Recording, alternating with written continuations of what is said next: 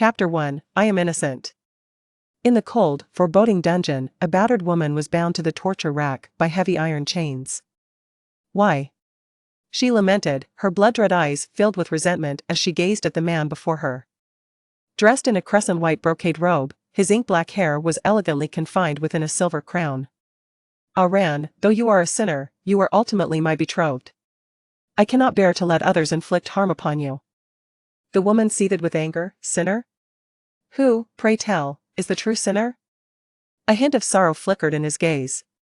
Aran, this matter has reached an irrevocable conclusion. She suddenly smiled, but it was a smile steeped in desolation. Do you believe my lowly status justifies the burdens I must bear? I have never thought in such a manner. He reached for a tray, retrieving a nail. These 5 clavicle nails, though driven into your flesh, pierce my heart. You must endure. Her blood-red eyes blazed with hatred. I am innocent. Why must you treat me thus? Though his eyes were filled with profound sorrow, he simply uttered, I am sorry. And spoke no more. With a surge of spiritual energy, he thrust the long, thick nail into her body. Thud. The nail penetrated her flesh, blood splattering forth. Ah! The excruciating pain compelled her to cry out in torment. He watched her suffer, his heart aching, yet he felt compelled to proceed. He grasped another nail and released it with his spiritual force. Thud. Another long, thick nail pierced her body. Ah! She gritted her teeth, clenching her fists, to resist the searing agony inflicted by the clavicle nails. Yet, she could not suppress her cries of anguish. One by one, the nails were driven in, her tattered clothing completely soaked in blood. By the time the 5 nails had been driven home, she had lost all consciousness, sinking into oblivion. With a wave of his spiritual energy, the chains were undone, and her frail form collapsed to the ground. Covered in blood, he caught her, his heart heavy with guilt as he gazed upon her unconscious state. Aran, I am sorry. I know it is unjust to burden you with all these sins, and I shall make amends in the future. Gently, he laid her down and resolutely turned to exit the dungeon, leaving her alone, battered and bleeding, lying in a pool of her own blood. She, Feng Shiran, was an ordinary member of the Feng clan, yet her father was the consort of the Feng clan empress. With the empress, he had fathered a son and a daughter, who were her half-brother and half-sister. Feng Shiran was the illegitimate daughter of her father, cast away for many years, until she was finally welcomed back to the Feng clan several years prior. However, as an illegitimate child and the daughter of a man living off the empress, she held no status whatsoever. Even residing in the palace of the Feng clan empress, she was treated no differently than a servant. Fortunately, she possessed great strength, and after years of effort, her formidable abilities earned her commendations, and she was conferred the title of war god by the true god. Having been abandoned by her mother as a child, Feng Shiran awoke one day to find a note left behind, revealing that her mother had forsaken her. From that moment on, she was left to wander alone until her biological father brought her back to the Feng clan a few years ago, though the others seemed to harbor disdain for her. Residing in the servants' quarters, she was mocked and humiliated by all. During her darkest days, it was her half-brother, the Feng clan prince, who offered her warmth. Aran, do not be afraid, I am your brother. From that day forth, she willingly devoted everything to him. Her half-sister, the esteemed Feng clan princess, was showered with adoration from all, while she struggled for survival amid the chaos of war, ultimately achieving her current status and honor. Feng Xuanma, the Feng clan prince, implored her. Sire, would you be so kind as to give your divine spear to Yair? If you do, brother will grant you any request. Though reluctant, she acquiesced, all right. Having never known warmth before, this was the first time someone treated her well, even if Feng Xuanya often bullied her, sometimes enlisting her friends to join in the torment. Yet, she dared not resist and complied with her brother's request, relinquishing the treasured divine weapon to the pampered Feng clan princess, Feng Xuanya. Later, her brother continually sought more from her, persistently demanding her possessions. She willingly surrendered everything she had to him. One day, with tears in his eyes, her brother knelt before her, saying that Xuanya had been injured by the prince of the demon clan, her phoenix bones shattered, and her life was in peril. Initially, she opposed this notion, but could not withstand her brother's pitiful pleas. Feng Xiren's heart sank in disappointment, she had lost all hope in him. Ultimately, she sacrificed her own phoenix bone for the princess who often tormented her. Take this. From this day forth, we shall sever all ties, and you shall no longer be my family, we will remain strangers. May we each find peace. She understood that the princess had long harbored feelings for the heavenly sovereign, who was always delighted by the prince's playful demeanor, for they had grown up together as childhood friends. To the world, they seemed the perfect pair, both possessing noble statuses, while she felt like an unwelcome intruder. Even if the heavenly sovereign truly loved her, witnessing their playful interactions ignited her jealousy. She quarreled fiercely with the heavenly sovereign, Dijinja. After each altercation, it was always Dijinja who would come to soothe her. Every time the princess committed an offense, her father would plead with her to shoulder the blame. For in their eyes, she was strong enough, while the princess, being frail and delicate, could not endure punishment. This time was no different. The princess had carelessly entered her room and misplaced an important formation diagram. Her room was equipped with a glass phantom orb that recorded every individual who entered. Thus, she witnessed the princess taking her formation diagram, and fury consumed her. She intended to present the evidence from the glass phantom orb to the true god. Upon learning that the vital diagram had been lost, the true god erupted in fury, demanding a thorough investigation, threatening severe punishment for treason. Everyone panicked, begging her, including the Feng clan empress. She refused them all, even the severed ties prince, who knelt before her, pleading for mercy, but she turned him away as well. Eventually, even Dijinja came to implore her. Feng Shiran glared at Dijinja, seething with indignation. Why? Why must I bear the blame for her mistakes, simply because she is a noble princess, and I am but an ordinary phoenix? Dijinja, filled with remorse, replied, It is not as you think. I have never belittled you, on the contrary, in my heart, you are the finest and strongest woman. This time, Feng Shiran truly resolved to resist to the bitter end. I shall no longer take the fall for her. I have severed all ties with her family, and from now on, they are no longer connected to me. Chapter 2, Betrayal. Upon witnessing her resolute demeanor, Dijinza ceased his words and turned to depart. Feng Xian presumed that Dijinza had acquiesced to her actions, yet, to her astonishment, Dijinza seized the opportunity to send individuals into her quarters under the pretense of an appointment. Pilfering her glazed illusion sphere without evidence, she could not accuse the princess. The true god, in light of her formidable achievements, spared her life despite condemning her for treachery, yet, while she evaded the death penalty, she could not escape the punishment of 80 strikes of heavenly thunder, the sealing of her divine powers, and her banishment to the divine wasteland. On that fateful day, she knelt in the grand hall, listening to the true goddess' decree. Despair enveloping her. Years of toil and the glory earned at the cost of her life had suddenly evaporated, betrayed by the very one she cherished most. Why, they had endured tribulations together, faced death hand in hand. Feng Xian had believed that Dijinza was the sole individual worthy of her trust and reliance. In the past, Dijinza had prostrated himself before the true god for an entire month, beseeching permission for their betrothal, which was ultimately granted. With heavy shackles binding her feet and wrists, she was led to the heavenly execution platform. The chains clinked ominously with each step she took, announcing her approach to the crowd of onlookers. As she ascended, a sudden misstep caused her to stumble. With a loud crash, she fell to the ground. Hilarity erupted around her. The princess nearby clapped her hands in mockery. Aren't you the war god? How could you fall at the slightest trip? Those who had long envied her gathered to revel in her misfortune, laughing uproariously at her plight. Dijinza rushed over to assist her. Once lifted, she averted her gaze, withdrawing her arm, and continued her march toward the execution platform. Dijinza implored the princess' feigned innocence as she approached him, clinging to his arm with a pitiful expression. Brother Ace, it's all my fault that my sister has suffered. Feng Xian heard Dijinza's voice from behind. It's not your fault. Your frail constitution cannot withstand such punishment. A bitter smile tugged at Feng Xian's lips. Was her strength the reason she was expected to bear such burdens? Was her lowly origin the justification for shouldering all blame for the esteemed princess? Feng Xian understood clearly that the princess had orchestrated this to ensnare her. Upon the heavenly execution platform, thick chains bound her arms to towering pillars. Crack, a bolt of lightning struck her, instantly igniting a searing pain that coursed through her body. Crack, crack, after dozens of strikes, her skin ruptured, and she trembled in agony, gritting her teeth to endure the excruciating torment. Having endured the 80 lashes of thunder, the chains loosened, and she collapsed heavily to the ground. Dijinza, a flash of white light, rushed to her side, cradling her in his embrace. Her pallid face, drenched in blood, bore witness to her suffering as she pushed him away with all her strength.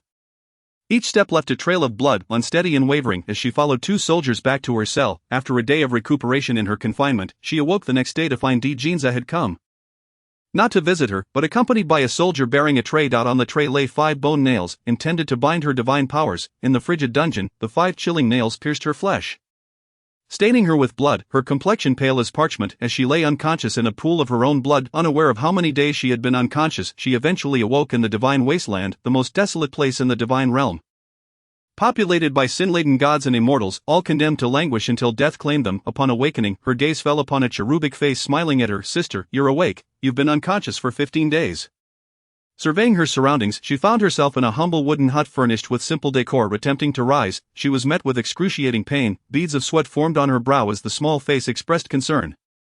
"You're gravely injured. Do not move," a hoarse whisper escaped Feng Xian's lips. "What is your name?" The little face, eyes crinkling with joy, replied, "My name is Xiaomei." "What is your name, sister?" "Wa Feng Xian," she rasped. Xiaomei offered her a few spoonfuls of fresh water, saying, "You were carried in by the heavenly monarch himself. He even left behind a wealth of silver coins, and everyone outside speaks highly of his beauty and kindness." Beauty and kindness, ha! A smirk curled her lips, her heart cold with derision. Were it not for him, how would I have fallen to such depths? After lying in bed for a month, she finally managed to rise. During that time, only Xiaomei tended to her.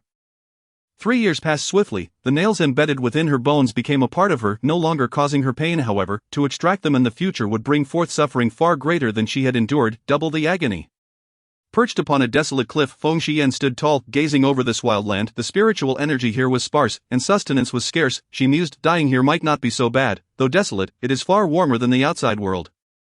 Many here were innocent, merely having offended those in power, wrongfully accused of crimes they did not commit. I knew you would be here. Yanni approached, radiant with joy. Feng Xian turned to the enchanting woman. "Yanni, I heard you've been matchmaking. Did it succeed this time?" Beaming with pride, Yanni replied, "With me orchestrating, how could it fail? The date has even been set." Feng Xian's eyes sparkled with surprise. Was it truly that easy? Those cast to the divine wasteland were destined to linger in waiting for death. In this barren land, resources were scarce, and one's essence would gradually wither away until they perished. No one knew when their time would come. Children born in the wasteland were often frail, suffering defects from maternal malnutrition, making marriage a rarity among the damned. Indeed, Yanni was a minor deity presiding over fates. Having been punished to this desolate place for offending the divine monarch, her greatest wish was to unite a couple here. Today, Yanni was in exceptionally high spirits, her smile unwavering, inside the humble wooden hut. Red wedding decorations adorned the walls, and every face radiated joy. "Sister, how does this look?" Xiaomei excitedly helped with the decorations. Feng Xian deftly inscribed auspicious couplets, glancing up. "It's crooked, shifted slightly to the left."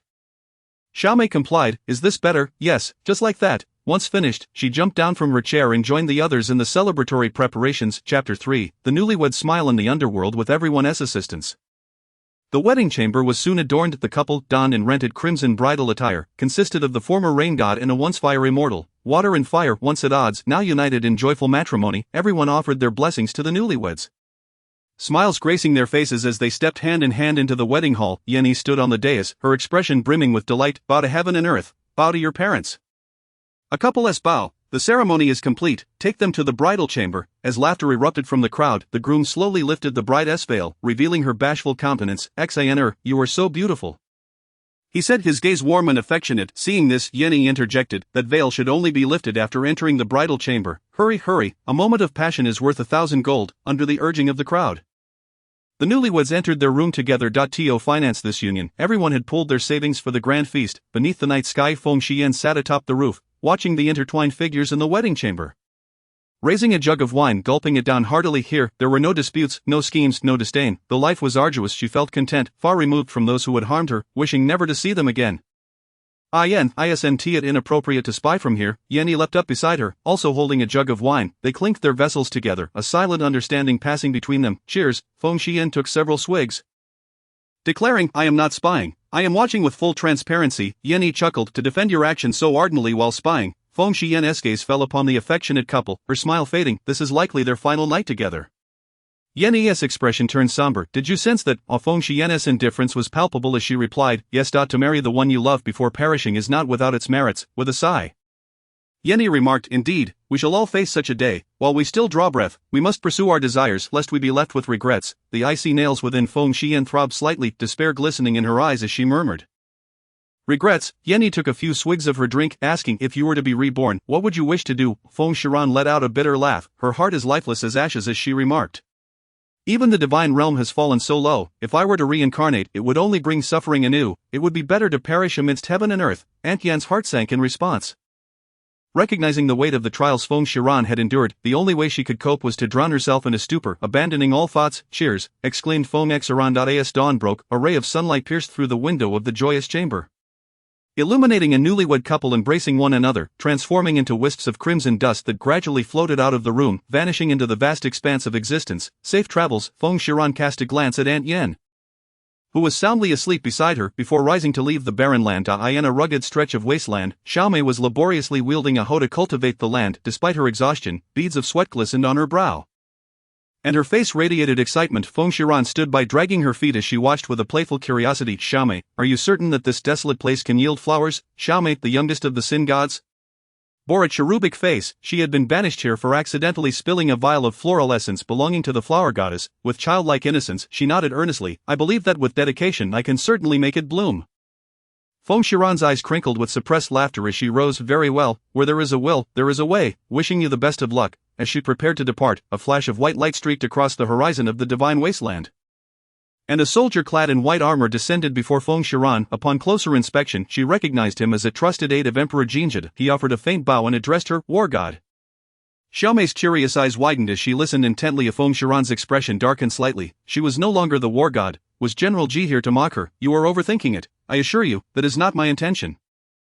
Tomorrow marks the Celestial Sovereign's birthday banquet, and the Sovereign has specifically requested permission from the true God for you to return and celebrate. Upon hearing this, hatred flickered in her eyes, and she coldly replied, I will not go. General Ji smiled faintly. The Sovereign anticipated this, so I must apologize for the inconvenience. What do you intend to do? Before she could finish her sentence, a fragrant aroma enveloped her senses, and she lost consciousness. When she awoke again, she found herself sprawled upon a lavish, plush bed. Surveying the opulent chamber, she realized it was Emperor Jinja's private quarters. She sat up to find him, adorned in regal attire, seated at a desk, engrossed in writing. Awake, he inquired, glancing at her with his chiseled profile before rising and approaching her. Just as Feng Shiran attempted to rise, she felt a heavy weight on her ankles. Flipping back the covers, she discovered the familiar iron chains binding her feet. Her expression remained impassive as she donned her shoes. Emperor Jinja settled beside her, stating calmly, although the true God has consented to your attendance at the banquet, you are still a sin god, and thus must remain in chains. She did not meet his gaze nor respond. Is this what it feels like to be both loved and hated? How painfully agonizing. She stood dragging the heavy chains behind her, the clanking sound echoing as she stepped outside. After a few strides, a hand grasped her arm, pulling her back. Where do you think you're going? Feng Shiran coldly uttered two words, divine wasteland. You wish to return? Emperor Jinja's eyes blazed with anger as he forcefully yanked her closer, his large hands gripping her shoulders as he bellowed, Feng Shiran, look at me, look at me. Pain shot through her shoulders and collarbone, yet she still refused to look at him. I have repeatedly offended the true God for your sake, and you, instead of showing gratitude, cannot even spare me a glance of. Feng Shiran, though in distress, laughed bitterly. For my sake? Haha, for my sake? Who was responsible for my current plight? For my sake? Was it also for my sake that you stole my Lioli illusion sphere? Seeing the hatred in her eyes, Emperor Jinja's heart sank. She used to look at me with such warmth. He had thought that as a war god, she would bear the burden of her sins without jeopardizing her life. In a few years, he could find an opportunity for her to atone and regain her place in the divine realm. A flicker of guilt crossed his eyes. Indeed, this matter has wronged you. Therefore, I specifically sought the true goddess' permission for you to return for 3 days. Feng Shiran scoffed. Should I thank you then? Thank you for your plea on my behalf. Her heart felt as if it had plunged into an abyss of eternal ice as she turned to leave once more, only to be seized again by his powerful hand. Unable to contain herself any longer, she unleashed the pent-up grievances of the years, forcefully slapping her hand against his face. The resounding crack of her palm echoed through the air, leaving a crimson imprint on his fair complexion. Emperor Jinja's expression remained unchanged as he silently regarded the enraged Feng Xiran. As long as you stay and accompany me through this 1,000-year birthday banquet, you may strike me as many times as you wish. Feng Shiran's slap bore no weight against him, for her divine powers had been sealed. Do you think that a few slaps can make you feel the pain I endured during my punishment? Emperor Jinja's eyelashes fluttered slightly. I know you are in pain, but only you can withstand it. Feng Shuanya is too frail to endure such punishment. Feng Shiran, oh, she can endure it. Does that mean I must bear it? His words pierced her heart like a dagger, leaving her breathless with sorrow. Since you care so much for her, I will relinquish my position as your fiancé to her, Emperor Jinja retorted. Feng Shiran, I have explained this to you countless times, she is merely my sister, as the war god, cannot you be a little less narrow-minded, she scoffed. It hurts so much, I don't wish to prolong this any further. I will remain and accompany you for this birthday celebration. Clank, clank, dragging the heavy iron chains, her heart shattered as she departed. The banquet, the grand hall was filled to capacity, with every face adorned with cheerful smiles as they indulged in the exquisite feast before them. Clad in a solemn attire, adorned with a beautiful phoenix hairpin personally crafted by Emperor Jinja, she sat alongside him, yet beneath her grand garments, a long and heavy iron chain lay hidden. Brother A's. Sister Ran, the princess exclaimed, her waist swaying as she approached with a cup of wine in hand. With feigned sincerity she said, Sister Ran, I apologize for the grievances you have suffered, please accept this drink as a gesture of my remorse. Feng Shiran coldly regarded her. Do we know each other, Brother A's? Feng Shuanya feigned a pitiful expression, her eyes glistening with tears as she glanced at Emperor Jinja. Unable to bear it, he frowned. Aran. She has already apologized. What more do you want of? Feng Shiran sneered. Oh, spare me the act of pity, you were quite pleased when you tripped me that day. Feng Shuanya squeezed out a couple of tears. Speaking softly, Brother A's, Xianya didn't enough. Feng Shiran glared at her. Stop pretending to be innocent, save your theatrics for seducing men. With tear-filled eyes, Feng Shuanya's pitiful demeanor once again softened Emperor Jinja's heart. He admonished Feng Shiran sternly. Aran, mind your words, she came to apologize, not to be insulted. Feng Shiran fixed her piercing gaze on Feng Shuanya, a sardonic smile gracing her lips. A true apology requires sincerity, kneeling and bowing are essential for it to be considered genuine. Wouldn't you agree? Feng Shuanya began to sob silently. Sister is sincere, but apart from the true God, I have never knelt before anyone. Emperor Jinja, witnessing Feng Shuanya's tears, felt completely disarmed. He rebuked Feng Shiran. Have you caused enough trouble? Turning back to Feng Shuanya, he added gently, you may return now, do not mind her. With a triumphant smile in her eyes, Feng Shuanya shot a glance at Feng Shiran before sauntering away.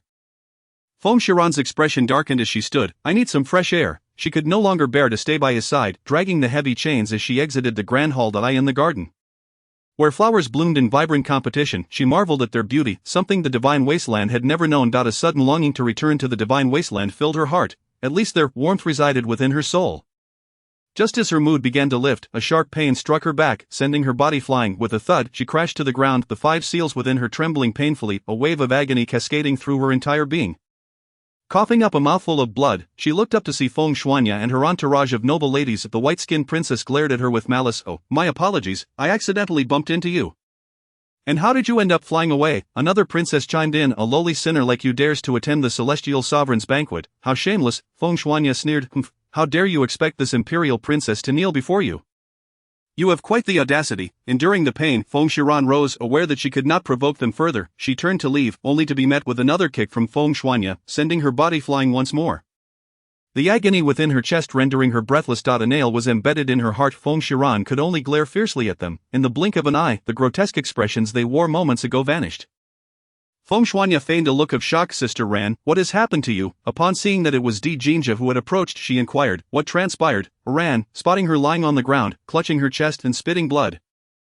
Feng Shuanya rushed over with a false display of concern, pretending to help her up. Feng Shiran violently shook her hand away, sending Feng Shuanya sprawling. If you have the courage, just kill me outright. Kicking me is no display of prowess. Feng Shuanya began to feign tears again. Sister Ran, there are so many witnesses. When did I ever kick you? Indeed, it was clearly the chain on your own foot that tripped you. Her companions chimed in unison. Jinja approached, asserting, how could Shuanya possibly kick you? Struggling to her feet, frowning as she pressed her hand against her chest, she wiped the blood from her lips and declared. Jinja, I always thought you were blind, but it seems your heart is even more so. After wiping the blood away, she weakly added, I spent my birthday with you, from now on. Do not disturb me again. With that, she turned, dragging her heavy chains and bearing her agonizing body, leaving the heavenly palace and returning to the divine wilderness. 3 years passed, during which Jinja truly ceased to intrude upon her tranquil existence. Sister, look, come quickly. Early in the morning, Xiaomei roused her from slumber. Feng Shiran was abruptly pulled from her bed by Xiaomei. Oh, my shoes. She lamented, not even pausing to put on her shoes as she was dragged outside. Xiaomei, bouncing with excitement, exclaimed, Sister, look, my flower has sprouted. It has sprouted. Feng Shiran, barefoot, crouched down to curiously inspect the tiny seedling sprouting from the ground. You really did manage to grow it. 4 years of persistence. Quite the feat. Xiaomei danced with joy as if she had been exonerated, exclaiming, I finally succeeded. I finally succeeded. Feng Shiran rose, gazing at the innocent child before her, and smiled congratulations, before turning back to her room to put on her shoes. 2 days later, General Ji arrived once more, but this time he bore wounds. War God, I beseech you, save the heavenly lord, he is your fiancé. Feng Shiran listened to his account, the Demon Lord had imprisoned the Heavenly Lord in the Shadow Valley. A place devoid of spiritual energy, filled only with endless malevolent aura and evil spirits. Even a true deity could not endure for more than a month, and Jinja had already been trapped for half a month. She replied flatly, I am a sinner, I cannot leave this place, seek someone else. General Ji was frantic, the true God has permitted you to redeem yourself, War God, the Heavenly Lord is your fiancé. Feng Shiran recalled his words to her. Feeling her heart sink, let me think it over. The Eastern Divine God, a disciple of the ancestral deity, held a position of great authority. Even the Heavenly Lord had to obey him. General Ji left in defeat. After 2 days of contemplation, she could not shake Jinja from her mind. After all, they had fought side by side, sitting alone on a desolate cliff, the cold wind blowing around her. Aunt Yen approached and sat beside her.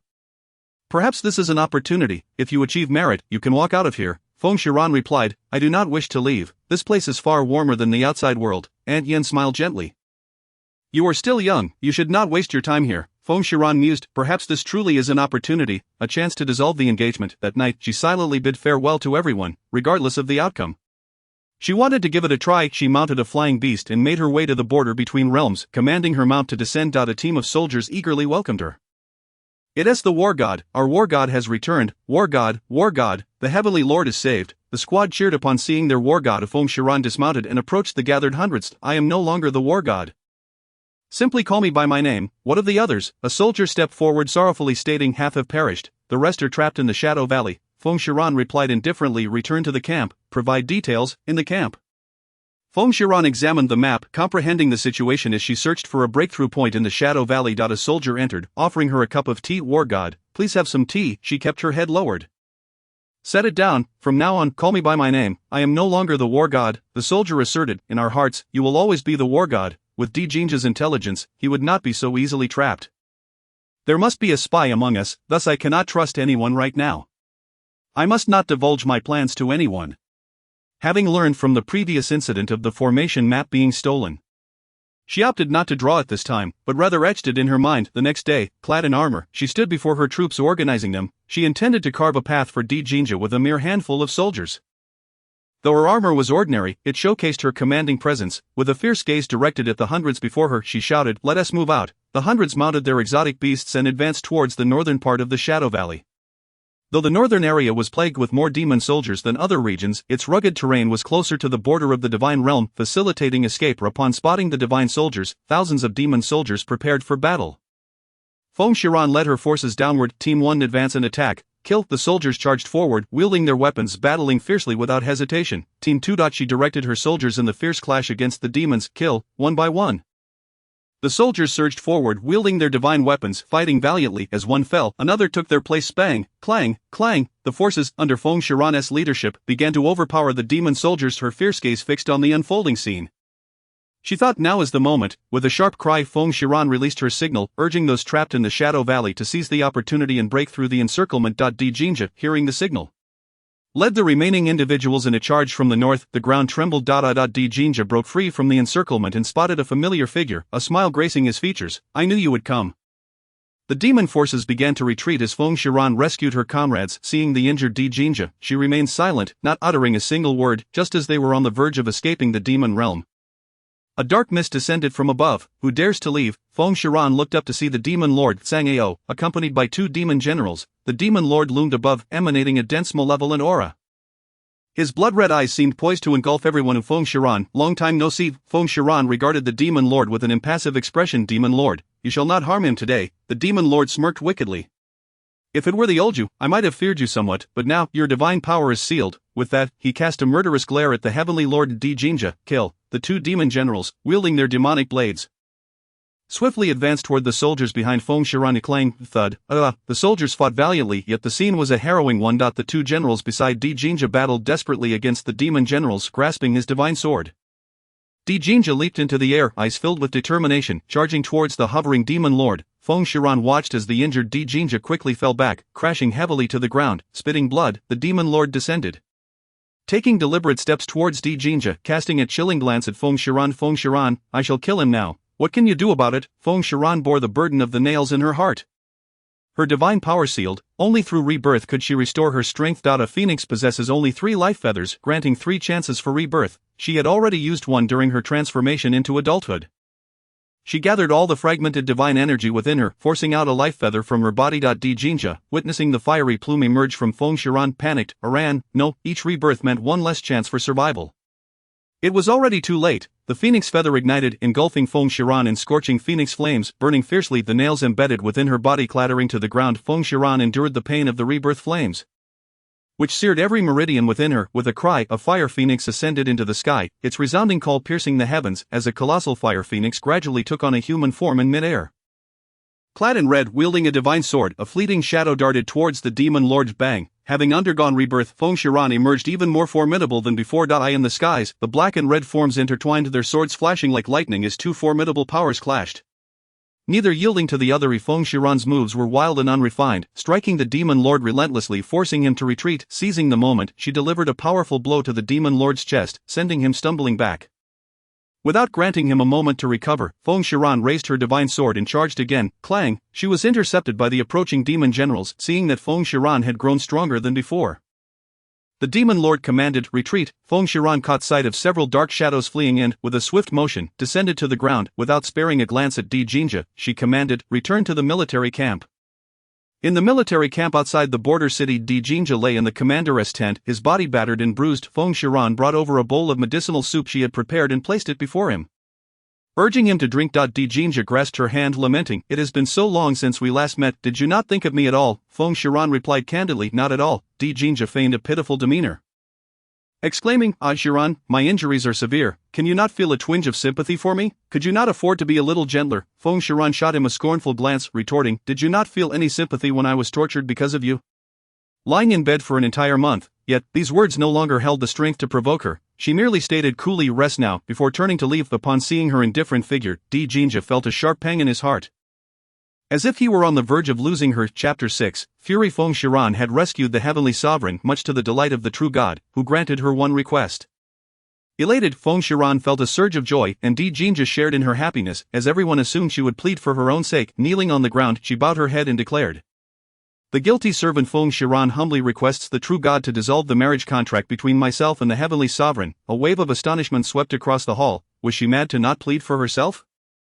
Indeed, this marriage contract had been attained only after the heavenly sovereign had begged for a month. Jinja's face turned ashen, his teeth clenched audibly, his fists trembling with rage. White-out, he whispered, bang! The true god slammed his palm on the table, silencing the room, and glared at Feng Shiran. The decree has been issued. How dare you suggest it be annulled? What of the heavenly sovereign's honor? Feng Shiran, frantic, replied, true god, I come from humble beginnings, bearing the weight of my past crimes, and am unworthy of the heavenly sovereign. I beseech you to dissolve our marriage. The true god, now furious, retorted, enough, Feng Shiran, do not bring this matter up again. In light of your merits in saving the heavenly sovereign, I pardon all your past transgressions and bestow upon you the title of general. Feng Shiran's heart sank. She knew the decision was final and could only express her gratitude. Why, in the chamber, Jinja's eyes burned crimson as he violently shook Feng Shiran's shoulders. She remained silent, her face filled with despair, prying his hands away and attempting to depart. In a fit of madness, Jinja yanked her back, enveloping her in a fierce embrace and kissing her passionately. Feng Shiran was incensed by his audacity and delivered a sharp blow to him. He staggered back, regaining his stance, and wiped the blood from the corner of his mouth, looking at her with profound sorrow. Shiran, we have known each other for 20 years, sharing life and death together. Can you truly be so heartless? Feng Shiran replied with a bitter smile, when it comes to heartlessness, I cannot compare to you even a fraction. From now on, we shall be nothing more than lord and subject. With that, she resolutely turned away. Jinja watched her retreating figure, his heart aching as tears streamed down his cheeks. Feng Shiran returned to the divine wasteland, gathering provisions to replenish her spiritual energy in a small wooden cabin. Xiaomei nibbled on a peach, and Aunt Yen chuckled, take your time, no one is here to compete with you. Noticing Feng Shiran's persistent gloom, Aunt Yen inquired, what troubles you, although the title of general is lesser than that of a war god? It is surely better than enduring suffering here. Feng Shiran poured herself a cup of tea, stating, the true god refuses to annul our marriage. Aunt Yen gasped, you wish to break the engagement? Why, it is unsuitable. Aunt Yen urged, you should be content. The heavenly sovereign, despite having wounded you physically and emotionally, still holds feelings for you. Feng Shiran retorted, feelings? Just because I am powerful means I must endure everything. If he cares so much for the imperial princess, then I shall make way for them. Aunt Yen sighed, the true goddess decree cannot be challenged. The only way to dissolve your engagement is through death. So if one dies, the engagement is nullified? Feng Shiran pondered, Aunt Yen, sensing the shift in her expression, exclaimed, No, you cannot entertain such thoughts, your life still has many paths ahead. Feng Shiran replied, I know, I am not foolish enough to seek death. She gazed at the place she had called home for many years, uncertain if she would return, softly whispering farewell. Of Feng Shiran thought, I am no longer the war god, but rather a subordinate general to Dijinja, bound to obey his commands. Ha, she bitterly chuckled inwardly, it seems my days of comfort have come to an end. The Chawa Hall was where the Heavenly Sovereign convened with ministers and celestial beings. Inside the hall, the Imperial Princess Feng Shuanya clung to Dijinja's arm, playfully requesting, Brother A's, the ice lotus on Cold Cloud Mountain has bloomed. I wish to use it to create dew. Could you send someone to gather it? The lofty Dijinja, tenderly regarding the woman by his side, replied, Very well, I shall send someone at once. Feng Shiran, witnessing the delicate and charming Imperial Princess beside the Heavenly Sovereign, mused, Surely all men must favor women who are playful and endearing. Alas, I am not one of them, which is why things have come to this. Dijinja provocatively glanced at Feng Shiran. General Feng, it seems a journey is in order for you. Fan Yong, a subordinate who had followed Feng Shiran for many years, stepped forward to intercede. Heavenly Sovereign, Cold Cloud Mountain is perilously cold and guarded by ancient beasts. General Feng's fiery constitution cannot endure such cold. I am willing to go in her stead, Dijinja declared. My mind is made up. General Feng, you shall carry out this order. Feng Shiran, expressionless, bowed her head. I accept the order. The Imperial Princess regarded Feng Shiran with triumphant malice in her eyes, thinking, a mere commoner does not deserve to have Brother A's. Only when you are dead will your engagement be dissolved. As Dijinja observed Feng Shiran's emotionless departure, a surge of fury ignited within him. Had she been the person she once was, she would not only have refused but would have caused a scene. Watching her nonchalant demeanor, devoid of jealousy, only stoked Dijinja's growing ire. Of Feng Shiran, being a fire phoenix, was innately resistant to the cold. She understood that Dijinja was deliberately making things difficult for her. On Cold Cloud Mountain, the biting winds and perpetual snowfall rendered the terrain treacherous. With each arduous step, her body grew numb. Her lips turned blue, and her hands and feet felt as if they had lost all sensation. Finally she reached the summit and beheld the ice lotus, its petals glistening and radiant. She advanced cautiously, when suddenly the ground trembled. With a thunderous roar, a colossal ancient beast, the ice-shattering celestial beast, appeared, clutching a divine sword. She charged forward without a hint of fear. General Feng, Fan Yong rushed to greet Feng Shiran, who appeared in tattered clothes, her complexion ashen and devoid of color. Trembling, she presented the ice lotus she had gathered, saying weakly, Please, General Fan, take this to the sovereign. I shall not enter. I do not wish to soil the hall. Fan Yong's eyes reddened as he accepted the lotus, exclaiming, War God, why must you endure this? He is the esteemed Heavenly Sovereign. A simple bow from you would spare you some suffering. Feng Shiran felt a surge of turmoil within, tasted blood in her throat, and swallowed it down. This is troublesome. She murmured before departing. Feng Shiran staggered back to her residence, a dwelling she had purchased with the rewards of her first achievements. The following day, she arrived at the hall, her body battered, her face pale, and the cold had left her coughing incessantly. Upon seeing her frail form, Dijinja felt a pang of sympathy. General Feng, you are unwell. Please return and rest. Feng Shiran coldly replied, I am fine. At that moment, a voice from outside the hall taunted, Brother A's, it seems she does not require your concern. Already fuming at Feng Shiran, Dijinja's anger flared anew at the Imperial Princess's words. This time, the Imperial Princess devised a new scheme, insisting that he accompany her to the sacred spirit spring for a bath. Fan Yong interjected, Your Majesty, it is unwise. General Feng is injured and should not come into contact with water, especially the icy waters of the spring, which will exacerbate her injuries. Indeed, the crowd rallied to plead for her, and a tide of resentment surged from the Imperial Princess. Feng Shuanya, does General Fan harbor feelings for the war god? Given his repeated intercessions on her behalf, Fan Yong flustered protested, I harbor no such intentions. If Feng Shiran, sensing the murderous intent in Dijinja's gaze, feared he might unleash his wrath upon Fan Yong, who had once been her most loyal subordinate. I accept the order. I shall prepare to accompany the Imperial Princess to the sacred spirit spring. Fan Yong, heartbroken, lamented. General Feng, Dijinja coldly commanded, since you have accepted the order, then let us depart at once. Chapter 7, Torment of the Betrothed. Feng Shiran coughed violently upon returning from the sacred spirit spring. My condition has worsened. The cold has permeated my body, forming a cold poison that strikes like plunging into an ice cavern. She faced the Imperial Princess and her repeated provocations, unable to retort, for she had no one to shield her. Dijinja, seeing her unwavering resolve, was infuriated. He thought, is she not fond of jealousy? Then I shall ensure she has ample opportunity to feel it. To not look back at me. In the lower realms, malevolent demons ran rampant. Emperor Jinja insisted on having Feng Shiran accompany him to eliminate these fiends, yet he deliberately brought along Princess Feng Shuanya. Throughout their journey, Feng Shiran vanquished demons while Emperor Jinja feigned closeness with the princess. Zay, my feet hurt so much. The princess pretended to be in excruciating pain. Emperor Jinja bent down and offered Come here, I shall carry you. I want to eat. He commanded Feng Shiran to fetch food. Feng Shiran's eyes brimmed with jealousy, yet she maintained her composure, deliberately ignoring the pair, for in her heart she had cursed their ancestors countless times. In the ensuing months, the two continued to maintain their aloofness. The glimmer of hope in Feng Shiran's heart gradually dimmed. Wherever Emperor Jinja went, he insisted on bringing the princess, requiring her to serve them both. Coughing, the cold poison within her flared, leaving her feeling frigid as she brewed medicine at her residence. When General Feng received a visit from Fan Yong, he noticed her pallor as she was preparing her concoction. Let me assist, he offered. Having witnessed Feng Shiran's lack of jealousy for so long, Emperor Jinja could no longer contain his emotions and sought her out for clarity. Upon entering her residence, he found Fan Yong and his betrothed laughing together, with Fan Yong tirelessly assisting her, their synergy unmistakable. Emperor Jinja's eyes turned crimson. Could it be that what Feng Shuanya said was true? Had she truly developed feelings for another man, unable to suppress his inner fury? He raised his hand and struck Fan Yong without hesitation. Fan Yong, taken aback by the wrathful heavenly monarch, could not fathom his offense. Fan Yong, Feng Shiran rushed over to help him up, glaring at Emperor Jinja. What transgression has he committed? Even as the heavenly monarch, you cannot indiscriminately harm your subordinates. Upon seeing his fiancée touch another man, Emperor Jinja's rage surged, his eyes ablaze. No wonder you are so indifferent to me.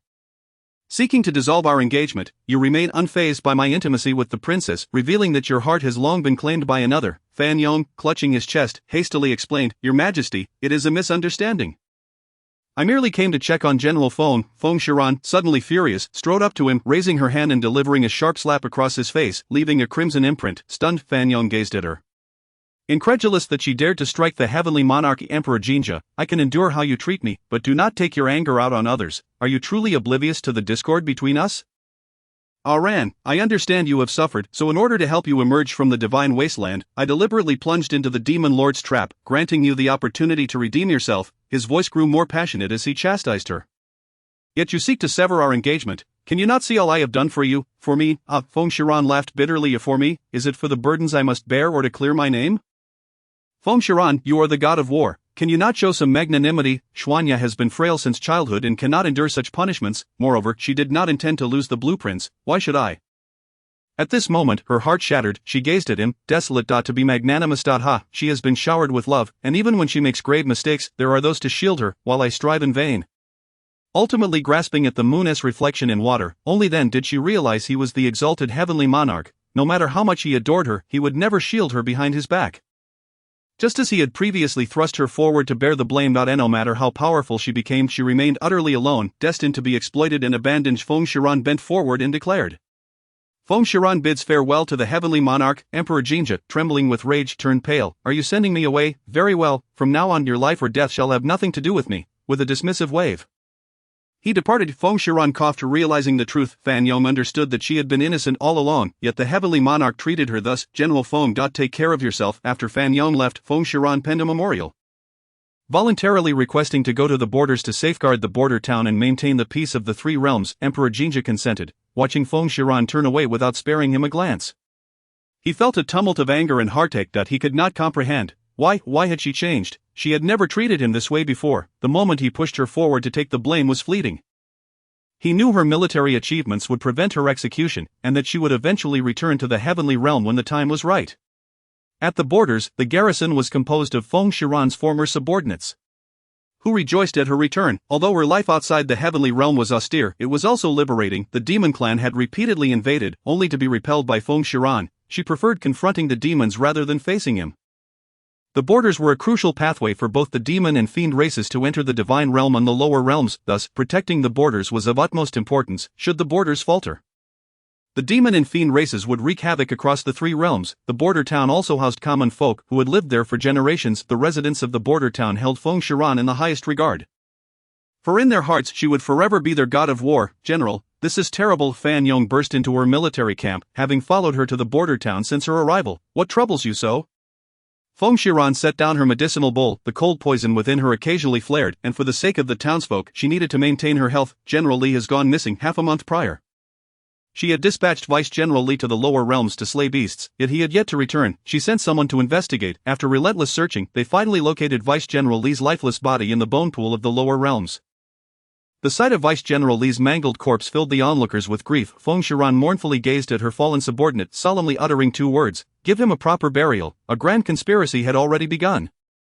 Yet Feng Shiran remained unaware that danger had arrived. In the following months, the heavenly monarch continuously reassigned her guards. Despite her protests, it proved futile. Emperor Jinja, under various pretexts, transferred her vital aides to distant lands to hunt down the beasts.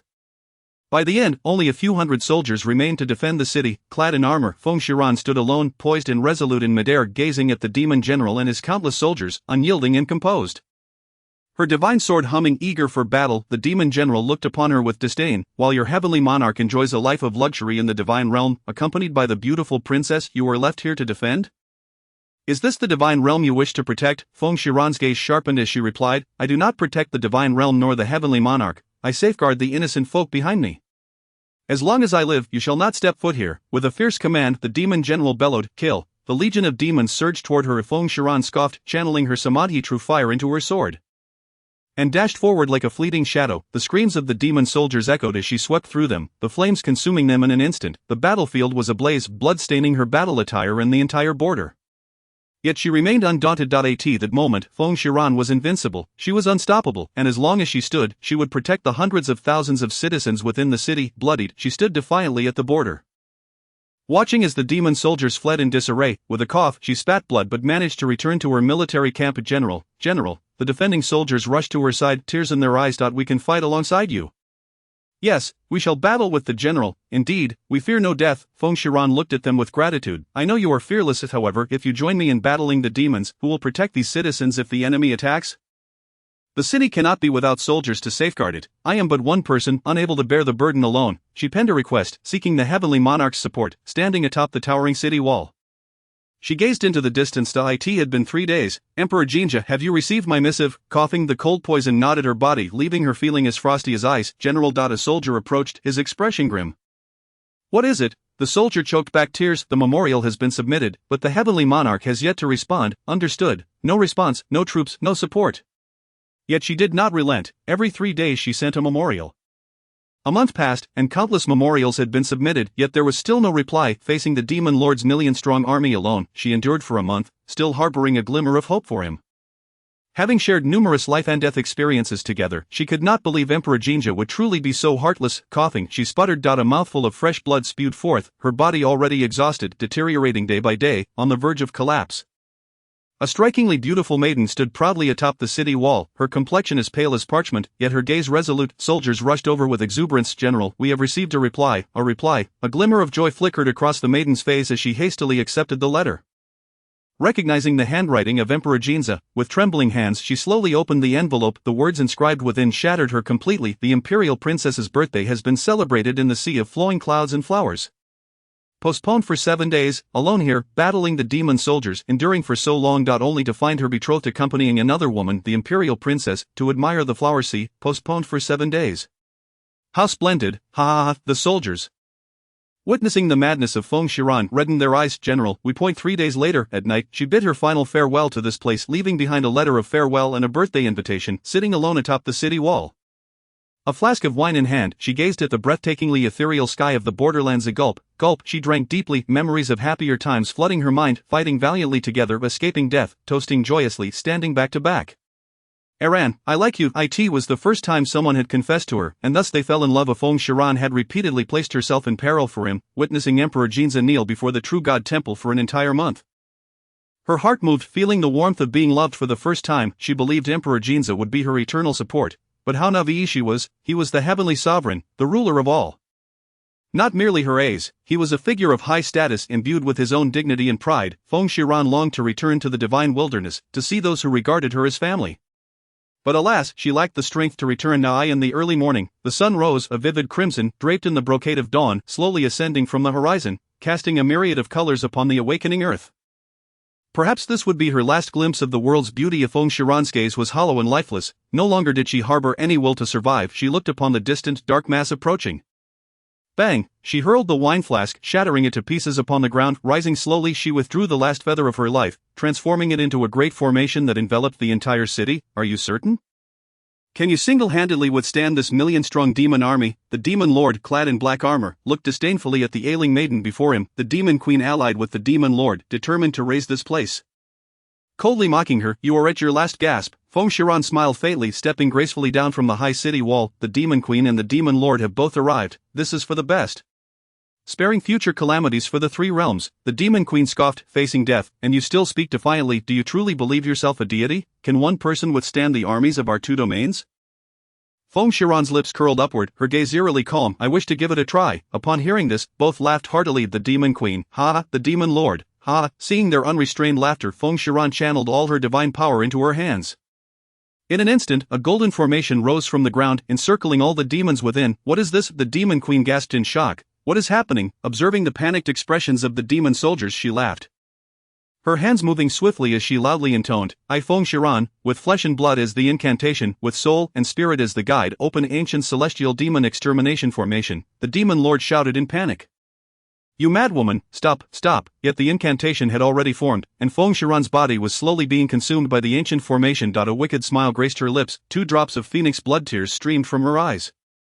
I wish for my soul to scatter, never to enter the cycle of reincarnation. No, the demon queen gazed in terror as the ancient formation began its activation. The demons within the formation were engulfed by flames descending from the heavens. The wails of the damned reverberated throughout half of the divine realm. The demons fled in all directions, yet found themselves trapped within, unable to escape. Farewell, Aes. May the 6 realms find peace. May you ascend to the supreme throne of the 9 heavens. May we never meet again in this life. May I have no next life. Her body gradually turned to ash, vanishing between heaven and earth. Chapter 9. Annihilation. On the day of her demise, the entire divine realm's flowers withered instantly. The cries of 100 birds echoed through the sky. The colorful clouds dissipated, replaced by gray and white. The true god, witnessing the abnormal phenomenon, was particularly astonished. This was the sign of a divine being's annihilation. The flames raged for 3 days, and when the heavenly beings arrived, they beheld the charred remains of 1,000,000 demon soldiers, consumed by the inferno. The heavenly sovereign, Emperor Jinza, finally arrived, and upon seeing the flickering embers at the border, his mind went blank. He frantically searched through the ashes. Iran, I know you are safe, come out. The celestial beings, witnessing the disheveled and desperate heavenly sovereign, fell into silence. Emperor Jinza found no trace of Feng Shiran's corpse. Only 2 crystalline drops of blood tears. Trembling, he picked up the blood tears, understanding that when a phoenix weeps, it is forever lost. Suddenly, the phoenix tears emitted a blinding light, revealing an image before the gathered celestial beings. They beheld Feng Shiran pale as parchment, gravely ill, yet facing 1,000,000 demons without fear. The celestial beings could not help but admire her, tears streaming down their faces. Truly, the god of war, her body pushed to the limits. Yet still unafraid, Emperor Jinza watched the scene unfold, her face haggard and ashen, her body at its breaking point, her eyes hollow, devoid of any light. His heart ached, and as he continued to watch, it shattered completely, witnessing her sacrifice. Invoking the blood ritual to unleash the great formation. Farewell, Aes. May the 6 realms unite. May you ascend to the supreme throne of the 9 heavens. May we never meet again in this life. May I have no next life. Emperor Jinza saw her body disintegrate into ashes. In agony, he cried out, No, Iran, please, I was wrong, I should not have quarreled with you. With a violent cough, he spewed forth blood. The celestial beings rushed forward. Heavenly sovereign, he rejected their assistance, staggering step by step into the city. There, he sensed a familiar aura enveloping the city. Iran, you used your last feather to. Tears flowed like a spring, his lips trembled. He began to regretting that his anger had led to her demise. I should not have left you here alone. Iran, I was wrong. Come back. Please. All the citizens knelt in the city, weeping uncontrollably. God of war, may you rest in peace. Wails filled the air. The golden energy enveloping the formation dissipated, transforming into a single feather that fell into Emperor Jinza's palm, turning to ash, scattering in the air. Iran, he loathed himself, despising that he had forced her to the brink. Her last feather had turned to ash. He wandered aimlessly into the city, witnessing the collective mourning, the cries echoing throughout. The soldiers, weeping, approached to pay their respects. Welcome back, Heavenly Sovereign, you have arrived too late. How could he not know? How could he not realize he had arrived too late? Upon entering Feng Shiran's former room, the simple furnishings caught his eye, and he saw a medicine bowl on the table. What medicine is this? A soldier replied, it is for expelling cold poison. Cold poison. Emperor Jinza felt a sharp pang in his heart. The soldier wiped his tears. General Feng suffers from cold poison. When it flares up, her body freezes, causing unbearable pain. Emperor Jinza's legs weakened, nearly collapsing. The soldier hurried to support him. Heavenly Sovereign, no need. Emperor Jinza, trembling, approached the desk, where he discovered a red invitation. He recognized it as his own birthday invitation, and there was also a letter to the Heavenly Sovereign, personally opened. His hand shook as he opened it. Heavenly Sovereign, by the time you read this letter, I will have turned to ash. It has been a month. I have sought your help countless times, yet you have never responded. Hearing of your reply filled me with joy, but upon seeing those few words, the last glimmer of hope within me shattered. My strength has dwindled to nothing. This scarred heart has been extinguished of all hope for survival. I do not know how we have reached this point. Perhaps it is because I refuse to show weakness, because I am too strong, too proud to bow my head, unlike the imperial princess who knows how to be coy. Regardless of the reason, it is no longer important. Here is your birthday invitation returned. I shall use my last ounce of strength to protect this place, that if there is a next life, I shall not see you. Not think of you, not love you. We shall never meet again. Feng Shiran bowed deeply, signing her final words. Emperor Jinza, with tears of regret, read the letter, his heart aching to the point of suffocation. That he loathed himself. Loathed the idea of never seeing, never thinking of, never loving her again. Forever parted. Rand, I acknowledge my wrongdoing. Do you not even grant me the opportunity to apologize? A severe pain surged through my heart.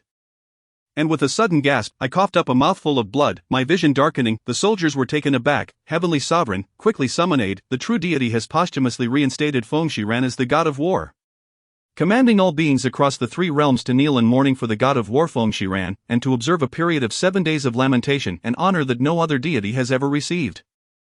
Alas, she shall never witness it. During her life, she trembled in fear and received nothing but numerous punishments. Now that she has departed, it is likely that many shall rejoice. The princess of the Feng clan shall also kneel before the coffin of Feng Shiran to pay her respects.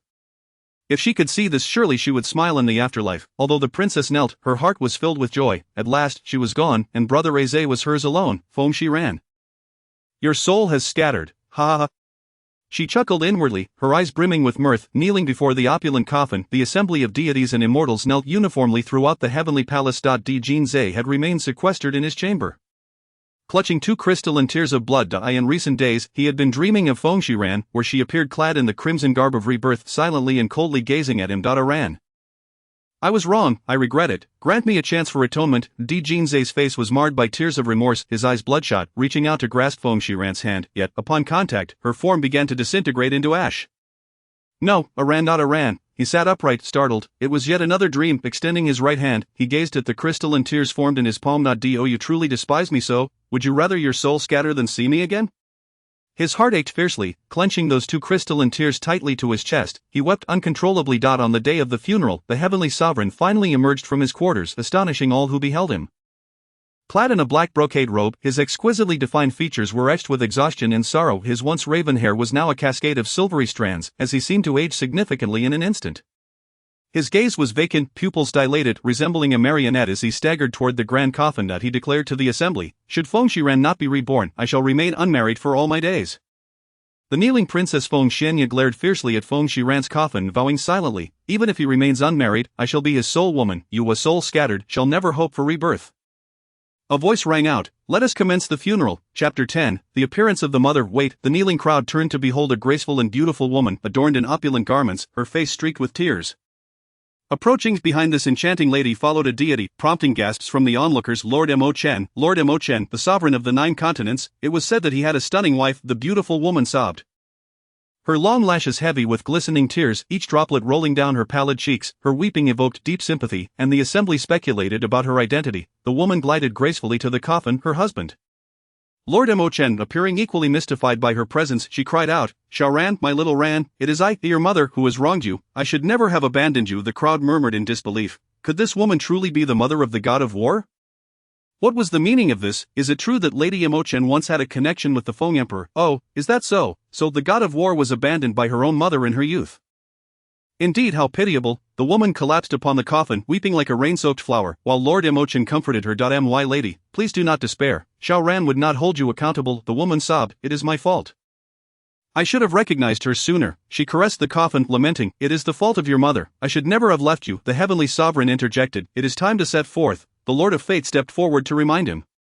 Lord Mo Chen mournfully consoled his beloved wife, my lady Xiaoran, it is time to depart. The heavenly sovereign's eyes brimmed with tears. Madam deity, please take heart. He then solemnly called out, raise the coffin. The somber strains of funeral music began to play as the coffin was carried away by the celestial attendants. Xiaoran, the woman watched her daughter's coffin being borne away, her vision darkening as she fainted from grief. Lord Mo Chen hurriedly embraced his beloved wife, my lady I in the residence of Feng Shiran. Lord Mo Chen accompanied his wife as they gazed upon the dwelling of the legendary warrior. Feng Shiran it was devoid of ostentatious decoration, simple yet elegant, clean and orderly. The woman entered her daughter's room. Observing a table and a chair, ink and brush, and the familiar yet foreign script upon the paper, accidentally, she triggered a mechanism on the table, and with a click, a hidden compartment opened. Lord Mo Chen and his wife exchanged glances and approached it simultaneously. What is this? The woman exclaimed, trembling as she picked up a golden longevity lock, tears once again streaming from her eyes. This is the longevity lock I crafted for Xiaoran. Lord Mo Chen noticed another piece of paper below and retrieved it. My lady, look, she raised her tear-streaked gaze to find a portrait depicting a beautiful woman holding a rosy-cheeked little girl, around 3 or 4 years of age. This was painted by an artist we encountered during our travels.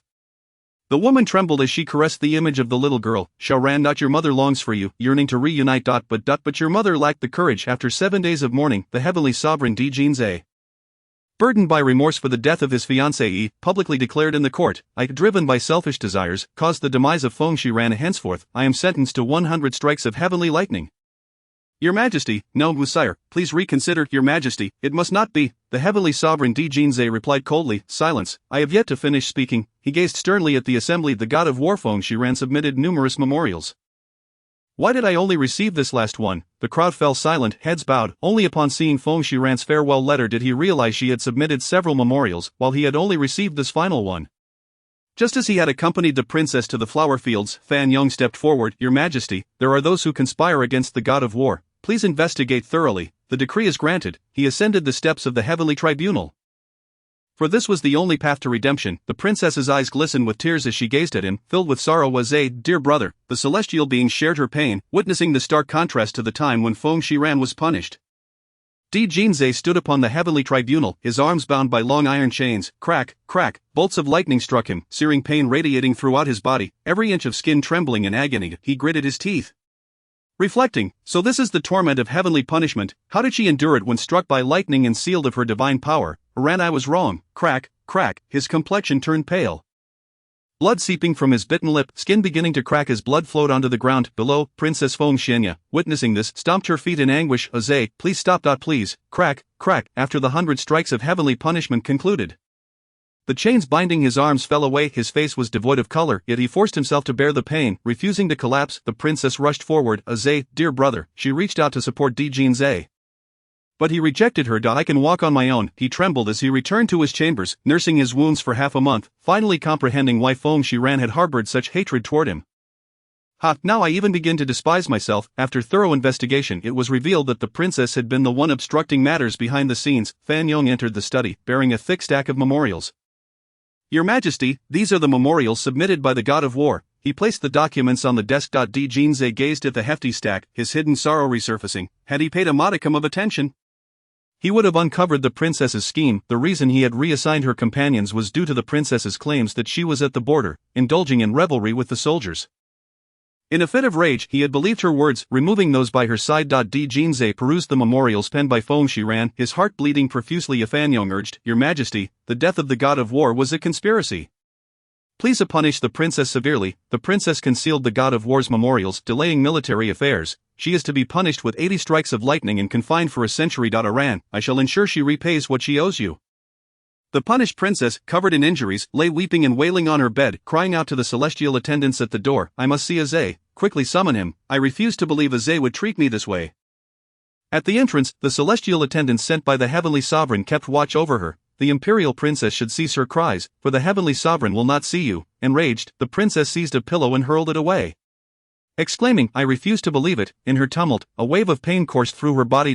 Brother Ace Chapter 11, Rebirth. Ever since Feng Shiran vanquished the million-strong armies of the demon sovereign and the monster sovereign, the heavenly sovereign, Emperor Jinza, unified the 6 realms, the divine realm, the celestial realm, the mortal realm, the nether realm, the monster realm, and the demon realm. Now not only was he an emperor, but he had also attained the realm of true god, standing equal to the true god of Dongming. 500 years swiftly passed. On the ramparts of the border city, a silver-haired, breathtakingly handsome man stood proudly gazing at the place where Feng Shiran had perished.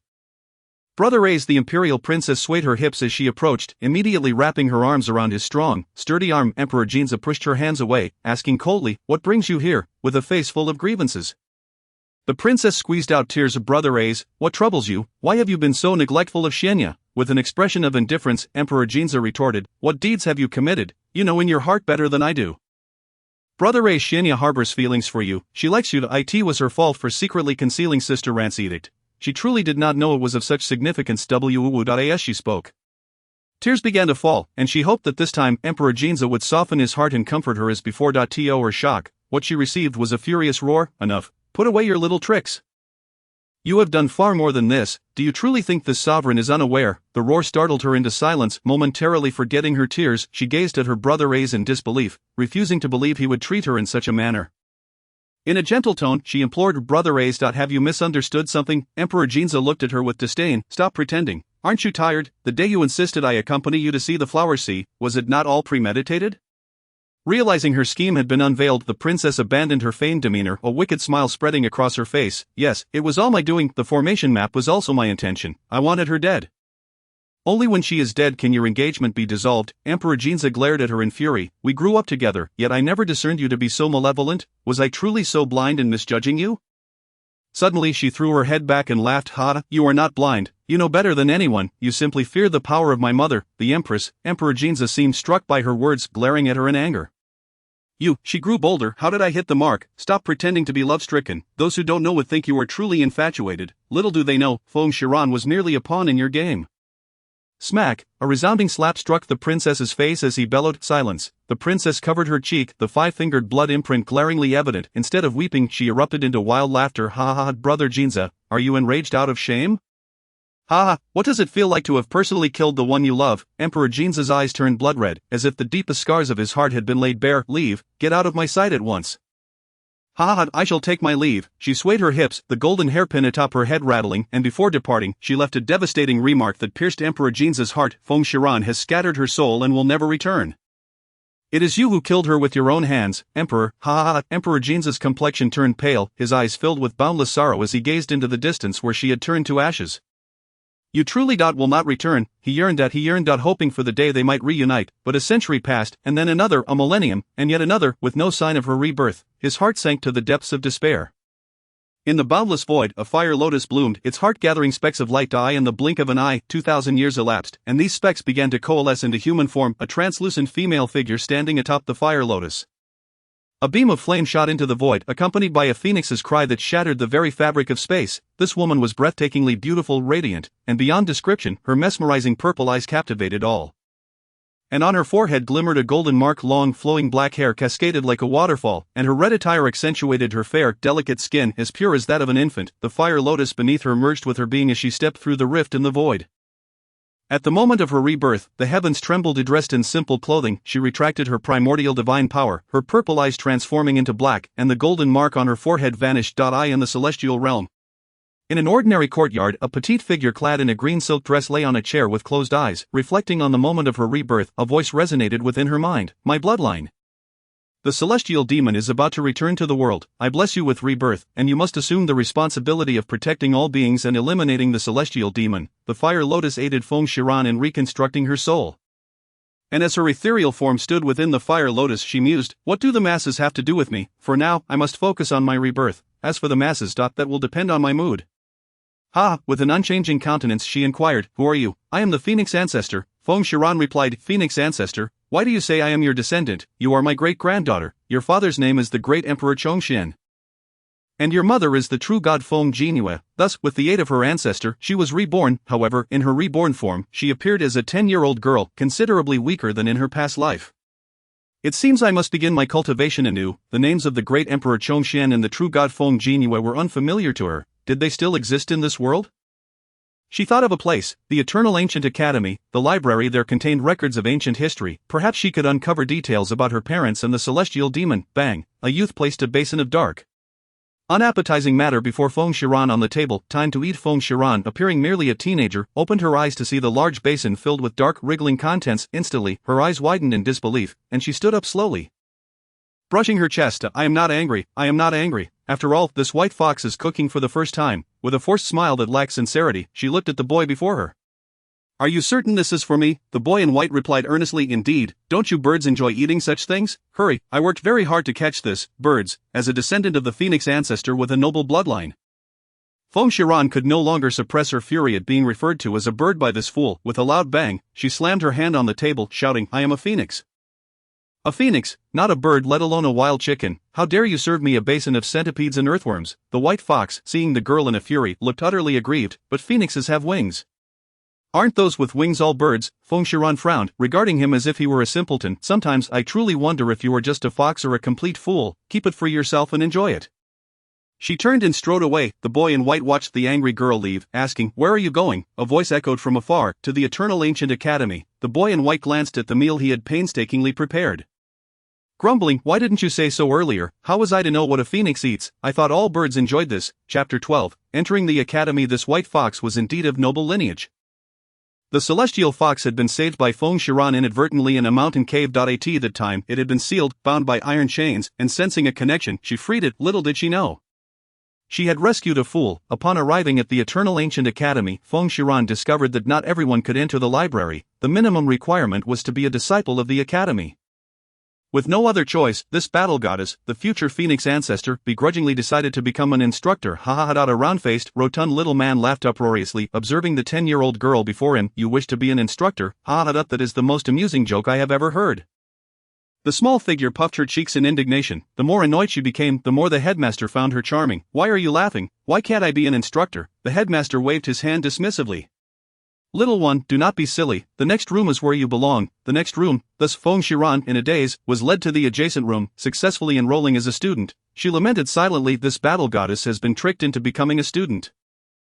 Phoenix baby feels so wrong. She was assigned to the girls' dormitory, where she encountered a girl of similar age, clad in student attire. After a lackluster first day of classes, the girl said, let's get acquainted.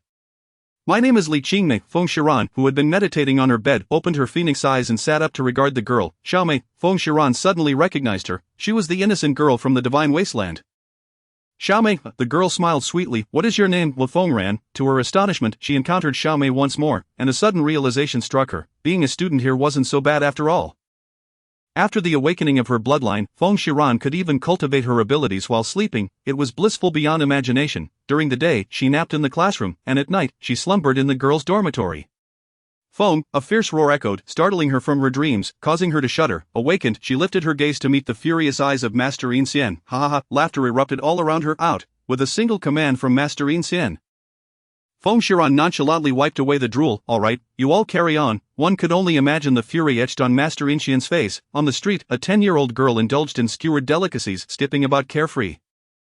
Suddenly, darkness enveloped her, and when she regained consciousness, she found herself imprisoned in a dungeon, surrounded by a group of children huddled together. Cursing under her breath, she thought, damn it, I've run into human traffickers this time.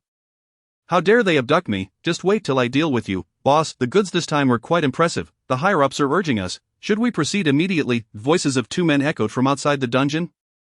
Delay for now. The tighter the higher-ups press, the more desperate they are. We must seize this opportunity to make a fortune. Alright, Hahaha. The boss is as clever as ever. Feng Shiran struggled fiercely but found herself unable to loosen the binding ropes. Channeling the 9 Lotus true fire within her, the ropes turned to ashes in an instant. Rising, she began untying the frightened children around her, just as she was about to lead them to safety. A scream pierced the air. Bang! The cell door was kicked open. A beam of sunlight flooded in, revealing a tall and imposing figure clad in splendid garments. Jinja, how could it be him? Feng Shiran glared at him with a heart full of hatred. How did he know about her rebirth? He cast a glance at the group and gently said, you are safe now, Shuofeng. An ordinary-looking attendant entered. Your Highness, see them safely home. Understood, Your Highness. Feng Shiran looked at him in confusion.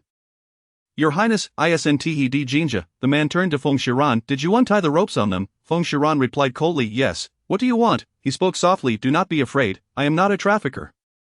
Those men have been dealt with. I will take you home. As they traveled, Feng Shiran's mind raced. Could he truly not be Jinja? That was impossible. Even if he turned to ash, she would still recognize him. I am Long Zhe. What is your name, little sister? She replied abruptly. Feng ran. Quite special indeed. As they approached the academy, she realized she could no longer allow him to follow her. Here we are. You need not escort me further. Once she saw Long Zhe depart, she returned to the school. A figure emerged from the shadows, gazing at the grand sign above, Wangu Academy. Back at the academy, she was once again scolded by Master Yin Xian. A fate she had grown accustomed to. Feng Shiran inquired about the man named Long Zhe from various people at the academy. She discovered he was the third son of the Dragon Emperor from the Celestial Realm. Long Zhe, the affairs of the Divine Realm were hard to learn about in the Fairy Realm. Could he have perished, or is he undergoing tribulation? What are you thinking about? Nothing. But as soon as she spoke, she was startled to find Long Zhe beside her. You, how did you get here? Long Zhe smiled at her. No need to be so surprised. No one can hide from me under my watch. Feng Shiran, feeling annoyed, shifted her small frame to distance herself from him. Your ability to untie the premium binding ropes suggests you possess extraordinary talent. Shall we strike a deal? Feng Shiran replied, not interested. Long Zhe said, I can grant you access to the library. Her eyes flickered with intrigue. What are your terms? Long Zhe smirked slightly, revealing a charming grin. If Feng Shiran reminded herself, it is merely a transaction. And once it is concluded, it will have no bearing on that person again. She was blindfolded and bound, placed onto a carriage. When the carriage stopped, a lewd voice echoed, "This is the new stock. Guaranteed to be top quality." Suddenly, powerful hands yanked her down from the carriage. With her eyes covered, she could see nothing but darkness. Quickly, a man behind her shoved her roughly. She stumbled, nearly falling. "You scoundrels, just wait. How dare you treat me this way?" Unaware of how long she had walked, they finally halted. The blindfold was removed, revealing she was in an underground palace. Children lined the sides of the palace, all strikingly beautiful girls with vacant stares and dazed pupils. A masked man approached, scrutinizing her, and touched her shoulder bone. "Do not touch me," Feng Shiran exclaimed angrily. The masked man laughed heartily. "Hahaha, splendid. I desire a girl just like you. Take her, erase her memories." Yes, a man in black stepped forward and dragged her away. At that moment, Feng Shiran was bound tightly. "Long Zhe, you better hurry, or I will set this place ablaze and ruin your plans." A black-clad man produced a strange, colorful thread, aiming for her forehead. Suddenly the palace trembled. Boom, a deafening noise resounded. Finally, Feng Shiran smirked as purple flames erupted from her body, incinerating the binding ropes. The black-clad man gasped in shock. Chapter 13, Xiaomei's bedding. Feng Shiran approached the black-clad man, who retreated in alarm. He intentionally reached for a lampstand and pulled forcefully. The ground beneath her feet suddenly cracked, and she fell through. She plummeted, splashing into the water. Struggling, she surfaced and thought, if Bai Hu were here, he would surely mock me for being a drowned chicken. Coughing, she finally reached the shore. A simple water manipulation spell quickly dried her off.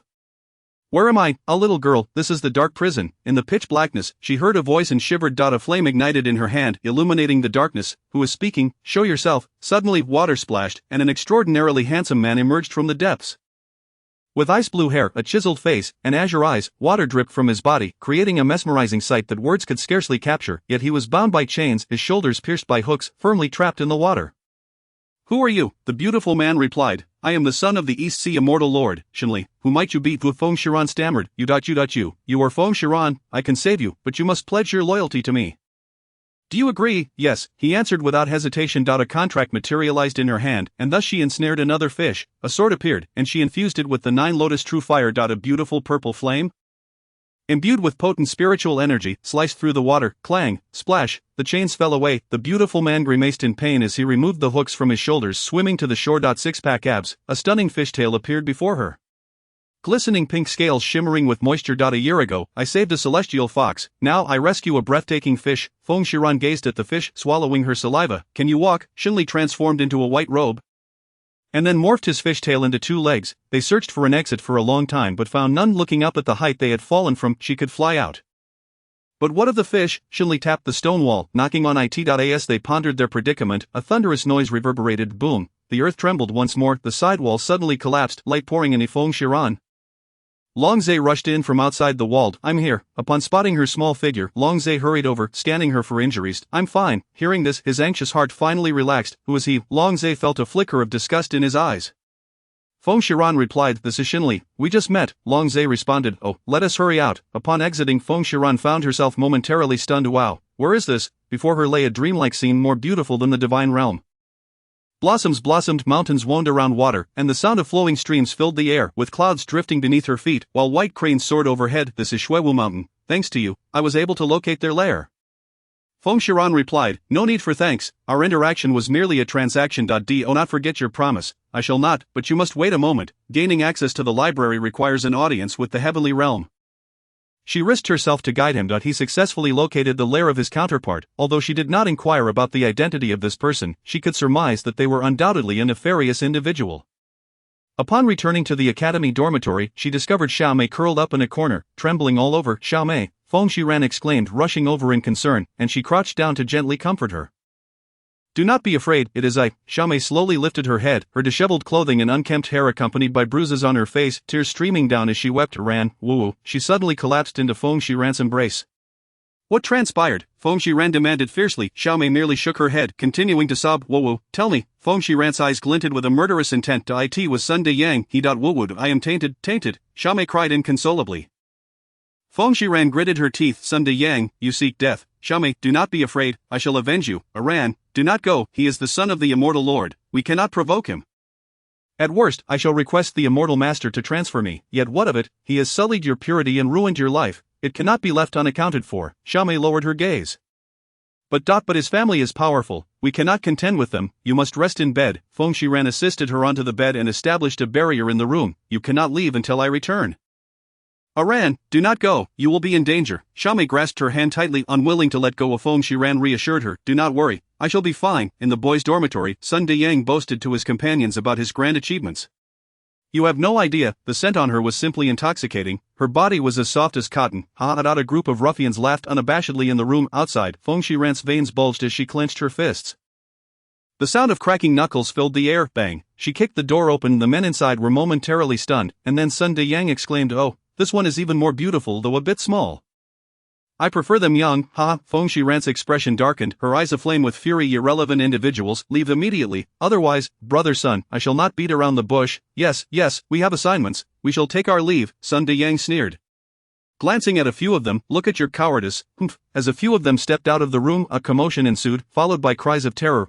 Spare me. The male students trembled, hastening to inform the immortal master. Hurry, do not let it escalate, his father is the immortal lord. When the dean and the shadow immortal master arrived, they found Sun Deyang lying in a pool of blood. The dean was furious. Fengran, you have gone too far. The shadow immortal master rushed forward to examine him. His spiritual veins have been destroyed, and his very essence. Upon seeing Sun Deyang bleeding profusely, everyone understood the gravity of the situation. The dean's eyes nearly bulged out of their sockets in anger. Fengran, do you know who his father is? Feng Shiran scoffed, of course I do, just because his father is the immortal lord. Does that grant him the right to do as he pleases? As the dean, you should not cower in the face of power, the shadow immortal master interjected. Why have you done this? Well, Feng Shiran coldly regarded them all. He is a wretched creature who violated a girl of nearly a decade. It is a miracle he is still alive, the dean retorted. He deserves to die, but it is not for you to enact justice. Bring him. Several burly men entered. Chapter 14. Into the secret realm. Feng Shiran smirked. I shall take responsibility for my own actions. The immortal lord's household will receive an explanation from me. With that, she seized the unconscious Sun Deyang and soared towards the immortal lord's residence. Smash! She carelessly tossed Sun Deyang into the courtyard. My son. The immortal lord stumbled forward, horrified to see his son bloodied and unconscious. His heart aching with despair, the immortal lord glared at Feng Shiran, brimming with wrath. It was you. Feng Shiran replied nonchalantly. Indeed, it was I. He deserved it. I will kill you. Someone. Dozens of burly men surrounded her. But she remained unfazed, channeling her spiritual power to conjure a sword, boldly confronting them. A petite figure fearlessly faced off against dozens of men, gracefully maneuvering amidst them. Clang, thud. In no time, only a few men remained. Terrified as they retreated, gazing at the small figure, bruised yet undeterred, the immortal lord summoned his war spear, launching an attack at her. Boom! The two forces collided, causing Feng Shiran to stagger back several meters. Coughing up blood, how dare you harm my son? Die! The immortal lord charged at her with his spear, summoning every ounce of strength. She ignited the true fire within her. Anyone who harms Xiaomei shall not escape my wrath. Having perished over 2 millennia ago, she had never been able to confess her feelings to them in her final moments. Surely, they must have been heartbroken upon hearing of her demise. 1,000 years had passed. Her friends in the divine wilderness must have perished long ago. Now that I have encountered Xiaomei and her reincarnation, I will not allow her to suffer any further harm. Just as Feng Shiran prepared to unleash a fireball, a figure interposed itself before her. Boom! The immortal lord was pushed back. Seeing Long Zhe arrive with his personal guards, the immortal lord bellowed, Your Highness, this is the immortal lord's residence, not a royal palace for you to rampage. Long Zhe held a yellow parchment. Immortal lord, I have a decree. The immortal lord was taken aback and quickly knelt. Long Zhe declared, the immortal lord Tai Yi has indulged in debauchery, failing to distinguish right from wrong. Committing numerous offenses, he has raised a son of ill repute, who has violated hundreds of virtuous maidens. Henceforth, let his title be revoked, his possessions confiscated, and him imprisoned for life. The immortal lord stood frozen. Fortune has turned too abruptly. One moment I commanded the wind and rain, the next I am being stripped of everything and cast into a dungeon. Long Zhe commanded his guards, seize him. 100 soldiers clad in silver armor stormed into the immortal lord's residence. Ransacking it without restraint, the immortal lord was shackled with heavy chains, while his half-dead, unconscious son was dragged away as well. Noticing Feng Shiran bloodied and battered, Long Zhe removed his outer robe and draped it over her. Feng Shiran gazed at him in bewilderment, wondering, who are you? Dijin Zhe has never been this gentle. Long Zhe cradled her diminutive form. It is all right, I shall escort you back to the academy.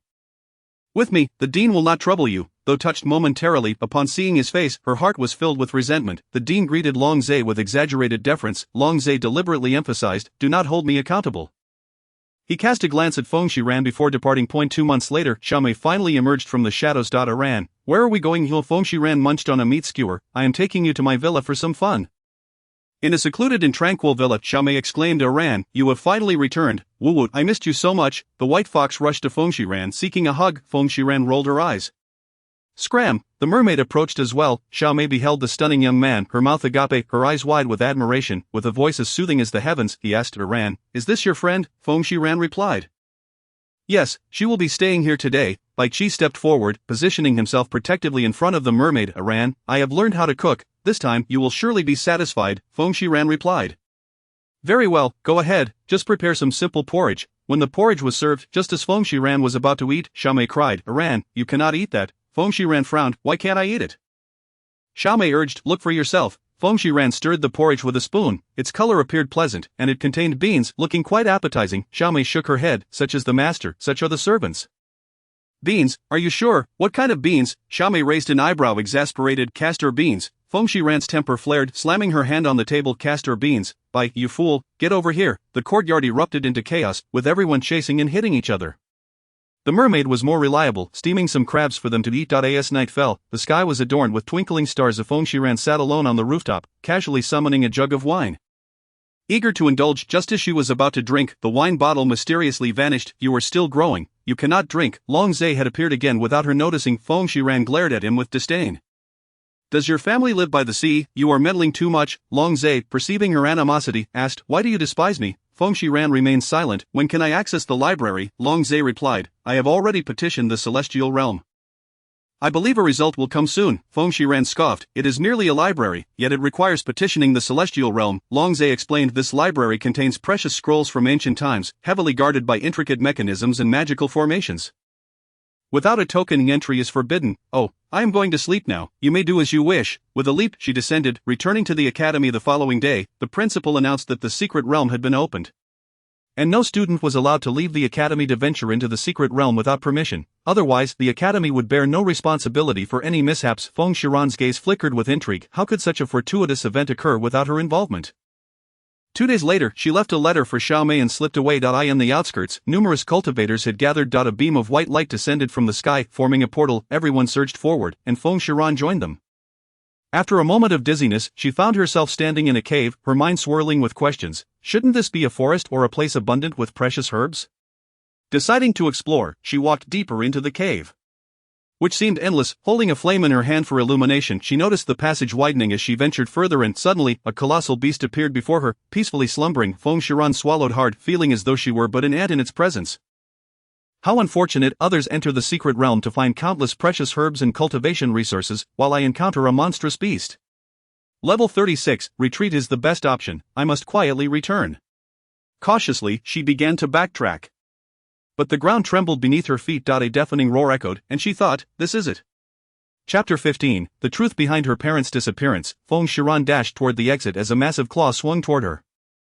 The cave shook violently, dust swirling around as stones tumbled down. Feng Shiran narrowly evaded the attack, summoning her divine sword and infusing it with the 9 Lotus True Fire. To her astonishment, the beast recognized the 9 Lotus True Fire.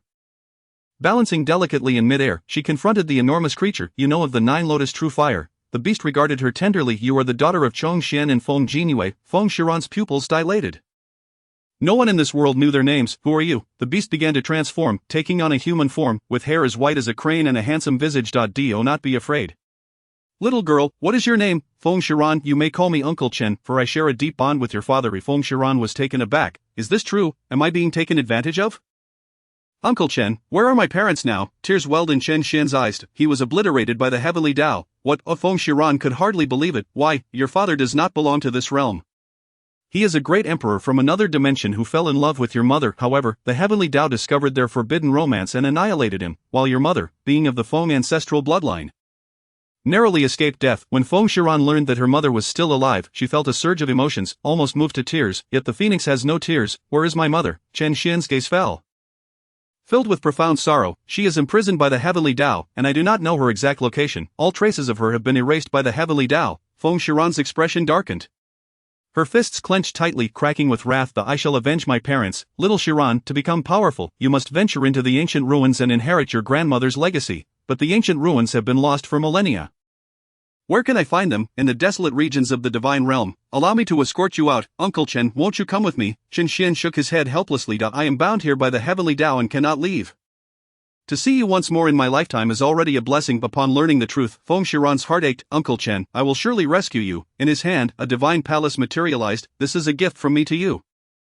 Feng Shiran gazed at the small palace floating in the air, overwhelmed by its grandeur. With a gentle smile, Uncle Chen pricked her fingertip, allowing a drop of blood to fall into the palace.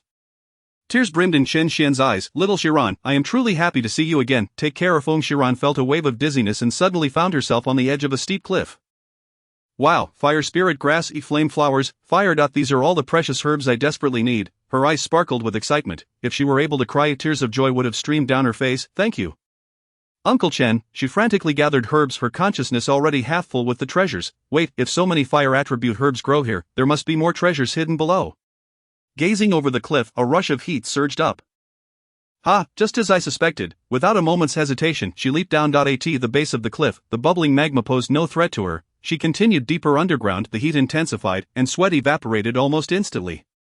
Following the flow of magma, an overwhelming sensation of both scorching heat and frigid cold enveloped her. In the midst of the churning, fiery magma pool, a blue flame lotus stood tall, emitting a radiant blue glow.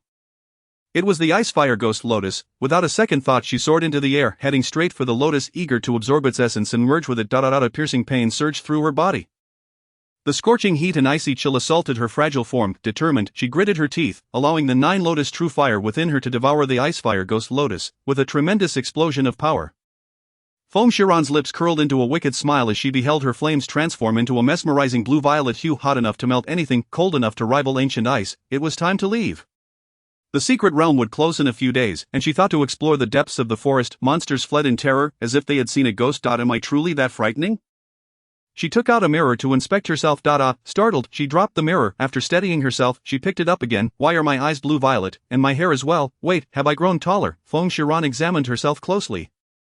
But I look quite beautiful. With a thought, she retracted her inner power, instantly returning to her original black hue. Emerging from the secret realm, she spotted Long Zhe waiting for her. He gazed at her gently. It seems you have reaped significant rewards. You've not only grown taller but also more beautiful. Feng Shiran shot him a disdainful look. Yes, there's something you want, Long Zhe replied. You may now visit the library. Feng Shiran's eyelashes fluttered. The library had 16 levels, and she could choose any floor to explore. The two stood in the pavilion, gazing at the countless books. Long Zhe placed a token in her hands. Take this, I shall wait for you here. She vanished from sight, heading directly to the topmost level. 2 hours later, she emerged. Long Zhe's eyes widened in surprise. I thought you would be in there for half a year. Feng Shiran handed him the token. No need. I don't particularly enjoy reading. With Long Zhe as her formidable ally, she felt no need to attend school. In the stillness of the night, she preferred solitude. Reflecting on Uncle Chen's words, her heart grew heavy, realizing that her enemy was the Heavenly Tao. She must become powerful, acquire enough strength to confront the Heavenly Tao, and rescue her mother, having never even seen her father's face. He was erased by the Heavenly Tao. The thought twisted painfully in her heart, and a murderous intent flickered in her eyes as she gazed at the night sky. Heavenly Tao, one day, I will personally end your life. R1, wake up, wake up. Feng Shiran rubbed her eyes. What is it? I'm not going to class, Xiaomei exclaimed. Ruan, today, we must attend the 6 Academy competition. Still bewildered, she asked. What 6 Academy competition? Xiaomei chuckled. UV never attended class, so of course, you wouldn't know. Today is the competition of the 6 academies in the immortal realm. Get up quickly and put on your academy robes, under Xiaomei's insistence. She reluctantly arose. Chapter 16, the 6 Academy competition. Gather. A thunderous roar echoed. The spacious hall of the academy was filled with students. The principal and various immortal teachers stood on the platform. The principal declared, today, we shall journey to the Imperial Palace to participate in the 10-year ranking competition. The Academy's reputation rests upon your shoulders. A grand procession set forth, as a ship-like immortal artifact was summoned by the principal. Everyone boarded the vessel, a group of inexperienced students buzzing with excitement. R1, look, we are flying, Xiaomei marveled, peering outside. After a while, the immortal vessel descended gently at the Imperial Palace, where a group of palace maids awaited each academy's arrival. The Eternal Book Academy, please follow us. Curious, Feng Shiran asked a fellow student, which 6 academies are participating? The student replied, Dening Academy, Bai Li Academy, Xian Yuan Academy, Han Yun Academy, Ruya Academy, and our own academy. Another student interjected, I heard that the strongest is Ruya Academy, established by the National Master. Which rank does our academy hold? Over the past few decades, the lowest one. Feng Shiran, what advantages does being first in the competition bring? Student, there are numerous benefits. The academy ranked first receives cultivation resources and celestial instructors personally bestowed by the Dragon Emperor. Most importantly, after graduation, one can directly enter the royal court without examination. A palace maid led them to a spacious courtyard, declaring, this shall be your residence, and next door is the accommodation for the Cold Cloud Academy. Dean, thank you for your assistance. May I inquire when the tests commence? Palace maid, tomorrow morning, qualifications will be tested on the celestial platform. After the maid departed, the dean arranged the rooms. In the girls' dormitory, the room was filled to capacity, leaving Feng Shiran uncomfortable sharing space with others. So she casually wandered through the imperial palace. Although it was the heavenly realm, it was still quite luxurious. Which academy do you belong to? Turning around, Feng Shiran saw a distinguished gentleman clad in a dragon robe. His appearance, while not as striking as Long Zai's, was still handsome, and his gentle demeanor was entirely different from Long Zai's. Wangu Academy, the gentleman inquired. What brings you here alone? Feng Shiran replied, I couldn't sleep. Just taking a stroll. The gentleman smiled slightly. I thought you might be lost. It's forbidden to roam the palace at night. Allow me to escort you back. There's no need, Your Highness. Long Zai approached to Feng Shiran thought. What a coincidence to run into him again. The gentleman, maintaining his polite demeanor, asked, Zai, do you know each other? Long Zai stepped closer, gazing tenderly at her. Yes, let me take you back. Feng Shiran frowned. I can return on my own. With that, she turned to leave, ignoring the two. Long Zai followed, calling Erwan. Feng Shiran replied curtly, we are not close. Refrain from speaking so familiarly. Long Zai grasped her wrist. Erwan, why have you been so distant? Am I truly that detestable? Feng Shiran retorted, detestable, especially so, regardless of whether you are Di Jinza, I wish to have no connection with you. Your Highness possesses a noble identity, it would be unseemly to associate with people like us. Long Zai felt a pang of disappointment but continued to treat her gently. This is not your true sentiment. No matter why you dislike me, I shall prove my sincerity with time, Feng Shiran replied. Suit yourself. Long Zai insisted on escorting her to her residence but did not leave, instead hiding in the shadows to watch her. Feng Shiran, unable to enter the crowded room, leaped onto the roof to lie down and sleep. The following day, beneath the celestial platform, students from 6 academies, along with celestial instructors and deans, gathered. A man in a dragon robe strode confidently onto the stage. Feng Shiran thought, isn't that the gentleman from yesterday? On the celestial platform, the man stood, hands behind his back, exuding charisma. This test will be conducted by this prince. The pillar behind me is the testing pillar, as long as one can illuminate it. They shall pass the test and be qualified to participate in the competition. Who will go first? I will. Everyone scrambled to take their turn. After a while, half the participants were eliminated. Feng Shiran passed the test effortlessly. Regarding the competition with a carefree attitude, for those who did not pass the test, you may stay to observe or leave at your discretion. Those who passed, please proceed to register. Another mundane day came to an end.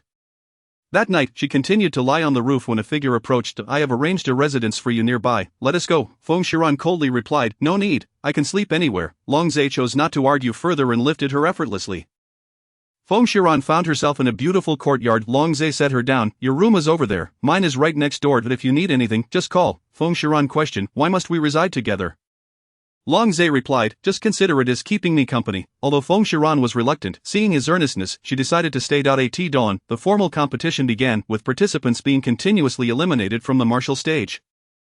Feng Shiran remained indifferent, indulging in food and drinks and chatting casually. Feng Shiran from Wangu Academy versus Zhao Ji from Cold Cloud Academy. As she was munching on sunflower seeds, she tossed them aside, clapped her hands, and soared onto the stage. I heard this Zhao Ji is of the Earth Immortal level. Oh dear, that little girl is in for a tough time. Zhao Ji glared menacingly at the petite girl before him. Will you step down yourself or shall I assist you? Feng Shiran replied, let us get started, don't waste my time. Zhao Ji, feeling ignored, shouted angrily, impudent brat. With a roar, a fierce tiger appeared, charging towards her, its powerful presence creating a gust of wind that swept through the crowd. As the tiger seemed poised to devour Feng Shiran, onlookers envisioned the gruesome scene of her being torn apart. Some, unable to bear it, covered their eyes. Bang! A tremendous crash echoed, smoke enveloped the stage, and a figure tumbled down. The crowd stared in disbelief, their eyes wide and mouths agape, unable to comprehend the sight of Zhao Ji being thrown off the stage. He spat a mouthful of blood, horrified as he looked back at the stage. Through the mist, Feng Shiran emerged unscathed, brushing off her hands as if she had dirt on them. This further devastated Zhao Ji, who coughed up another mouthful of blood and fainted. With graceful steps she descended from the stage, her beauty accentuated by her delicate demeanor. A wonderful day swiftly passed, and she returned to Long Zai's residence. Just as she lay down, a sharp, furious voice echoed, little wench, come out, following which the door to her room was forcefully kicked open. Chapter 17, The Princess's Tribulation. A brightly dressed woman strode in, followed by several maidservants. Feng Shiran focused her gaze. Could it be the Princess Feng Xianya? It seems they truly are undergoing tribulation. Hahaha, splendid. Without memories of the past life, let us see how I shall deal with you. Crack, a whip lashed towards Feng Shiran, who effortlessly dodged with a swift turn. You wretched girl, how dare you evade? The princess, raising the whip once more, attempted to strike again. Feng Shiran grasped the whip firmly. My dear lady, it seems we are not acquainted. Is it truly appropriate to act so violently without provocation? The reincarnated princess glared at her fiercely. You seduced brother Zay, you shall pay dearly. TSK, even the way you address him remains unchanged from the last life. Feng Shiran looked down on her. Have you lost your mind? How old am I? Long Zay could easily be my father, while you treat him like a treasure. Not everyone is infatuated with him. The princess, not quite grasping the situation, questioned, if that is the case, then why do you live together? Feng Shiran responded, if you can find me a place to stay, I will move out immediately, with a flick of her wrist. She sent the whip flying. The princess staggered back, fear creeping into her eyes. Very well, I shall find you a better residence right away, just wait. 2 hours later, the princess returned. I have found a place. It is far superior to this. Hurry. Feng Shiran unceremoniously moved into her new abode, a lavish courtyard that delighted her heart. A mischievous thought sprung to her mind. Thank you, princess. It is quite simple to win over the prince. The princess's eyes sparkled. You have a plan? Feng Shiran leaned in and whispered into the princess's ear. The princess blushed, lowering her head. Isn't that inappropriate? This pretentious expression disgusted Feng Shiran. What is inappropriate? Do you wish for him to consort with other women? That cannot be allowed, the princess exploded. He is mine. Then why not hurry? Under Feng Shiran's encouragement, the princess stomped her foot. Let us do it. With that, she sashayed away. As night fell, Feng Shiran, seeing the luxurious bathing pool, wasted no time in shedding her clothes and jumping in. How delightful! Clad in a nightgown, her hair damp and cascading, her exquisite beauty radiated youthfulness. Thinking of tonight, Long Zay will be. She couldn't help but feel exhilarated. Ha! Perhaps I should invite Xiaomei over too. Changing into her academy attire, she stepped outside only to collide with a solid wall. Bam! Her head struck something hard. Looking up, Long Zay, why is your face so flushed? Long Zay, startled and agitated, stared at her. What is wrong with me? Don't you know? She awkwardly chuckled a few times. Is the princess truly out of her mind to have found me? Well, Your Highness, if you're feeling unwell, perhaps you should soak in the water. I have matters to attend to. With that, she attempted to escape. Why? Long Zay's firm grip seized her frail shoulders, his eyes a fierce crimson. What benefit does this bring you? Your affairs are of no concern to me. Do not involve me. Step aside. Feng Shiran forcefully pushed him away, and suddenly his gaze turned greedy, his body inching closer to her. Feng Shiran noticed something was amiss with him. You need to calm down. I'm still young. You wouldn't dare to harm a child, would you? Long Zay began to shed his garments. I can't control myself. I'm so hot, so uncomfortable. Don't be ridiculous. As a dignified prince, how could you not spare a child? It would be scandalous if word got out. Long Zay reached out, plucking the hairpin from Feng Shiran's head and viciously stabbing it into his own shoulder. The sharp pain jolted him back to reality. Rest assured, I have no interest in children. Upon seeing the blood flowing from his shoulder down the hairpin and onto her hand, she felt a twinge of guilt. No, I cannot feel guilty. They have inflicted so much harm upon me. It is unforgivable. Consider this hairpin a gift. Now leave this place. Long Zay revealed a strange smile. This idea was yours. You should take some responsibility. Feng Shiran hugged herself tightly, continuously retreating.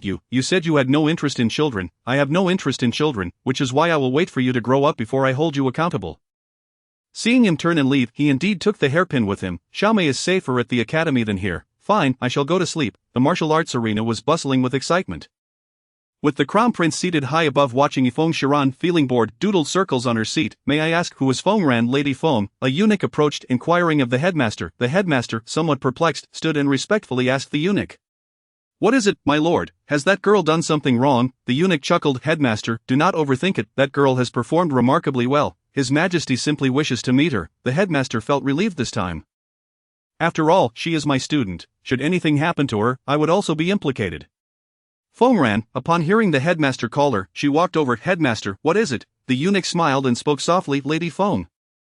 His Majesty requests your presence. Please come with me. Feng Shiran raised an eyebrow. His Majesty, I do not know him. I refuse. There is no way this is a good thing. The eunuch was momentarily taken aback.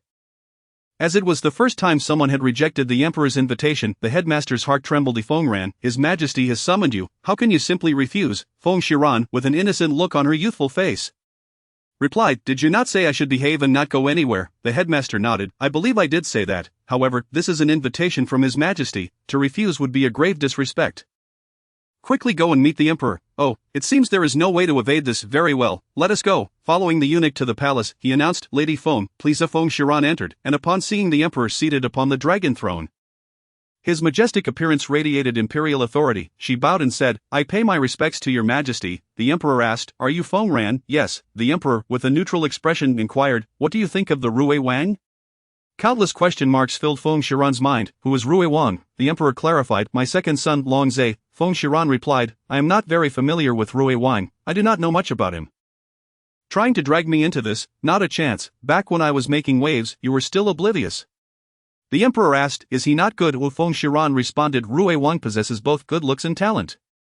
The emperor nodded in satisfaction and exchanged a glance with the eunuch. The eunuch declared, Feng Ran, receive the decree. She was instantly taken aback, received the decree. The eunuch urged, why are you not kneeling? Reluctantly Feng Shiran knelt. Listening to the eunuch read the decree, in accordance with the heavenly order, we bestow this decree Feng Ran of the Wangu Academy, with her exquisite qualities, is hereby granted in marriage to the second prince. Rui Wang, married off, to Rui Wang, this is unacceptable. Suddenly Feng Shiran stood up. Await, I acknowledge your majesty's intention, but I absolutely cannot accept this marriage. The emperor's brows furrowed in anger. You dare to defy the decree? My decree is set, how dare you act so recklessly? Feng Shiran bowed, your majesty, please calm your anger. I am already betrothed, a woman cannot marry twice, I beseech you to retract your decree. The emperor slammed his hand on the table in fury. If you wish to refuse the marriage, you better provide a good reason. I have already investigated your background, you are without parents, from whence comes this marriage? Feng Shiran fearlessly met the emperor's gaze. Indeed, my fate has always been in my own hands, no one can dictate it. Impudent, the eunuch reprimanded sharply. The emperor's face darkened. As an emperor, how could he tolerate such a rejection? Where would his dignity remain? Guards, several armored guards entered. The emperor's expression was grim. Seize her and throw her into the dungeons. Feng Shiran attempted to resist, summoning her divine sword. The emperor threatened her, you would do well not to resist. Otherwise blood will flow at the Wangu Academy. She could not allow the academy to be implicated and reluctantly sheathed her sword. The armored guard shot forth a beam of light, binding her hands tightly. Long Zhe rushed in. Seeing Feng Shiran bound, he knelt before the emperor. Father, please rescind your command. This matter is solely my own desire and has nothing to do with Iran. She is still young and does not comprehend matters of the heart. I implore you not to punish her. The emperor looked at him disdainfully. Foolish boy, I merely meant to frighten her. Once she is scared, she will naturally comply. The dignity of the emperor is not something she can contest. Feng Shiran observed Long Zhe kneeling, surprised he would come to plead for her. Long Zhe insisted, she is still young and does not understand these social intricacies. I am willing to bear the consequences for her. The emperor retorted, let her feel some pain, and she will learn to care. In that case, punish Rui Wang with 80 lashes. Let Feng Ran witness it. Long Zhe's face paled at the thought of enduring punishment himself while allowing her to see it. Father, the emperor slammed his hand on the table to drag him away. In the dark dungeon, Feng Shiran's hands were bound behind her back as she watched Long Zhe stripped of his outer garments and tied to the rack. The cold, merciless whip fell upon him, yet he remained silent. His body was marred with blood, staining his white clothing. The whip continued to strike, and his face twisted in pain as he turned pale. Feng Shiran felt a pang of pity and lowered her head, the sound of the whip ringing in her ears, causing her discomfort. After a long while, silence enveloped the room, and the scent of blood filled the air. She raised her head to see Long Zhe struggling to approach her, weakly saying, I will help you break free, do not feel guilty, it is my own recklessness. As she untied him, Feng Shiran draped her outer garment over his shoulders. I will escort you back. This incident quickly reached the ears of the princess, who flew into a rage. How dare that wretch play tricks on me? In the stillness of the night, two cloaked figures stealthily entered Feng Shiran's chamber. Drugging her before climbing into her bed, the softness of her body drove the two men wild with desire. The next morning, the princess arrived with a crowd to witness the spectacle and brought the injured Long Zhe along. Brother Ace, I heard that Sister Ran was attacked last night. Is she going to be alright? Long Zhe's pale face showed concern as he rushed to her quarters, pushing open the door. I ran, to his shock. He found 3 naked bodies on the bed, and the woman stirred awake to find herself unclothed, flanked by 2 men. A piercing scream drew the crowd in hurriedly as she grabbed the blanket to cover herself. The 2 men awoke to find the woman was a half-aged nurse. They exploded in disbelief. I spent the night with an old hag. No, the 2 men hastily dressed and spat at the half-aged woman. Pa, the princess's face darkened. The one on the bed was her wet nurse. Why not that wretch? Oh, what a commotion! A melodious voice rang out from behind the crowd. Long Zhe turned to see Feng Shiran approaching. Hastily rushing to her side. I ran. Are you alright? Feng Shiran, munching on a pastry, replied nonchalantly, what could possibly be wrong with me? Why are there so many people? What are you all looking at? Long Zhe pulled her aside. This place is filthy. You can no longer stay here. Move back to my residence. The princess stormed over, raising her hand to strike. Bang! Feng Shiran effortlessly caught her hand. Princess, why do you always resort to violence against me? Long Zhe shielded Feng Shiran from the princess. Princess, cease this ruckus, otherwise I will not hold back. The princess stomped her feet in frustration. Brother Ace, what could you possibly like about this little girl who hasn't even matured? Feng Shiran, curious, chimed in. Yes, what do you like about me? I could change. Long Zhe's face turned a shade of pale and then green at her carefree words. It's alright, one day she will grow up. He took Feng Shiran's hand and began to leave. Let go of me. I still want to compete. Long Zai's expression darkened. I will accompany you. Feng Shiran pouted. With you here, who would dare to fight me? Long Zai responded, they can't defeat you anyway. If they withdraw voluntarily, they will avoid a beating. Feng Shiran insisted, but it's different. They won't see my true strength and will look down on me. Long Zai halted his steps, furrowing his brow as he gazed intently at her. Do you still care about these matters? Feng Shiran shrugged off his hand, declaring, regardless, you cannot follow me. Go back and tend to your injuries.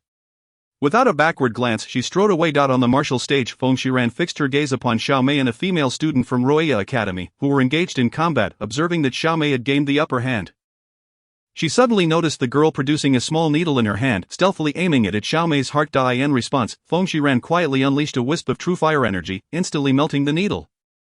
Bang! Xiao Mei delivered a powerful kick, sending the girl tumbling off the stage. Thud! The girl glared menacingly at Feng Shiran, who merely smiled in return. All of this was witnessed by the crown prince, who smirked. Truly, she is the girl that Azay has chosen. At such a tender age, she is already extraordinary. Xiao Mei descended from the stage and took her seat. Feng Shiran gestured with admiration, and the two exchanged smiles. The next match commenced, with Feng Shiran facing Feng Xiaozhu. Feng little pig, is there truly someone called that? Feng Shiran ascended the stage, and Feng Xiaozhu arrogantly proclaimed, you are looking at the strongest of Rueya Academy. Are you certain you wish to challenge me? Feng Shiran replied coldly, spare me the pleasantries. Let us begin. Chapter 19, Ensnared by Darkness.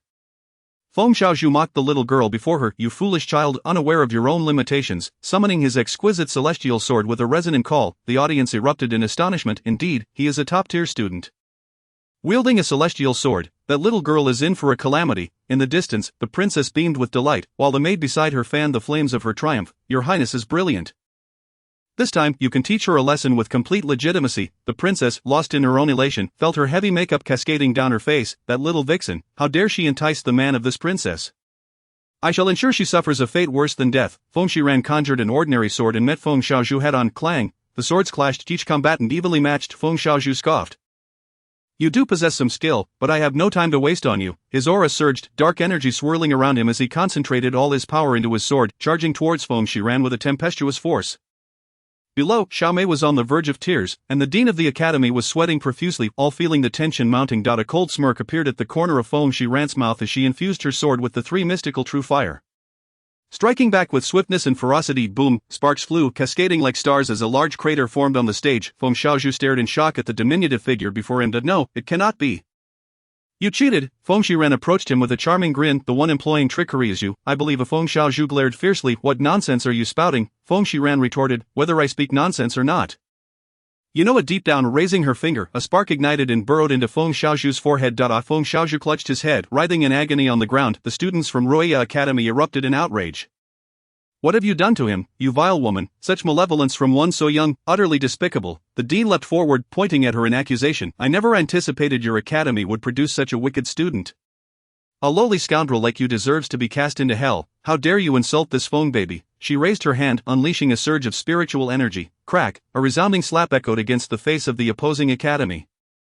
The crown prince was momentarily taken aback. This little girl possesses remarkable courage, Feng Shiran coldly declared. Open your eyes and see clearly. Everyone turned to behold Feng Xiaozhu lying on the ground, emanating dark energy. The crown prince gasped in alarm. What is this? Feng Shiran extended her hand, drawing forth the dark energy from him into her palm, speaking nonchalantly. Now you see, this is demonic energy. He has long been ensnared by darkness. The dean's face turned ashen, and the students were left in stunned silence. Feng Shiran conjured the three mystical true fire in her hand, incinerating the demonic energy to ashes. Then clapped her hands. Dean, did you know he had succumbed to darkness all along, or have you conspired with the demonic realm? The dean hurriedly shook his head. No, I had no knowledge of this. Absolutely none. Facing the skeptical and disdainful gazes of the crowd, he turned his hopes towards the crown prince. Your highness, please advocate for me. I truly had no knowledge. The crown prince's expression turned grave. This matter will be thoroughly investigated by me. Guards seized the dean. Several guards moved to apprehend the dean. Your highness, this is unjust. The crown prince commanded. Cancel Feng Xiaozhu's enrollment and imprison him in the dungeon. Awaiting his fate, the princess stood stunned, watching as one after another were dragged away. Her plans thwarted, seeds of hatred sprouted in her heart, and more sinister thoughts began to emerge as she cast a venomous glare at the imposing Feng Shiran. This princess will ensure you suffer a fate worse than death. Descending from the stage, Xiao Mei joyfully rushed over. Ran, you were incredible. You nearly frightened me to death just now. The princess glared wickedly at the two girls. who held hands and danced with delight. The competition continued smoothly, with Feng Shiran at the helm, ensuring that Wangu Academy maintained its first-place ranking, much to the delight of the plump dean. As the competition neared its conclusion, Feng Shiran noticed Xiaomei was missing. Anxious, she thought to seek Long Zhe's assistance in finding her, only to discover that Long Zhe had also left the palace for an urgent matter. A maid approached Feng student. The princess requests your presence. An ominous premonition surged within her as she made her way to the princess's residence. At the tea table, the princess leisurely sipped her tea. Appearing quite pleased, she bluntly stated, Xiaomei is in my possession. Feng Shiran's expression darkened. I do not believe you, not unless I see her. The princess leered wickedly. How could I possibly allow you to see her? She produced a bloodied earring, placing it on the table. Of Feng Shiran's complexion drained of color. I recognize that earring. It is specially made. What do you intend to do? The princess inquired. I have 3 games for you to choose from. 1. A game in bed. 2. Assault torture game. 3. A betting game. Feng Shiran glared at her with murderous intent. If you dare harm her, I will ensure you regret ever being born. The princess chuckled sinisterly. Choose wisely, Feng Shiran replied. The second option. In the chilling dungeon, a diminutive figure was bound tightly to the torture rack with celestial locks. A burly man brandished a whip soaked in chilly water. Barbed with iron spikes, he swung his arm, cracking the whip. A piercing scream echoed from the dark cell, flesh and blood splattered, exposing ghastly white bones. The princess, observing from outside, laughed with glee. Crack, crack, the whip lashed down upon the frail body, staining her clothes crimson, her face marred and bloodied. Just when she thought the torment had ceased, the man revealed a sinister smile, uncorking a nearby black jar and grabbing a handful of salt to sprinkle over her wounds. Another shrill cry erupted, the whip marks igniting excruciating pain. Weak and helpless, she collapsed onto the icy ground, her situation reminiscent of 2 millennia past. Why can I never escape them? The salt mingled with her bloody wounds, reviving her from unconsciousness with a jolt of agony. A white fox squeezed through a small window, seeing its blood-soaked master, filled with concern. Ran a Feng Shiran opened her eyes to find the white fox. Her heart eased weakly. She implored, Bai Qi, rescue Xiaomei. The white fox, tearful, replied, Aran, Xiaomei has already been rescued. The fish is protecting her. I will take you out. Suddenly a noise echoed from within. Guards outside the dungeon opened the door. Spotting the white fox, the white tiger transformed into a human, wielding an iron fan, unleashing a beam of white light that struck down one of the guards. At that moment, the princess entered the dark cell with a battalion of armored guards. Anyone can escape, but not you. Seize them. Chapter 20. The little plane is under watch. Bai Qi wielded the folding fan with great force, battling against the overwhelming numbers of guards, gradually finding himself at a disadvantage. Bai Qi, hurry and flee, he urged, covered in injuries. I will not abandon you. Stop. Long Zhe rushed back in haste. Upon seeing Feng Shiran pale and bloodied, with her ribs exposed, his heart shattered as he approached the small figure lying in a pool of blood. Crouching down, he gently lifted her. Ran every movement sent waves of intense pain coursing through her body, causing her to tremble. It hurts so much. Long Zhe felt as though his heart was being mercilessly wrenched. I am sorry, it is all my fault. The princess glared hatefully at the 2 blocking their path. The guards who had been attacking Bai Qi now turned their attention to Long Zhe, with Feng Shiran in his arms. Long Zhe shielded her with his own body. Bai Qi fought valiantly against the guards, insisting, take her and flee. I will hold them off. Long Zhe replied, I appreciate your help, cradled in the embrace of Feng Shiran. She drifted away, her mind clouded, unaware of when she had lost consciousness. In a daze, she beheld Emperor Jinja, adorned in a resplendent black dragon robe, the imperial seal on his forehead radiating a luminous glow. Arian, you have finally returned, he exclaimed, stepping closer to her and enveloping her in a gentle embrace. I am sorry, it was my fault. Will you forgive me? Feng Shiran pushed him away, declaring, I shall never see you again. She dreamt once more of returning to the divine wilderness, joyfully reunited with everyone. Long Zhe vigilantly watched over her, enlisting the finest celestial healer to tend to her wounds. The healer, astonished by the severity of her injuries, reported, Your Highness, she is grievously hurt. Salt has been rubbed into her wounds, and they are already infected. Long Zhe's fists clenched tightly, the sound echoing ominously. How much agony must she endure with salt on her wounds? The healer replied, We must cleanse the salt from her wounds, but it may cause her further pain. Long Zhe, his complexion pale, implored, Is there any way to lessen her suffering? The healer hesitated, There is a remedy. But Long Zhe insisted, Speak, I will pay any price. The healer revealed there exists a potion that, when placed in a bath, transfers one person's pain to another. Long Zhe's face brightened, Do you possess such a potion? The healer confirmed, I do, but there is a stipulation. The 2 must be a man and a woman, and they must be unclothed. Long Zhe gazed at the frail girl in his arms. Arian, I shall take responsibility. Even if you despise me, I shall have no regrets. In the steam-filled bath, the 2 stood bare. Long Zhe, with his firm pale chest exposed, gently cleansed the deep, bone-exposed wounds of the girl in his arms. A pained groan escaped him. Meanwhile, Feng Shiran lay in a deep slumber, blissfully unaware of her pain. Suddenly she stirred, her eyes fluttering open to behold a pristine chest before her. With a swift motion she slapped him.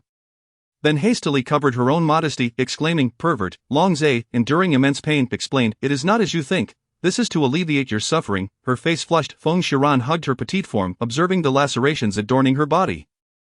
At least were something. Long Zhe, noticing her youthful face turn crimson, could not help but chuckle. "Wearing clothes may hinder the efficacy of the potion, and frankly, I have no interest in your little flatland. The one at a disadvantage here is clearly me." Feng Shiran, momentarily amused, glared at him with indignation. "I am still young. When I grow up, I shall not be," recalling her past as a battle goddess. She noted Long Zhe's pained expression. "What troubles you?" Long Zhe shook his head. "As long as you are well, that is all that matters." As she attempted to rise and dress, he grasped her arm firmly. "What are you doing? Your wounds have not yet been cleansed. We shall finish that first." She bashfully turned away, insisting, "I can clean myself. You may leave." Long Zhe gently turned her back, tending to her injuries with utmost care in the warm waters of the eternal pool. "If I leave, who will bear your pain?" In that moment, it dawned upon her why he appeared so tormented. "You are undeniably him, yet why is he not as tender as you?" Long Zhe, with a gentle touch, cleaned every inch of her wounds. "I shall use the finest medicine to heal you, ensuring no scars remain." "Thank you." Upon exiting the pool, her body began to ache anew, even lying on his soft bed. After medication, she was drenched in cold sweat from the pain. Long Zhe tenderly wiped the beads of perspiration from her forehead. "If I could, I would remain in the bath forever, enduring this pain for you." "Are you not strong? Why do you not resist?" she asked. "She has captured Xiaomei. If I resist, Xiaomei may be in danger." Long Zhe reassured her. "I will retrieve everything she has done to you. I can handle it myself." She drifted in and out of sleep, repeatedly awakened by the pained eye in her haze. She overheard Long Zhe conversing with a woman. "The National Master has gained control, with Long Zhe's meticulous care over the past few days. Her wounds had begun to scab, yet her face felt wrinkled, prompting her to rise and check her reflection. Do not move." Long Zhe rushed to her side. "If you stir, your wounds may reopen. May I have a mirror?" Long Zhe gazed at her face, now marred with dark scabs. "Wait until your face has healed before you look." Feng Shiran, disheartened, asked, "Am I terribly ugly?" Long Zhe gently caressed her scarred cheek. "Not at all. You are still very beautiful. You need not console me." "How can one be beautiful with scars on their face?" Long Zhe reassured her. "There will be no scars. Trust me. As half a month passed, Long Zhe's visits became infrequent, and she wondered what kept him so occupied. Finally able to rise from her bed, she recalled the time she had been pierced and remained bedridden for a month. She sought out a mirror, finding only a faint red mark on her face. "The wounds have healed. It is time for revenge." The Wangu Academy welcomed 2 new celestial masters, a fish and a fox, sent by Feng Shiran to protect Xiaomei.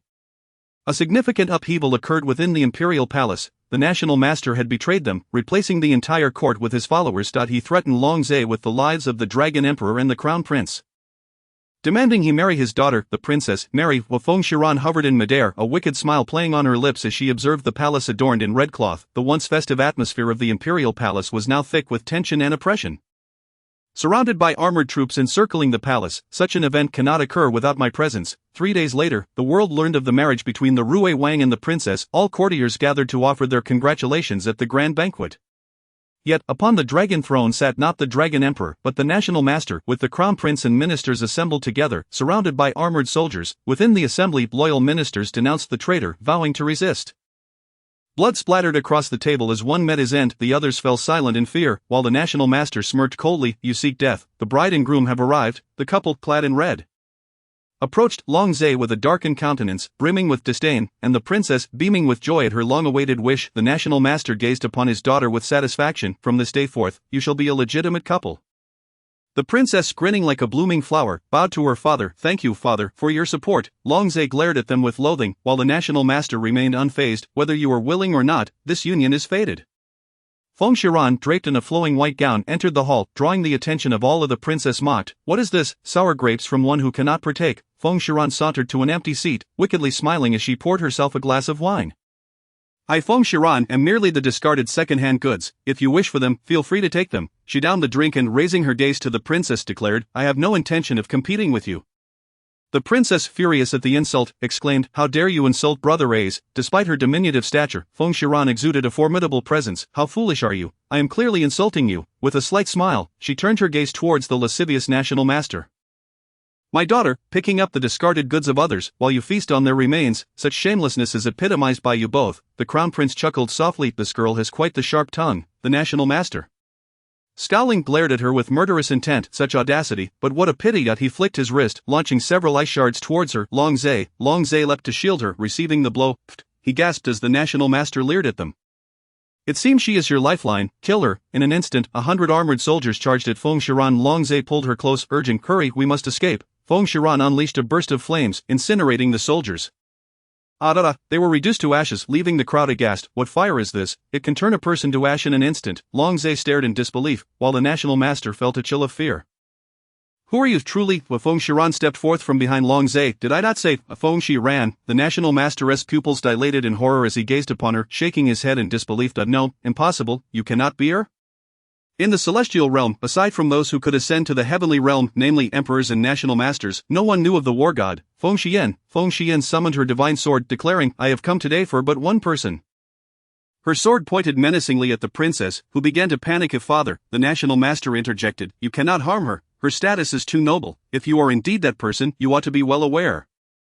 Feng Xian scoffed, "What if I choose to harm her?" A sword materialized in the national master's hand. "Then do not blame me for being ungracious." Long Zhe was left utterly bewildered. The prince, too, was taken aback. "Ungracious? Who exactly is this girl?" Clang, boom, Feng Xian cleaved the national master, sending him crashing into a dragon pillar.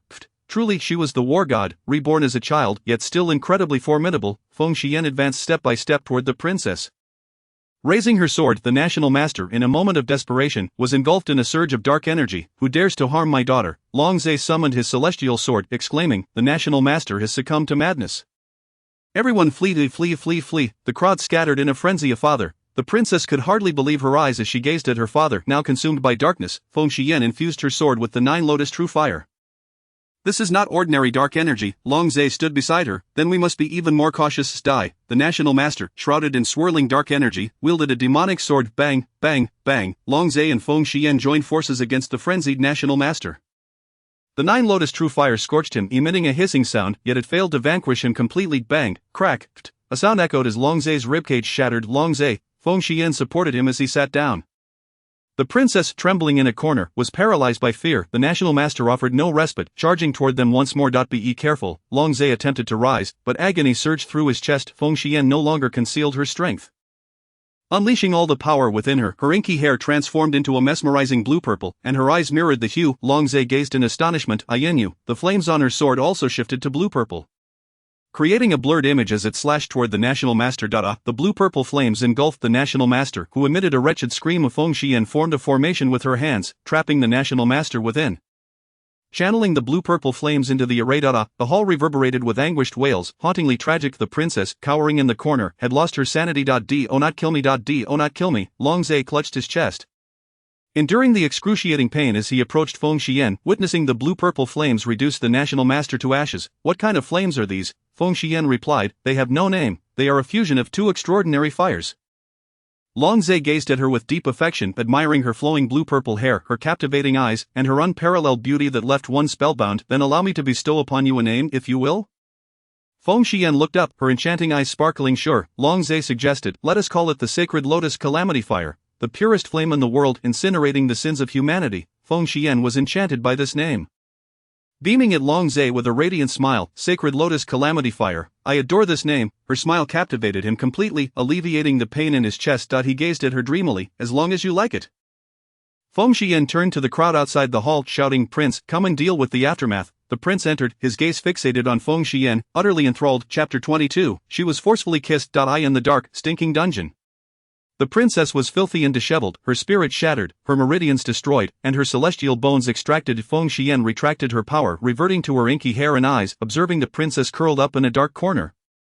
Lost to madness, she scoffed. Long Zhe looked on coldly at the princess, declaring, "Her remaining days will be spent here." Long Zhe grasped her small hand, saying, "Let us go." Feng Xian returned to the Eternal Academy.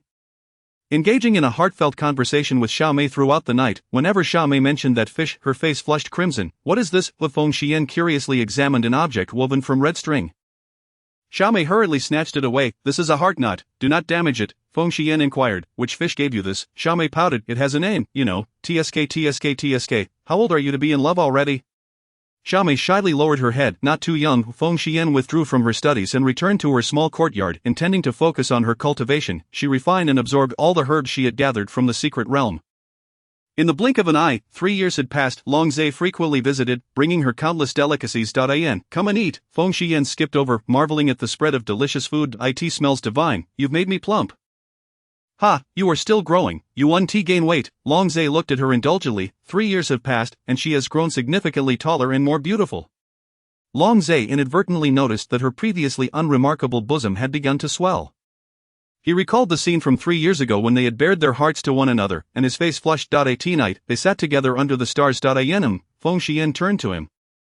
Her gaze meeting his fervent eyes, unable to contain himself, Long Zhe embraced her and kissed her. Feng Xian's mind went blank. She had been forcefully kissed. The key was, it felt rather good, huh?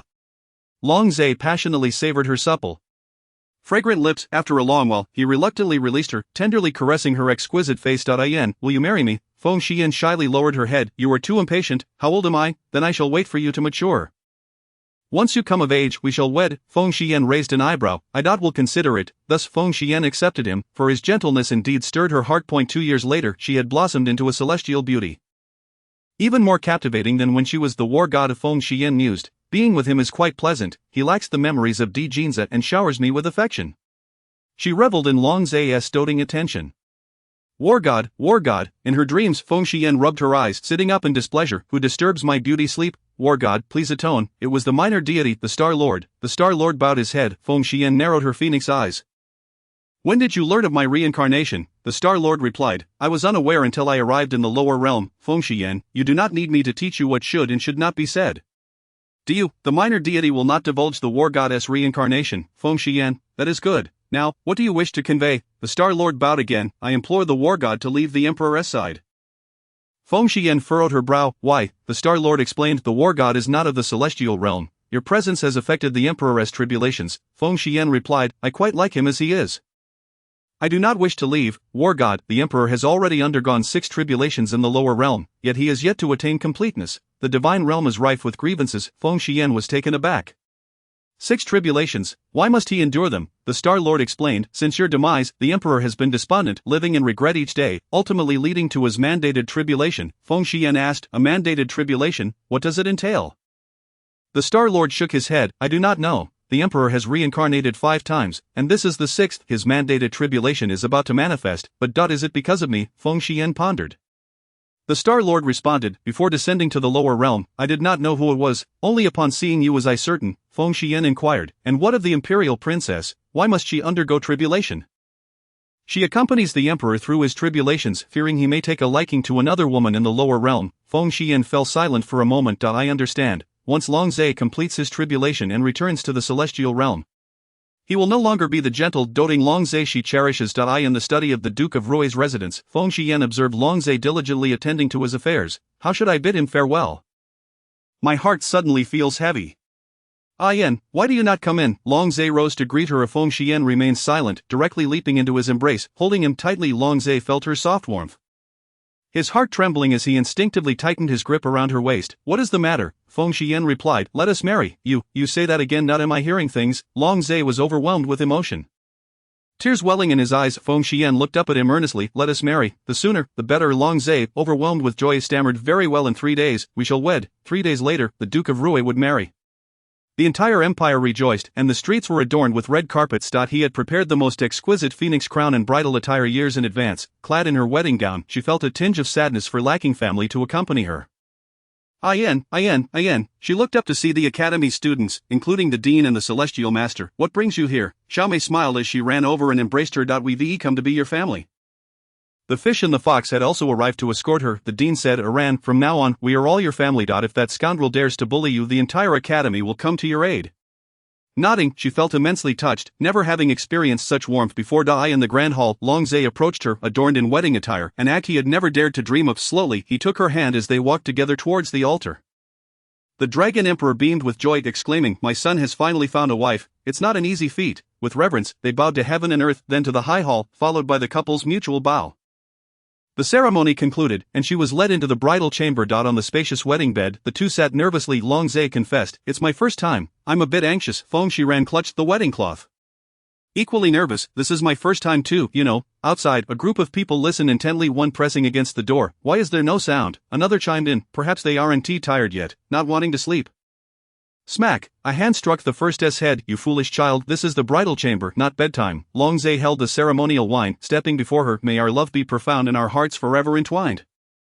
They drank from the cup together. Long Zhe then unleashed a surge of spiritual power at the door. Bang! A cacophony erupted outside. Oh no, we've been discovered. Feng Shiran giggled at Madam, it's time to rest. Long Zhe reached out to loosen her garments. Chapter 23, Farewell. Feng Shiran's face flushed crimson, her clothes falling away to reveal her smooth, fair skin. Long Zhe beheld the once innocent plain now transformed into two delicate peaks. And his restraint shattered, overwhelming him. Feng Shiran surrendered to his fervent advances. Come morning, she found him fast asleep, and with a heavy heart, she caressed his chiseled features. I'm sorry, I must leave from this day forth. You are no longer my Long Zhe. Her heart ached as if it were being sliced, realizing their fate was severed. Gritting her teeth against the pain, she rose, dressed, and vanished. When Long Zhe awoke at noon, he found his beloved missing. He got up to search for her, stumbling upon a note on the table. A sense of foreboding gripped him as he trembled while reading. Do not mourn, do not search, our bond in this life has come to an end. His heart felt hollow. The warmth of yesterday had barely faded, and now he was told their connection was severed. Why you ran? Why must you leave? Tears streamed down Long Zhe's face, his heart aching as if it were being cleaved. His handsome visage, so sharp and pale, was now marred with sorrow. Someone. The guard stared, stunned by the princess' despair. The princess is missing. Find her, search every inch until she is returned. Feng Shiran left everything in the celestial realm to Xiao Mei, including her two subordinates. Where do I go now? The vast world offers no refuge for me. The divine realm was desolate and remote. A frail, featherless bird struggled for life, just as it teetered on the brink of death.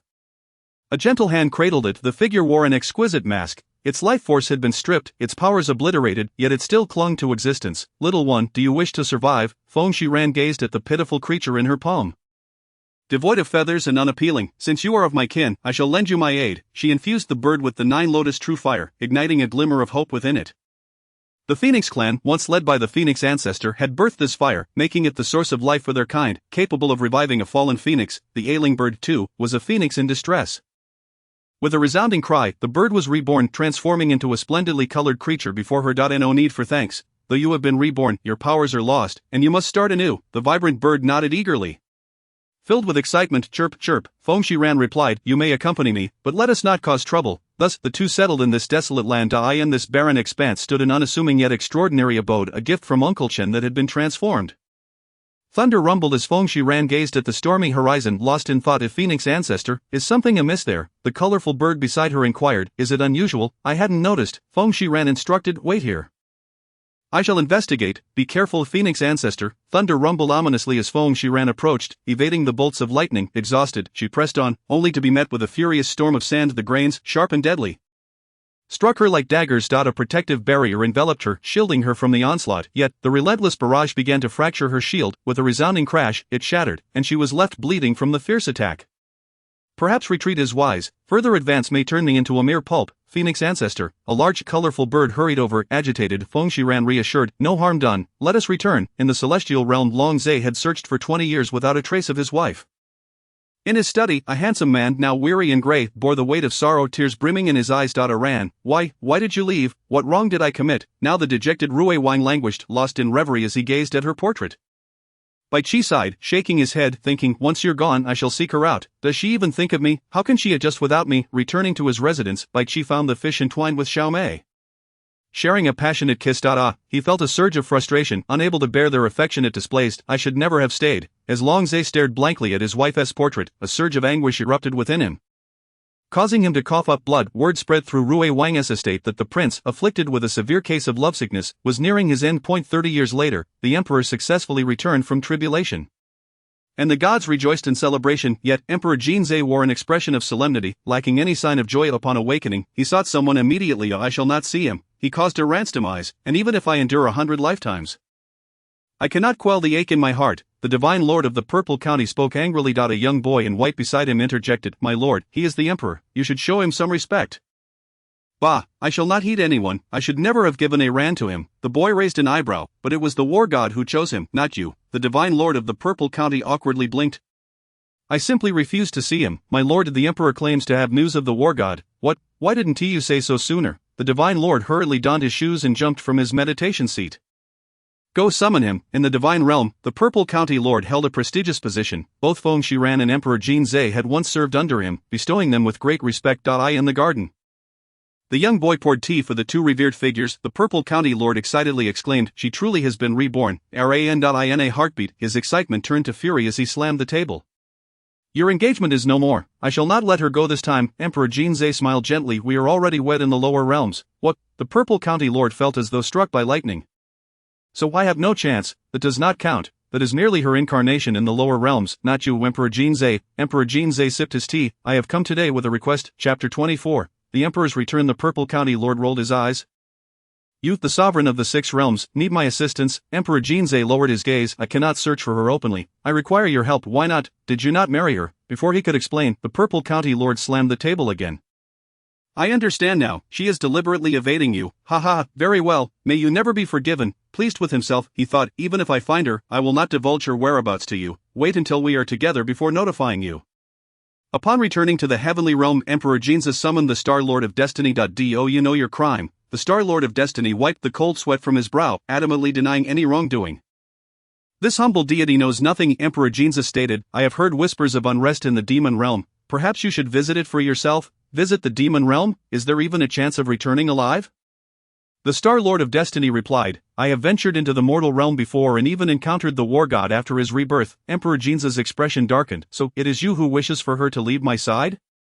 The Star Lord of Destiny felt a chill of fear run down his spine and quietly confessed, yes. Emperor Jinzei narrowed his enchanting phoenix eyes. You would do well to find a convincing reason to persuade me.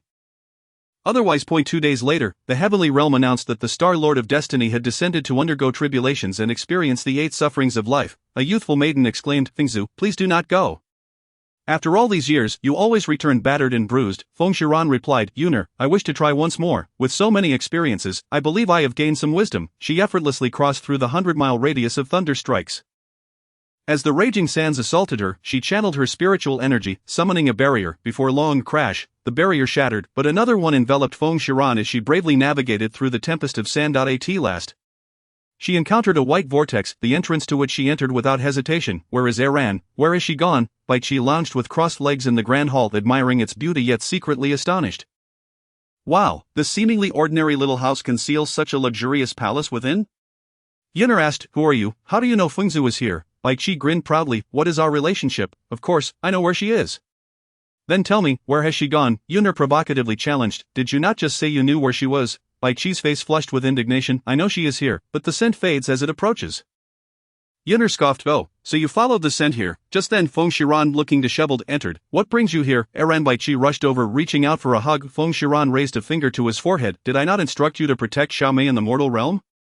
Bai Qi sobbed in grievance. But you're the one who said, every day I must face them, hugging and kissing, without any regard for my feelings. Feng Shiran chuckled. You poor thing. Suddenly realizing, she added, wait, if you are here, will Longza not discover it? Bai Qi reassured, not a chance. He has already passed away. Feng Shiran's heart sank. He is dead. Indeed, he searched for you for 30 years. What a heart-wrenching affliction. His funeral has already been conducted. A heart-wrenching affliction, Longza. I am so sorry. I had no idea you cherished me so deeply. That night, Feng Shiran sat alone in the palace corridor, holding a jug of wine, gulping it down. In this world, there shall never be another Longza, only the emperor who has caused me the deepest wounds, Emperor Jinzei. Reflecting on herself over 2,000 years ago, having sacrificed everything only to end in ashes, she pondered, what does the world have to do with me? What do the living beings have to do with me? The war god is dead. From now on, I shall live for myself, one day. The ordinary house in the wasteland vanished. Tianling Peak, the domain of the Fox clan, was now before them. Feng Shiran gazed upon the colossal, towering mountain that pierced the heavens. Bai Qi, are you certain this is your homeland? Bai Qi replied, of course, no matter how much I may forget, I will always recognize my own home. Yuner, frowning, asked, how long will this take to fly? Bai Qi responded, we cannot fly, there is a prohibition here. One must ascend on foot. Feng Shiran and Yuner exchanged incredulous glances. What, on foot? Bai Qi reassured them. No worries, we have time. Consider it an outing. Feng Shiran waves dismissively at Bai Qi. Take your time, I shan't see you off. Just as she turned to leave, she felt someone tugging at her leg. Looking down, she saw Bai Qi. Eran, my master, please have mercy on me, a fox who has not returned home in a millennium. Bai Qi wailed, clinging to Feng Shiran's leg. Yuner couldn't help but laugh. Feng Shiran sighed. Is this truly a purebred celestial fox? More like a lazy dog.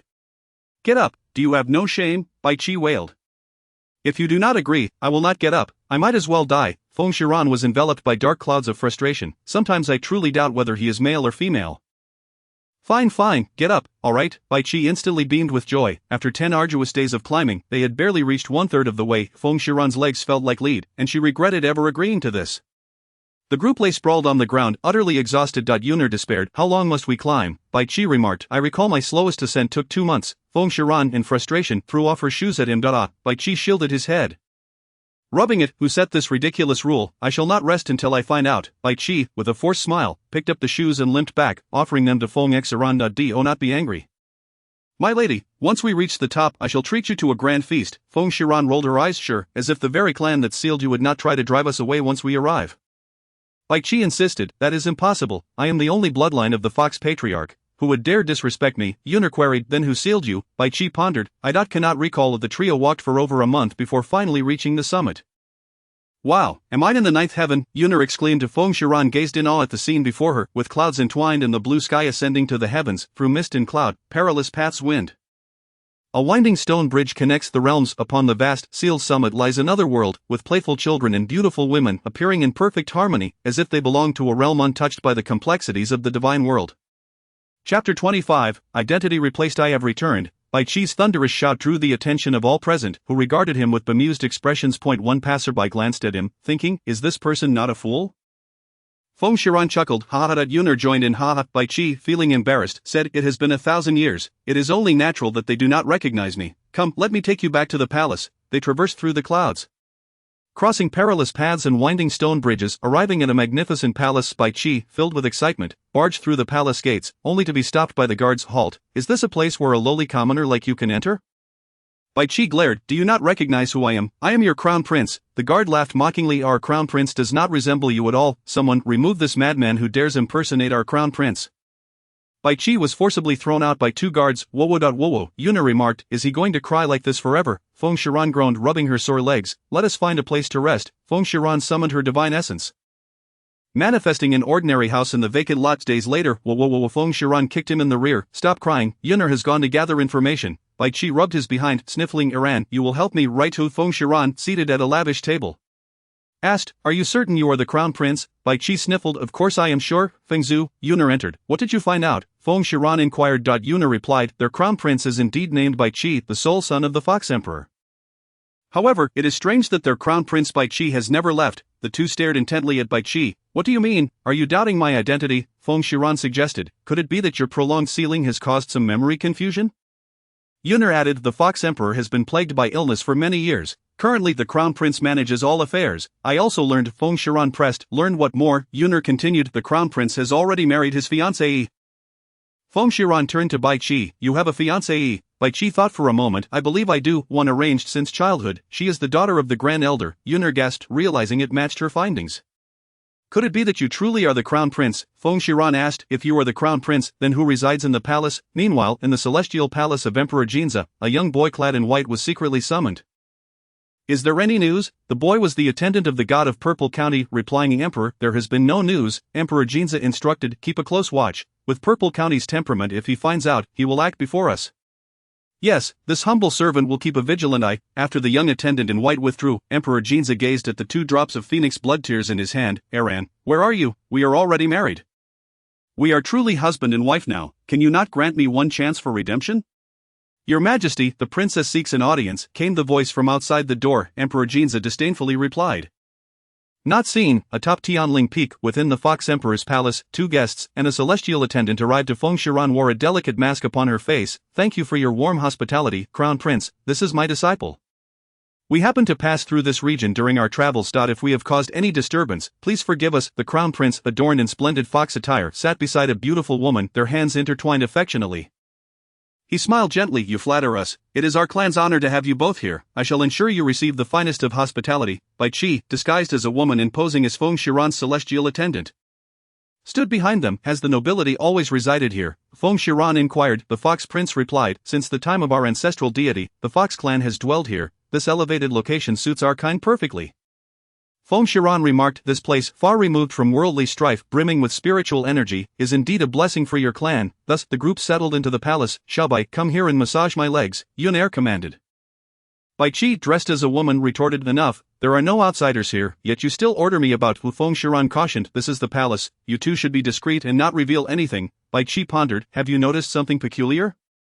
Bai Qi replied, I find that Crown Prince remarkably familiar, yet I cannot recall who he is. Iran, we should find time to visit the king. Very well, Feng Shiran agreed. Yunair asked, you have been robbed of your identity.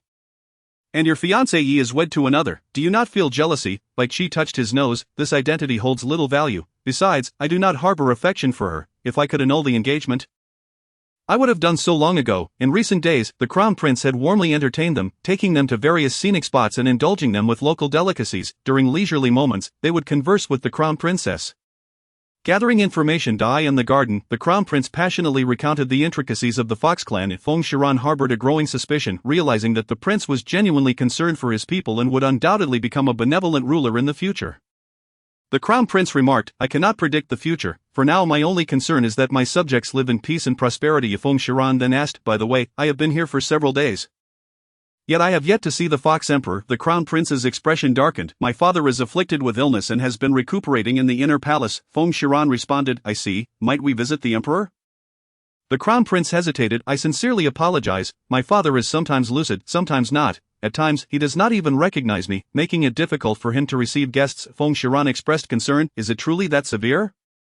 Has your highness sought a physician for him? The Crown Prince replied, yes, he has seen doctors and taken numerous medicines, yet there has been no improvement. In the dead of night, as all were fast asleep, 3 figures clad in black stealthily infiltrated the inner palace. Are you certain the Fox Emperor resides here? Yunair asked. Bai Qi surveyed the desolate surroundings, feeling a twinge of uncertainty. This place wasn't like this before.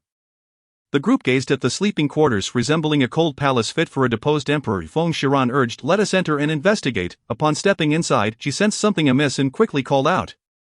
Wait, Bai Qi inquired, what is it? A surge of spiritual energy erupted from Feng Shiran, leaving Bai Qi and Yunair astonished as a peculiar large formation suddenly materialized. Yunair exclaimed, there are traps. Suddenly swarms of fox soldiers appeared around them. The Crown Prince emerged with a sinister smile. I had long suspected your intentions. The moment you set foot here, I recognized you. Bai Qi, unable to contain her impulse. Bai Qi shouted, who are you? Why are you impersonating me? The false Crown Prince laughed mockingly. Hahaha, because everything here should rightfully belong to me. As for my identity, go to hell and inquire. Chapter 26, The False Crown Prince.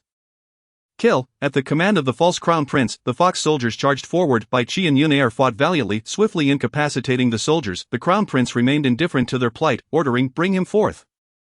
A disheveled old man, bound in iron chains, was dragged before them. A father. Bai Qi's eyes widened in shock at the sight of the filthy man. Tears streamed down Bai Qi's face as he yearned to rush forward, only to be restrained by Yunair. Father, Qi'er has returned. Look at me. The Crown Prince laughed triumphantly. Such profound father-son affection. Alas, he no longer recognizes you. Bai Qi seethed with rage. What have you done to him? The false Crown Prince replied, I have of course obliterated his consciousness. I will kill you. Bai Qi's eyes blazed red with fury as he brandished the folding fan in his hand. Before he could strike, the false Crown Prince pressed a knife to the Fox Emperor's throat. Go on, come and kill me. Bai Qi's face turned purple with anger, trembling as he clenched his fists. It was at this moment that Feng Shiran, who had been observing the scene, finally spoke. Perhaps we should negotiate a deal. The false Crown Prince regarded her with interest. Oh, pray enlighten me. Feng Shiran proposed, release the Fox Emperor, and let them withdraw from the Fox clan.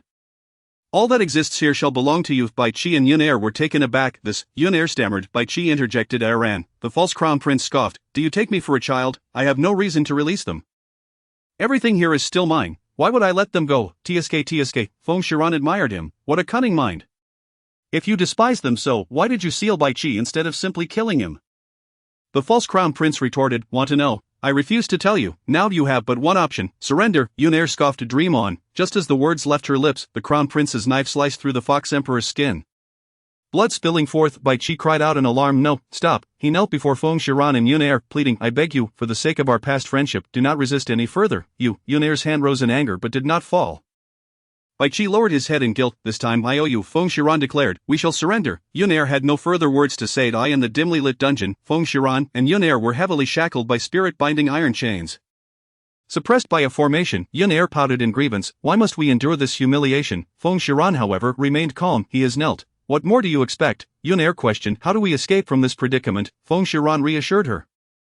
This is only temporary. In another cell, Bai Qi was bound and brutally beaten. Why did you return? The false Crown Prince demanded with each punch. Bai Qi spat blood, gasping, who are you? The false Crown Prince bellowed in anger. I erased your memories. Why do you still remember this place? He struck Bai Qi again. You are just like your father. Both of you deserve to die. Bai Qi endured the pain, coughing up blood as he weakly replied. If that is the case, then kill us, spare my friends, the false crown prince sneered. Kill you, that would be too merciful. Yunair, hearing the commotion next door, felt a pang of sympathy, pondering the depths of their enmity. The fox ancestor, suddenly Yunair's expression darkened. How could someone still be sleeping at a time like this? Forget it, I shall sleep a while too. They had been imprisoned for a month, with no developments. Their days filled with eating and sleeping, both gaining weight. Meanwhile, Bai Qi endured relentless torment, suffering greatly. Eventually, Yunair could no longer contain her impatience. Are we truly to remain trapped here indefinitely? Feng Shiran idly toyed with her hair. At least the false crown prince shows some semblance of humanity. He is not torturing us, Yunair retorted. Is that the crux of the matter? Feng Shiran replied. We must exercise patience. Look at me. I eat when I need to eat, and drink when I need to drink. The sky could fall, yet it shall not disturb my sleep. With that, she lay back down on the cold ground and drifted off to sleep.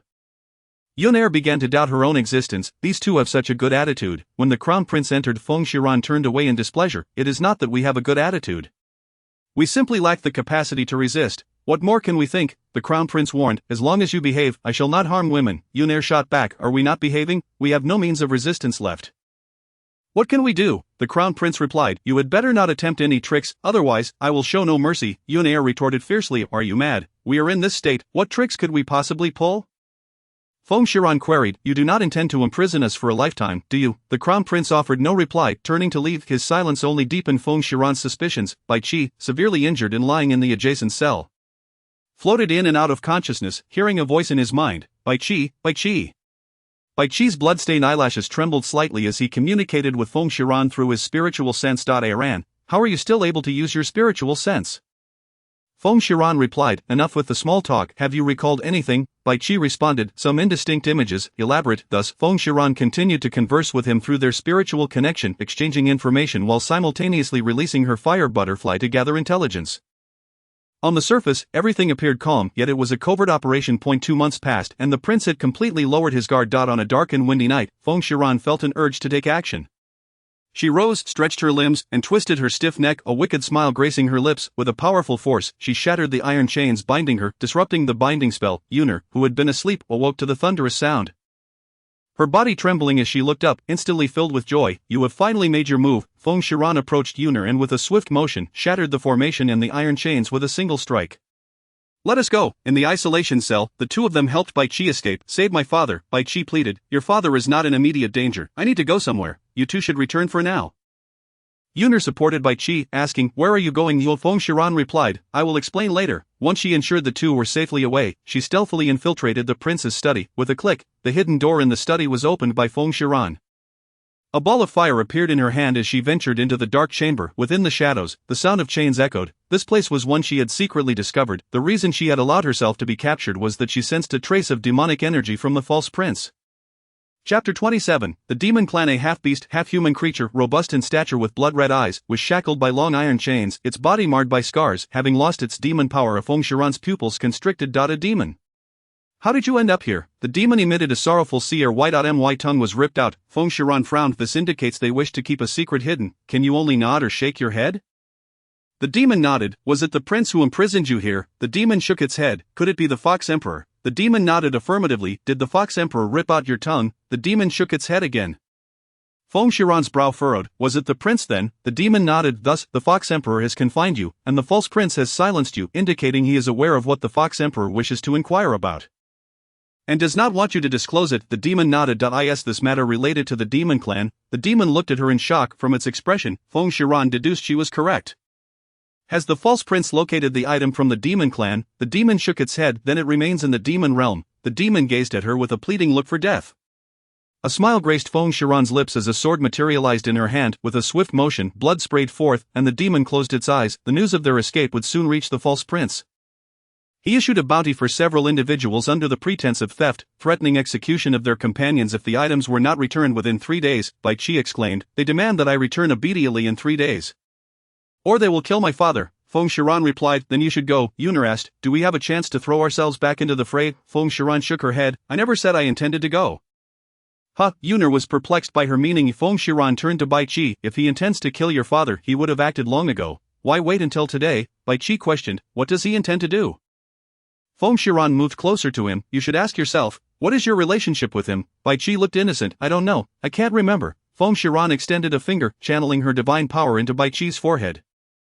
Yunar asked, "What is this for?" Feng Shiran explained, "His memories are sealed. I will help him unlock them." As Bai Chi's memories resurfaced, he exclaimed, "So it was him." Feng Shiran urged, "Speak. What enmity exists between you and the false prince?"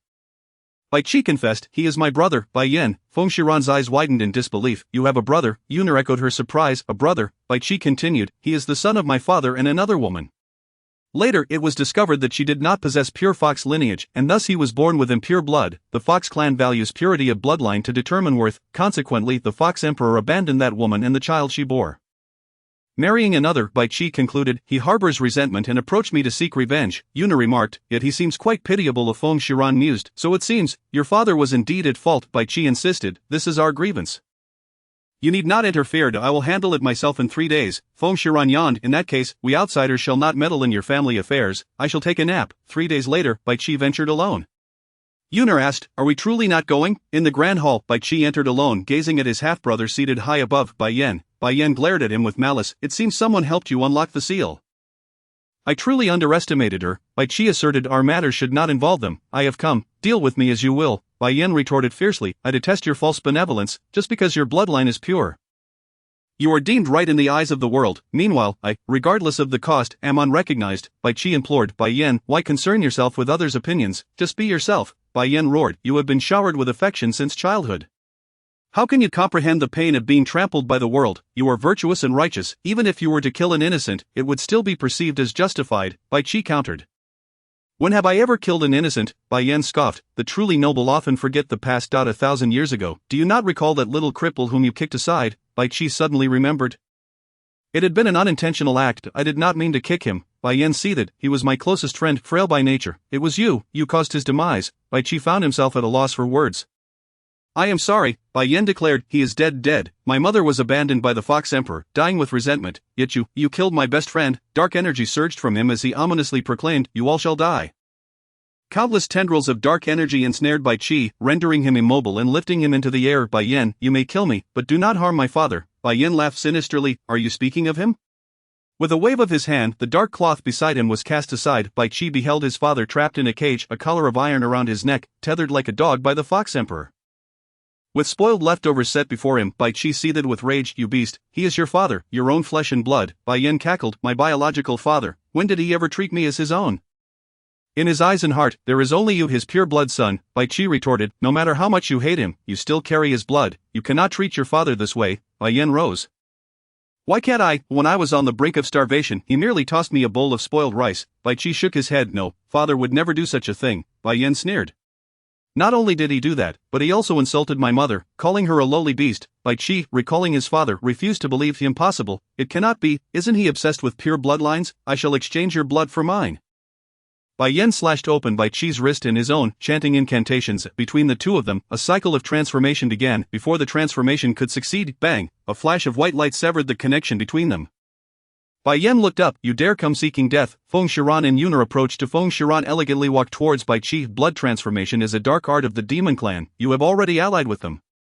Yunar swiftly struck, severing the dark energy binding Bai Chi. Chapter 28. "Why betray me?" Bai Yen retorted. "What of the demon clan? What of the heavenly clan? Is right and wrong in this world merely a matter of differing races?" Feng Shiran was momentarily taken aback. "It seems that you make a valid point. Why had I never considered this before? If it were merely an alliance with ordinary demons, it would be inconsequential. The concern lies in whether you are not." Bai Yan's eyes darkened with murderous intent. The girl knew too much and would meet a grim fate. Feng Shiran inquired, "Who is your master?" Bai Yan swiftly appeared before her, striking down. Bang! Feng Shiran absorbed the blow. Summoning her spiral slash, "You speak too much." Feng Shiran summoned her divine sword, while Yunar supported Bai Chi, cautioning, "Be careful." Clang, clang, clang. Bai Yan was no match for Feng Shiran, for she was the goddess of war. Although her strength had waned compared to the past, her aura remained formidable. Before long, Bai Yen faltered, retreating a few steps, his eyes wide with terror as he gazed at the young girl before him. "Who on earth are you?" "You need not know who I am. Though you are under the influence of demonic energy, your heart remains resolute." Feng Shiran shot forth a flicker of 9 lotus true fire, which penetrated his being. Bai Yen writhed in agony. "Have mercy, please, everyone show mercy." The crown princess rushed over, kneeling before Bai Chi, tears streaming down her face. "Bai Chi, I beseech you to spare him, though he has erred. His contributions to the Fox clan are immense. For the sake of his hard work, grant him this reprieve." Though Bai Chi harbored no feelings for her, she was nonetheless his betrothed. Why have you betrayed me?" The Crown Princess replied, our engagement was a mistake from the outset, it was my folly to break it, yet, I do not regret it. The demonic energy had been entirely expelled, and without hesitation, Feng Shiran incinerated it with her true fire.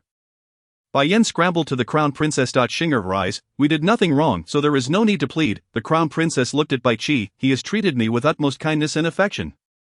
I care not who he is or what he has done, I simply want him. Tears fell from Bai Qi's cheeks. You may rise, he is my brother, and I shall not slay him. Bai Qi approached the cage, splitting it open to assist the Fox Emperor out. With a clang, the chain around the Fox Emperor's neck shattered. I covet nothing of the Fox clan, it is all yours, I shall only take him. Upon witnessing the group depart, a sinister smile crept upon the Crown Princess's lips. Shinger, rise, Bai Yan, filled with anguish, helped the Crown Princess to her feet, only to suddenly feel a sharp pain in his chest. Looking down, he saw Shinger clutching a dagger having pierced his heart. Bai Yan stared incredulously at his wife. Shinger, why? Shinger smiled wickedly, because you have become useless, your current state is entirely orchestrated by me, all to ensure that you serve our master. With a feeble hand, Bai Yan caressed Shinger's face. Shinger, filled with rage, retorted, but what of you? You only care for your kin. When have you ever shared the burdens of our master? Bai Yan asked. Did you ever love me? Shinger coldly replied, never. With that, she withdrew the dagger from Bai Yan's body. Thud. Bai Yan took one last glance at his beloved before collapsing. Shinger laughed malevolently, since the Fox clan has outlived its usefulness. Let us offer your essence and spirit to Lord Tianma. That very night, the cries of the Fox clan echoed in despair. All were drained of their essence and spirit by a formidable force. Leaving even infants as mere husks, Bai Qi was descending the mountain, supporting the Fox Emperor, when he suddenly halted. What's the matter, Bai Qi? Yuner inquired. I feel a sense of foreboding, it seems something dreadful is about to unfold. Soon after, they returned to find their kin transformed into lifeless corpses. No, who was responsible? He collapsed to his knees, weeping uncontrollably. Yuner stood petrified, horrified by the sight. Within a single night, the entire clan had perished. The Fox Emperor, seemingly stirred, shed tears from his vacant eyes. Feng Shiran was the first to arrive at the palace, discovering Bai Yan's lifeless body on the ground, a gaping wound in his chest. The only one who could have alleviated his suspicions is the Crown Princess, yet, her body is nowhere to be found. What a Crown Princess, it seems the demon must be eradicated swiftly. Bai Qi's face turned pale. As he silently buried his kin. Yuner observed the bloodied, mangled hands and wept for him. Feng Zhu, was it truly the Crown Princess who did this? She appears devoid of demonic energy, Feng Shiran replied. That is precisely the most terrifying aspect, she has betrayed her very soul, she has become a complete slave to Lord Tianma. Bai Qi spent 7 days burying the corpses, during which he uttered not a single word. His eyes were filled only with hatred. Where do we go now, Yuner? To the demon realm, Feng Shiran declared. Yuner asked in confusion, why to the demon realm? Shouldn't we first apprehend the Crown Princess? She has gone to the demon realm. We must hasten to retrieve that item before she does. Bai Qi suddenly interjected, what item? Feng Shiran revealed a map that leads to the prison of Lord Tianma's body, though she had wished to sever ties with these matters, after all.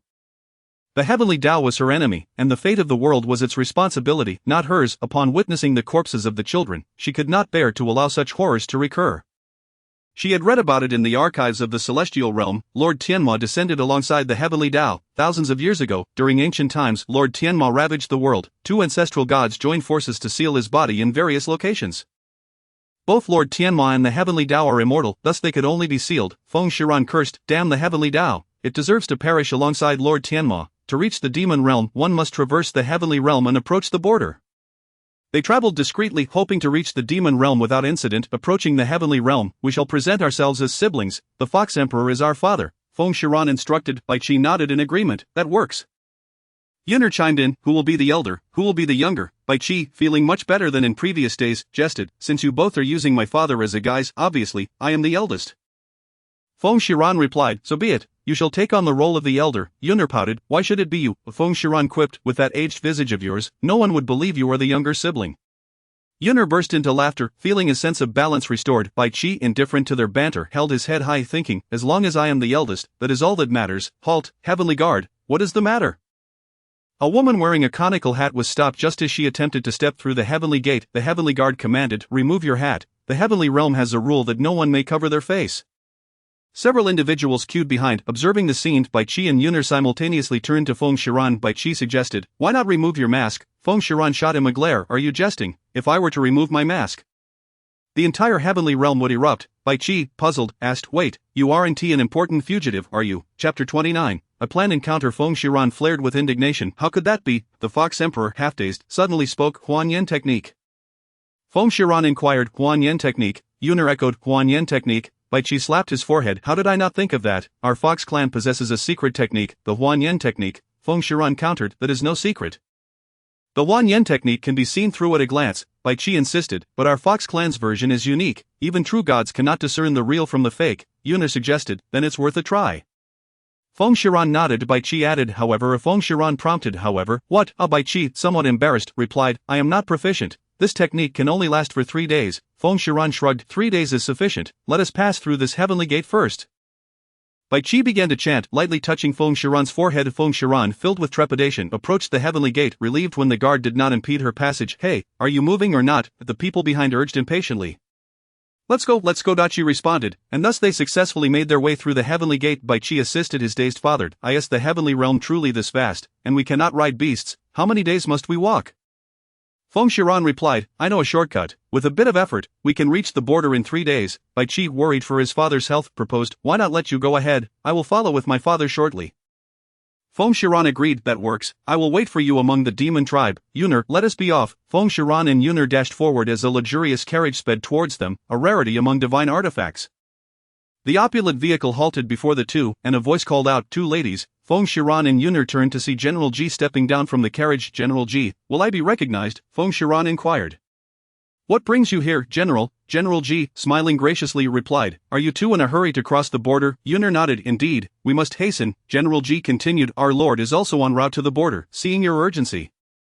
He invites you to join him. Yunar beamed, glancing at Feng Shiran, who pondered, Lord, Isnt your Lord D. Jinja, thank you for your kind offer, but we are not accustomed to traveling by carriage. Yunar, momentarily disappointed, pleaded, shaking Feng Shiran's arm. General Ji reassured her, do not worry, we harbor no ill intentions, it is merely a matter of convenience. Upon reaching the border you may disembark as you please. 30 When Feng Shiran beheld his profile, she noticed a crimson mark upon his cheek, his face flushed with a rosy hue. I was inebriated, I recall nothing, whatever you say shall be deemed true, it is best to leave. She rose from her resting place, but a sudden force yanked her wrist back. With a thud, she fell right into Emperor Jinza's embrace, pinning him beneath her. Their gazes locked, and he wore a mischievous smile, revealing that the lady preferred to be on top. Feng Shiran glared furiously at him. Who is your lady? She hastily scrambled off him, only to discover an iron ring encircling her left wrist. She attempted to remove it, but the ring clung stubbornly to her slender wrist. What is this? Emperor Jinza raised his right hand, revealing a matching iron ring. These are a pair of invisible chains. Henceforth, you shall not be able to stray more than a meter from me. Feng Shiran exclaimed, Release me, I have matters to attend to. Emperor Jinza replied, Release you, you have slept with me and kissed me, you must take responsibility. Feng Shiran shot him an indignant glare, her voice laced with fury. Emperor Jinza, did you recognize me from the beginning? From the moment I entered your carriage, was I ensnared in your trap? Indeed, he affirmed. How did you discern my identity? How did you know I would traverse through the heavenly realm? He produced a decree and handed it to her. Upon seeing it, Feng Shiran was taken aback. The document bore her likeness and accused her of ruthlessly annihilating the entire Fox clan. I did not destroy the Fox clan. Emperor Jinza replied, Of course, I believe you, otherwise I would not have suppressed this matter. Was this decree submitted by the crown princess? Yes, she is the true culprit. Did she slay her own kin? What transpired within the Fox clan? Feng Shiran briefly recounted the events concerning the Fox clan. Emperor Jinza, I have no time to bicker with you, release me at once. She has gone to the demon realm, and I have already informed the demon lord to keep a close watch on her every move. So you need not worry, I must go to the demon realm. Release me. Emperor Jinza grasped her hand. I shall accompany you. Chapter 31. We are already spouses. 2 rows of neatly aligned troops and the residents of the entire city gathered at the city gate. 4 great generals stood at the forefront, flanked by 2 demonic beasts. Feng Shiran walked reluctantly, her hand held firmly by Emperor Jinza, unable to break free. Yunar followed behind, whispering, I heard the god of war is the emperor's fiancée. Upon reaching the city gate, the crowd knelt in unison, a thunderous voice resonating throughout the border. We pay our respects to the god of war. This deafening declaration startled Yunar, causing her to shudder. Feng Shiran felt a surge of emotion. She had not anticipated holding such an esteemed position in their hearts. Seated upon a demonic beast, Emperor Jinza held Feng Shiran's slender waist, while Yunar rode alone on another beast. Though Feng Shiran appeared indifferent, her mind raced with thoughts of how to escape his grasp. Although she was the god of war, she had never ventured into the demon realm before. The streets of the demon realm were filled with beings of peculiar appearances, some with rabbit ears, others with pig noses, and some who resembled ordinary humans. Thus, it seemed the demon race also included those of normal appearance. Emperor Jinza remarked, the demon realm of today is no longer what it once was. They can now intermarry with the human realm, and their appearances have naturally changed. Feng Shiran expressed her astonishment. The demon realm can actually wed humans. Had they not always refrained from marrying other races? Indeed, it was so over 2,000 years ago. After the extermination of the demon army, in order to propagate their own race, they chose to wed with other races. Oh, the group arrived at a lavish tavern, where the owner greeted them with a broad smile. Will you be dining or lodging? Emperor Jinza casually tossed a bag of coins. 2 heavenly quality rooms. This is the deposit. The tavern owner's eyes sparkled as he fixated on the purse. Feng Shiran had waited 2 days in the demon realm for Bai Qi, yet the lavish spread before her failed to entice her appetite as she fiddled with the iron ring on her wrist. Emperor Jinza served her a dish, urging, "Let us eat." Feng Shiran summoned blue-purple flames in her right palm and directed them to her left wrist in an attempt to incinerate the ring. To her disbelief, there existed something in this world that her flames could not melt. How is this possible? Why can't it be destroyed? I do not believe it. She intensified the flames, Emperor Jinza advised. You need not exert yourself. This was crafted from the reverse scale upon my chest. You actually plucked your own reverse scale. Have you lost your mind? Feng Shiran scolded vehemently. The reverse scale was extraordinarily resilient, also known as the heart-protecting scale. Without it, not only would one suffer from depleted energy, but they would also lack any means of safeguarding their heart. A faint smile graced Emperor Jinza's lips.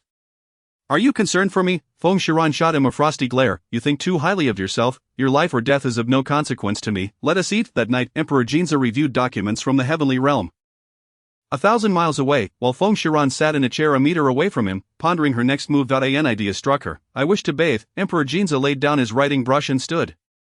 Very well, let us go. Feng Shiran squinted, confusion etched on her face. What do you mean? The Emperor Jinza replied. Did you not say you wish to bathe? Why must you accompany me during my bath? He chuckled playfully.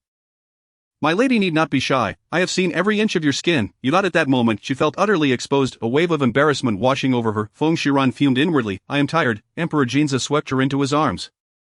Then let us retire. Emperor Jinza, at your service. Feng Shiran was placed upon the soft bed. Do not go too far. As she attempted to rise, he pressed her back down onto the bed, his strong hands restraining her soft ones. Arwan, grant me a chance for redemption. Very well, just never appear before me again. That shall be your chance for atonement. Emperor Jinza's heart ached at her words. Do you despise me to such an extent? Feng Shiran let out a cold laugh. Hate? No, I do not even wish to hate. I merely desire for you to disappear from my life forever. His pained gaze bore into hers. Ruan, we are already wed in the lower realm. She replied icily, that person is not you, it is Long Zhe. Only if you wish it, I will forever be your Long Zhe. You are unworthy. Emperor Jinza's complexion turned pale as he slowly rolled off her. Lying beside her, I was gravely mistaken before. I dare not hope for your forgiveness again. But after all, we have already consummated our marriage. Silence. I told you, you are not him. Feng Shiran turned away, her back to him. For Long Zhe was the only remaining beauty in her heart. She did not wish to lose even that small fragment of goodness. Emperor Jinza gazed at Feng Shiran's silhouette, 2 tears escaping his eyes. Arwan, what must I do to win your acceptance once more?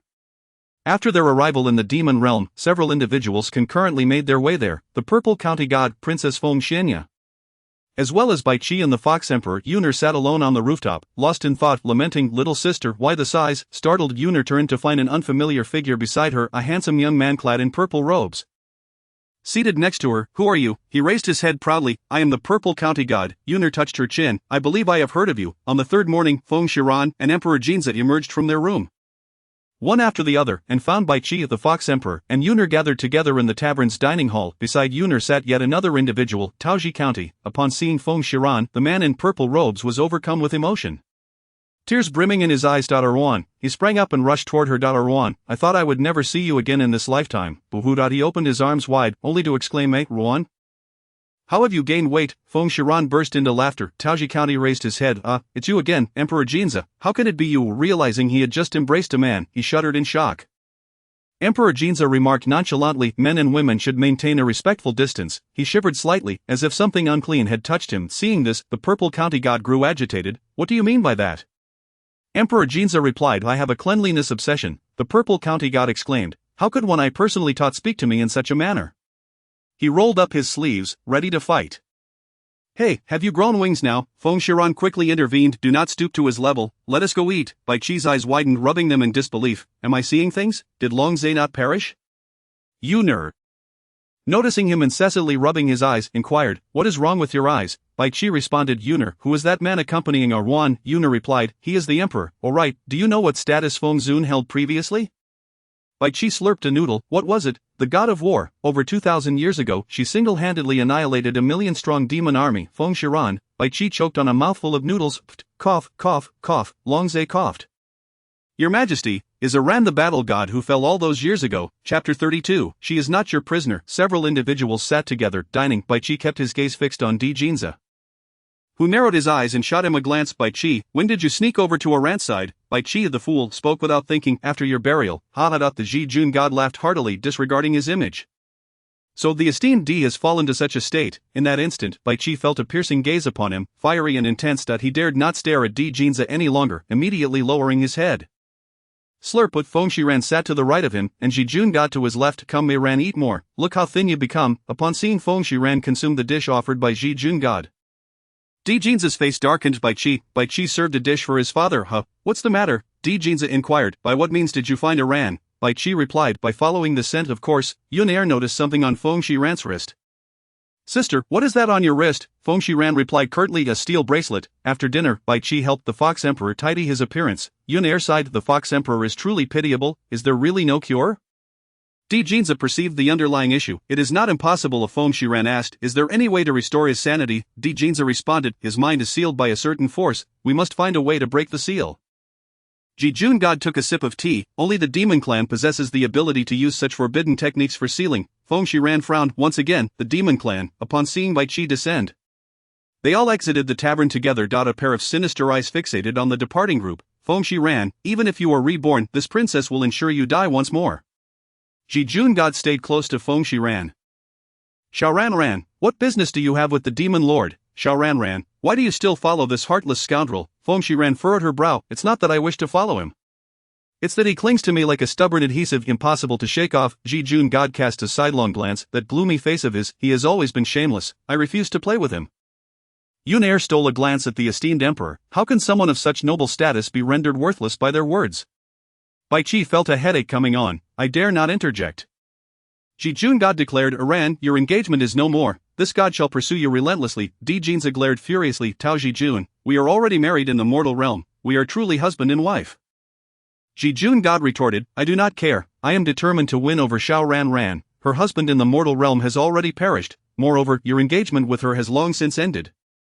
Feng Shiran extended her left hand. Tao Ji Jun, if you can help me unlock it, I might consider it. Ji Jun god was overjoyed. What is this? Feng Shiran vigorously shook her arm, revealing a transparent iron chain linked to the iron bracelet on her wrist, the other end connecting to Di Jinza's right hand. Yunair gasped in shock. What is this? Bai Qi exclaimed, there's a major revelation.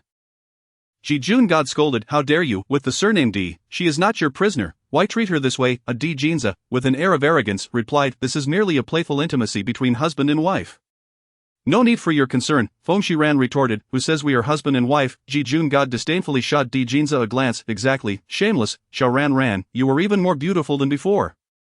Make sure to choose wisely when selecting a husband this time. Do not fall into a pit of dung again. Bai Qi was astonished, nearly choking on his saliva. Cough, cough, cough. Yunair was also taken aback. Di Jinza warned Tao Ji Jun, do you no longer wish for your title of god? Ji Jun god blinked, if you don't say it, then you are. Xiaoran Ran, how did you come back to life?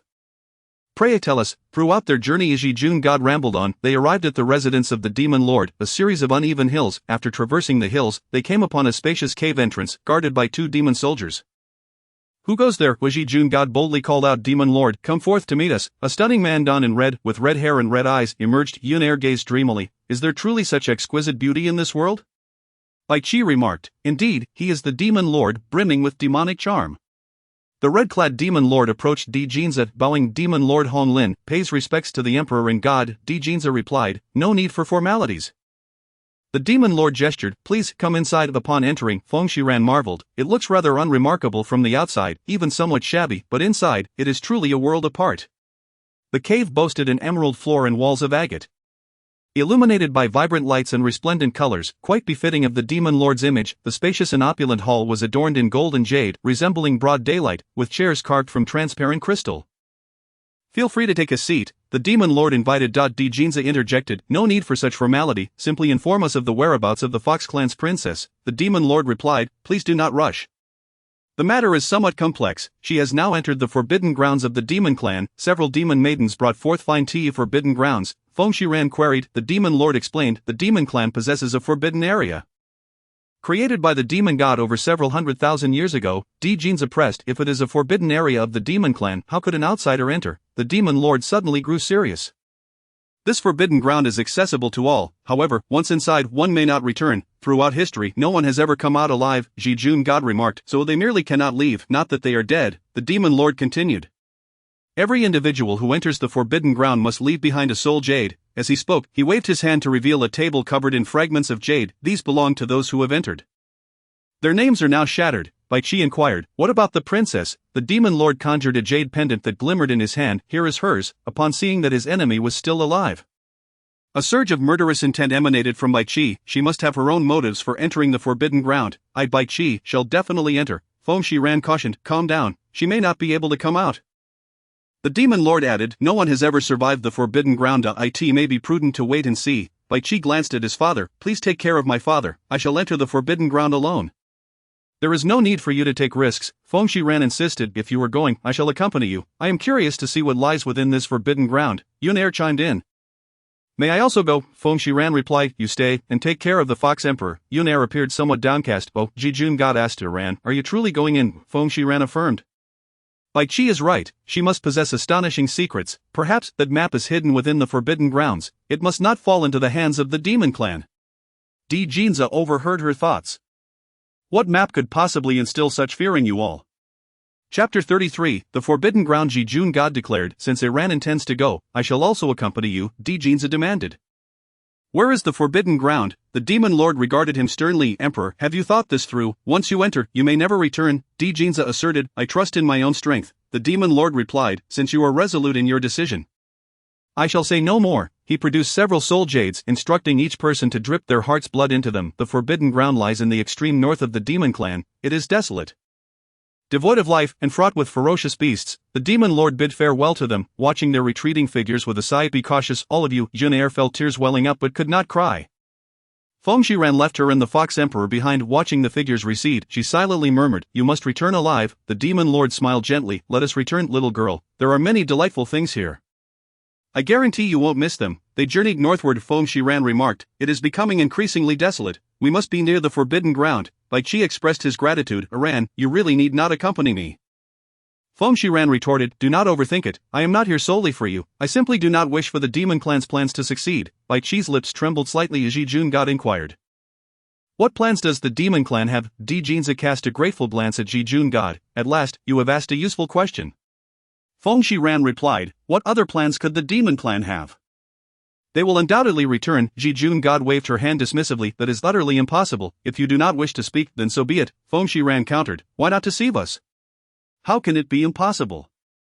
Jinza explained, the bloodline of the demon lord has been entirely eradicated. The 7 demon generals have all been rendered powerless, cast into the abyss of hell. Jijun God added, the current demon realm is scarce in numbers. Moreover, they are treated like criminals by the heavenly realm, firmly suppressed. They have no chance of resurgence. Bai Qi questioned, then where did the demonic energy we encountered come from? Several individuals turned their gazes towards Feng Shiran simultaneously, questioning, why are you looking at me like that? I truly do not know. The Lord of Purple County inquired, then what do you know? Feng Shiran replied, I know they are searching for a map, one that reveals the location of the prison for the celestial demoness body.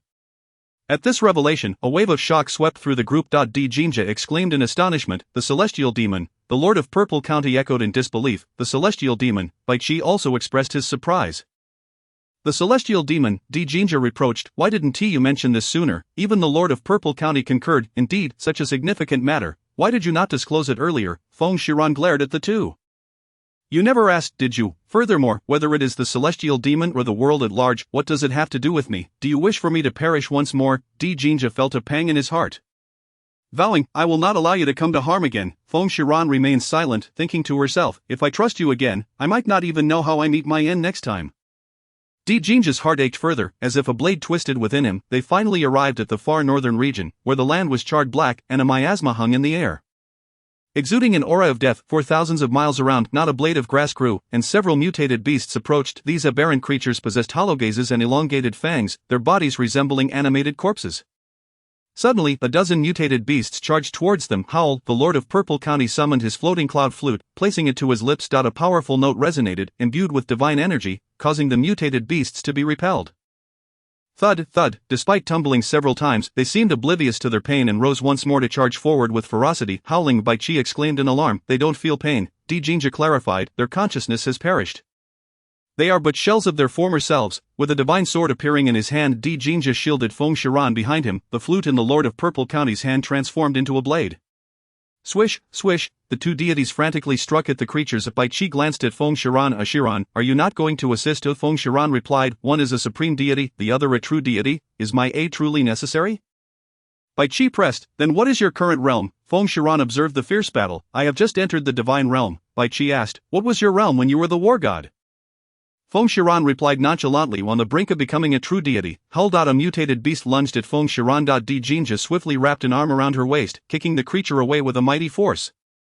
And with a swift motion, he severed its throat. Within a mere incense stick's time, the mutated beasts had been nearly annihilated. The two deities remained graceful, their attire unblemished by blood. Jinja released Feng Shiran, saying, let us proceed. Unbeknownst to them, they had officially entered the Forbidden Zone. Upon entering, they discovered their divine powers were suppressed. The Lord of Purple County sensed an unprecedented weight upon him, exclaiming, my divine power is being suppressed.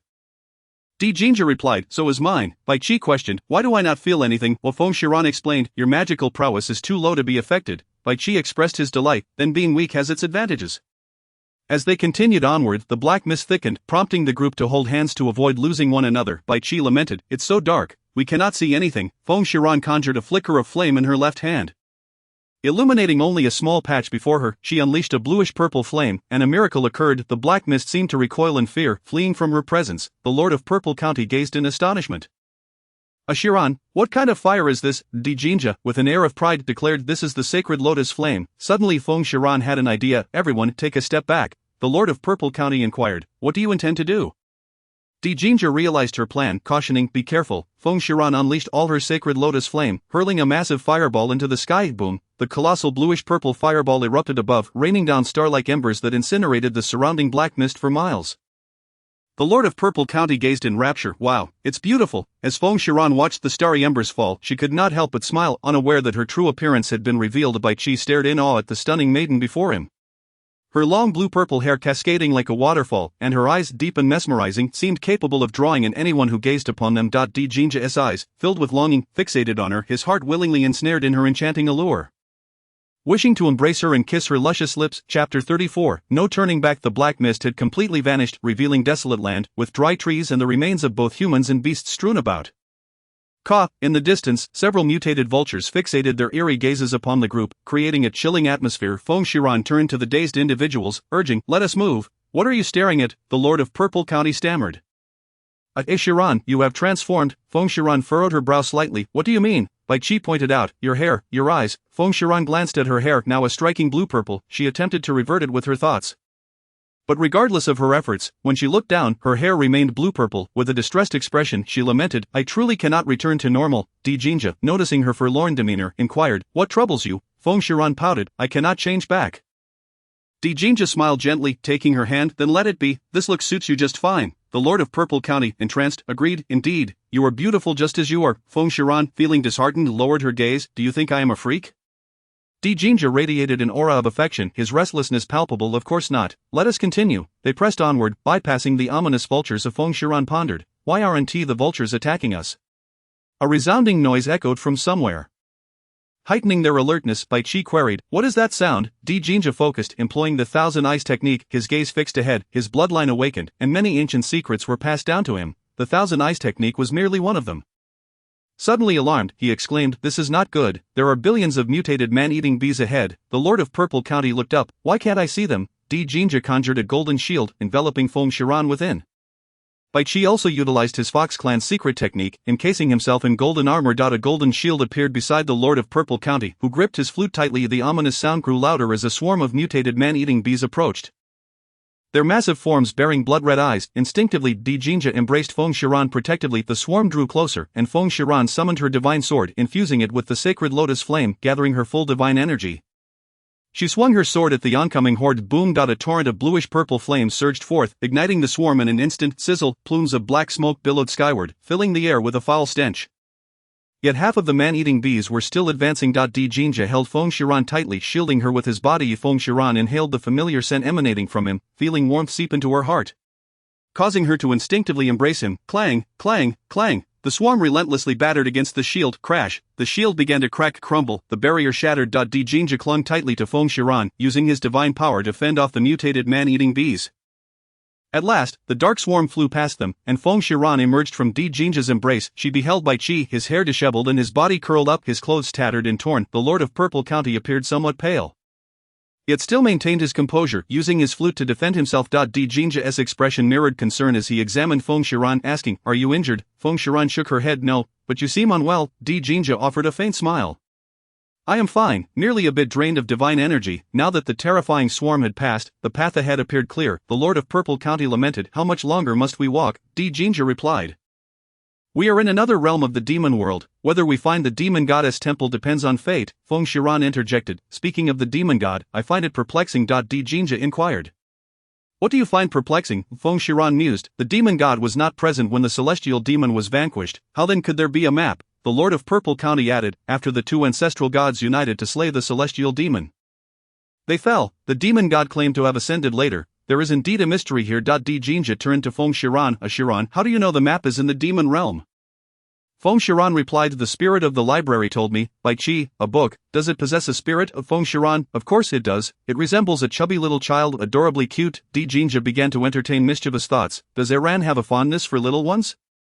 Zijian Shinjun, hey, do not entertain such foolish ideas. Iran could never harbor feelings for you, let alone bear your child. Feng Shiran glared at them furiously. What are you men thinking about every single day? The two chimed in unison, thinking of you, ha! The flustered Bai Qi doubled over with laughter. Zijian Shinjun resumed his incessant chatter. Little Shiran, how have you transformed? Feng Shiran, I don't know. Little Shiran, you look quite lovely this way. Little Shiran. Jinja's expression began to fluctuate ominously. Whoosh, everyone was taken aback. Moments ago, there was tranquility, and now a massive tornado suddenly emerged. Whoosh, the deafening roar tore through everything around them. Whoosh. A tornado advanced towards them. Oh my! Bai Qi recklessly fled. Jinja wrapped his arms around Feng Shiran's waist, attempting to evade. Zijian Shinjun also frantically dodged. One enormous tornado after another assaulted them. Everyone was in a frenzy, scrambling to escape, while only Feng Shiran remained in Jinja's embrace, not getting separated. Is there even a semblance of vegetation here? Jinja set Feng Shiran down, equally incredulous as he observed the lush forest before them. They had been scattered by the formidable tornado. In their flight for survival, they had unwittingly stumbled into this place. Jinja's complexion paled slightly. This appears to be relatively safe. Let us rest here for a moment. Feng Shiran nodded. Yes, just in time. I'm feeling a bit drowsy. Jinja found a patch of soft grass, and the two leaned against a grand tree. Feng Shiran quickly fell asleep against the tree. Jinja removed his outer garment and draped it over her, beginning to regulate his own disordered energy. Jinja opened his eyes to find that night had fallen. This place is rich in spiritual energy, in stark contrast to the outside world. Where exactly is this? He glanced at Feng Shiran, who was still in slumber, and couldn't help but feel a twinge of worry. Gently, he pulled her into his embrace, one hand checking her pulse. Jinja furrowed his brow. Why is your divine power waning? The pulse is so erratic. He infused her with the divine energy he had just stabilized, after a considerable time. Feng Shiran's pulse finally steadied. He let out a silent sigh, gazing at the woman who captivated his heart and soul. An impulse surged within him, and he leaned in to kiss her vibrant red lips. He indulged in the moment, softly savoring her tender, fragrant lips. Chapter 35, an unbearable past. When daybreak arrived, she awoke to find herself in Jinja's embrace. You're awake, Feng Shiran felt a wave of comfort wash over her as she stretched. The two continued their journey, but suddenly Feng Shiran felt an overwhelming sense of familiarity. It seemed to be the quaint little town where she had resided during her childhood. She quickened her pace. Iran, Jinja pursued her closely. As Feng Shiran entered the town, everything appeared just as she remembered. Jinja noticed her peculiar demeanor. What is wrong, Feng Shiran? This is an illusion. Jinja, an illusion. Could her dwindling divine power be linked to this illusion? Feng Shiran walked towards her former residence. She and her mother had lived on the western side of the town, where a small river graced their doorstep. By the river sat a tiny figure, bare feet playing in the water. Little Shiran, a beautiful woman, approached. The two turned simultaneously. Feng Shiran beheld the mother who had abandoned her. The lovely woman seemed oblivious to her presence. Walking right past her, the little girl, rosy and cute, appeared somewhat frail. Mother, the little girl laughed joyfully, calling her out of the water. The woman knelt beside the girl, helping her with her shoes, reproaching her. Didn't I tell you not to play by the river? Little Chiron, I've learned magic now, and I can fly. I won't fall. The woman fastened the girl's shoes, recalling the last time she had become drenched. Come home. Feng Chiron followed the mother and daughter to a dilapidated courtyard. A simple abode yet remarkably clean. Jinja, witnessing such humble living conditions for the first time, inquired, "Is this where you lived during your childhood?" Feng Chiron felt a pang of sorrow. "Yes." "Does it seem rather shabby to you?" Jinja remained silent. Feng Chiron entered the room, observing the mother and daughter eating vegetable soup. Perhaps it was this unbearable hardship that led her to abandon me. Jinja, do you hate her? Feng Chiron gazed at the woman consuming the vegetable leaves, her heart aching. "I once blamed her, but not anymore. After all, I am not her biological daughter." Jinja had contemplated this as well. Ever since he awakened his ancient bloodline, he could clearly sense the strength of her bloodline when he encountered Feng Chiron in the heavenly realm. Feng Chiron, how can I break this illusion? Jinja, illusions are born from the heart. If you can let go of your inner turmoil, it shall naturally dissipate. Suddenly, the scene before them vanished. The woman who had been dining disappeared, leaving only the little girl. Sorrowfully seated alone, she removed the longevity lock from her neck, clutching a portrait before departing, igniting a fire before leaving. Feng Chiron watched as flames consumed everything around her, devouring all in their path. As the fire extinguished, she found herself before an underground human trafficking market. A young girl, frail and battered, was bound to a pillar, being sold at the lowest price. Crack, the trafficker lashed the girl mercilessly. "Crack, worthless wretch, it would be better if you died." The trafficker continued his ruthless assault, but the little girl's eyes bore no hint of submission, her gaze resolute and defiant. A flamboyantly dressed madam approached. "I want this little girl." Thus she was sold into a brothel. Feng Chiron wished to prevent this unbearable past from replaying. She closed her eyes, attempting to use her powers to shatter the illusion. Suddenly a sharp pain pierced her heart, and she spat a mouthful of blood. Iran, do not force it. Jinja infused her with some spiritual energy. "Why can't I break through?" Feng Chiron's eyes reflected profound sorrow. Jinja grasped her hand. "This is no ordinary illusion. It is a temptation conjured by the deepest demons of your heart. I will accompany you to transcend it." Feng Chiron witnessed the little girl confined within the brothel's shed. Enduring beatings and starvation yet refusing to bow to anyone. Once more, she attempted to escape, only to be captured again. Eventually, the madam, exasperated, sold her to a depraved old man. The old man leered at the battered, delicate girl. "Bring her here." The girl was forcibly bound and taken away by the old man. This marked the beginning of her nightmare. The more she resisted, the more pleasure it brought the old man. The girl was ensnared with binding ropes, fixed to a table, unable to move. Her ripping sounds echoed as her tattered clothes were torn apart. "Woo-woo, let me go, you sick pervert, release me." Feng Chiron covered her ears. Closing her eyes, Jinja, heartbroken, pulled her into his embrace, gritting his teeth as he glared at the old man. He longed to tear the old man to shreds. "Woo-woo. Go away, go away." He watched as the scalding food was placed on the girl's injured skin. The girl trembling in fear, pleading for mercy. "Please let me go, I'm begging you." Jinja clenched his fists, wishing he could obliterate the old man. "Woo-woo, please go away, go away." He witnessed the tender, innocent girl's body covered in hot food. Her skin burned, yet the old man devoured his meal with glee. Over the years, the old man tormented her with various means. The little girl transformed from defiance to submission, eventually adopting a hollow, lifeless gaze. At the age of 10, she felt utterly desolate. Burning her phoenix stand, she broke free from her chains, shedding her first tears. One step, then another, she walked towards the river. Jinja, seeing her resolve to die, watched as her diminutive body sank. "Aran, I am so sorry, I had no idea you bore such a past." The phoenix weeps, devoid of life's desire. "If only I had been a bit more considerate back then. Not at odds with you, perhaps your will to die would not have been reignited." The scene shifted. The little girl lay on a soft bed, her eyes still void of life. Feng Chiron raised her head to see a familiar figure. Emojiang, yet another man with a heart of a beast, clad in a black robe, crowned in gold. Emojiang coldly stared at her on the bed. "Since you fear not death, what is there to fear? Go and slay them." The little girl's eyelashes trembled. "Kill them." Emojiang was the king of Qi in the mortal realm, intent on ascending to the throne, and inadvertently saved her, who possessed extraordinary talent. A sinister smile curled on his lips. "Indeed, as long as you pledge your loyalty to me, I shall grant you the most formidable power. Annihilate those who have wronged you." From that moment on, she grasped the sword, her gaze transforming into one of icy ruthlessness. Emojiang subjected her to rigorous training, and she became his greatest assistant. Ultimately, Emojiang's grand scheme to seize the throne met with failure. In the grand hall, drenched in blood, Emojiang fixed her with a resolute stare, commanding her, "Kill me." She shook her head. "No," Emojiang retorted, "everything you are today is a result of my making. Do you not comprehend? That old man was in my employ." The young girl shook her head. Disbelief etched on her face. Impossible, no way. Mo Jiang laughed mockingly. Foolish girl, I deliberately sought to shatter your will, which is why I commanded him to humiliate and torment you. At that moment, Feng Shiran seemed to grasp something profound and stepped forward.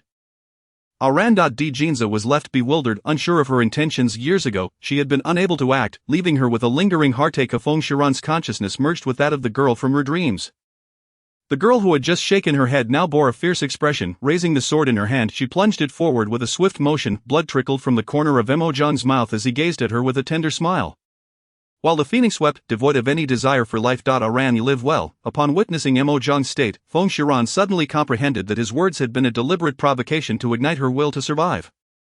Mo Jiang had never truly recognized that old man. Saving her had been a mere happenstance. Seeing her devoid of will to live, he had intentionally chosen this method to compel her to carry on. Mo Jiang simply did not wish to perish at the hands of his enemies. A bitter smile escaped Feng Shiran's lips. I never anticipated that I had misdirected my hatred. The illusion began to shatter. Piece by piece, Chapter 36, Longza's obsession. This isn't mine, is it? Jinza's face turned pale. No, at that time, you had already turned to ashes. The two of them found themselves standing on the precipice of their past demise. At that moment, she had already perished, and Jinza clutched 2 drops of blood tears. Consumed by regret, suddenly, the blood tears emitted a radiant glow, and the scene of her demise replayed before them. Feng Shiran turned to Jinza, whose expression was grim. Your emotional turmoil stems from my annihilation. Jinza's eyes glistened with moisture as he beheld Feng Shiran's form disintegrating into ashes once more. Gazing at the vision of her turning to dust, he murmured, Aran, forgive me, will you grant me another chance? Feng Shiran fell into silence, uncertain of how to respond. After all, to her, their fates had truly reached their end. As the scene shifted, Jinza appeared aged, his hair silvery and his face lined with hardship, his eyes fixated on the blood tears before him. A millennium had passed, and his yearning had become bone deep. His remorse ingrained in his very marrow. At last, the moment of reckoning arrived. On the day he descended to the mortal realm, he carefully preserved the 2 drops of blood tears. Ran, if fate allows. Can we meet again in the mortal realm? If so, I shall rectify all my shortcomings and debts. Seeing Jinza in such a state stirred a pang of sorrow within Feng Shiran. At the Ruiwang mansion, Feng Shiran surveyed the scene before her. What is this? Jinza replied softly, it is Longza's obsession. Just after their wedding night, Longza trembled as he clutched a letter, tears streaming down his face.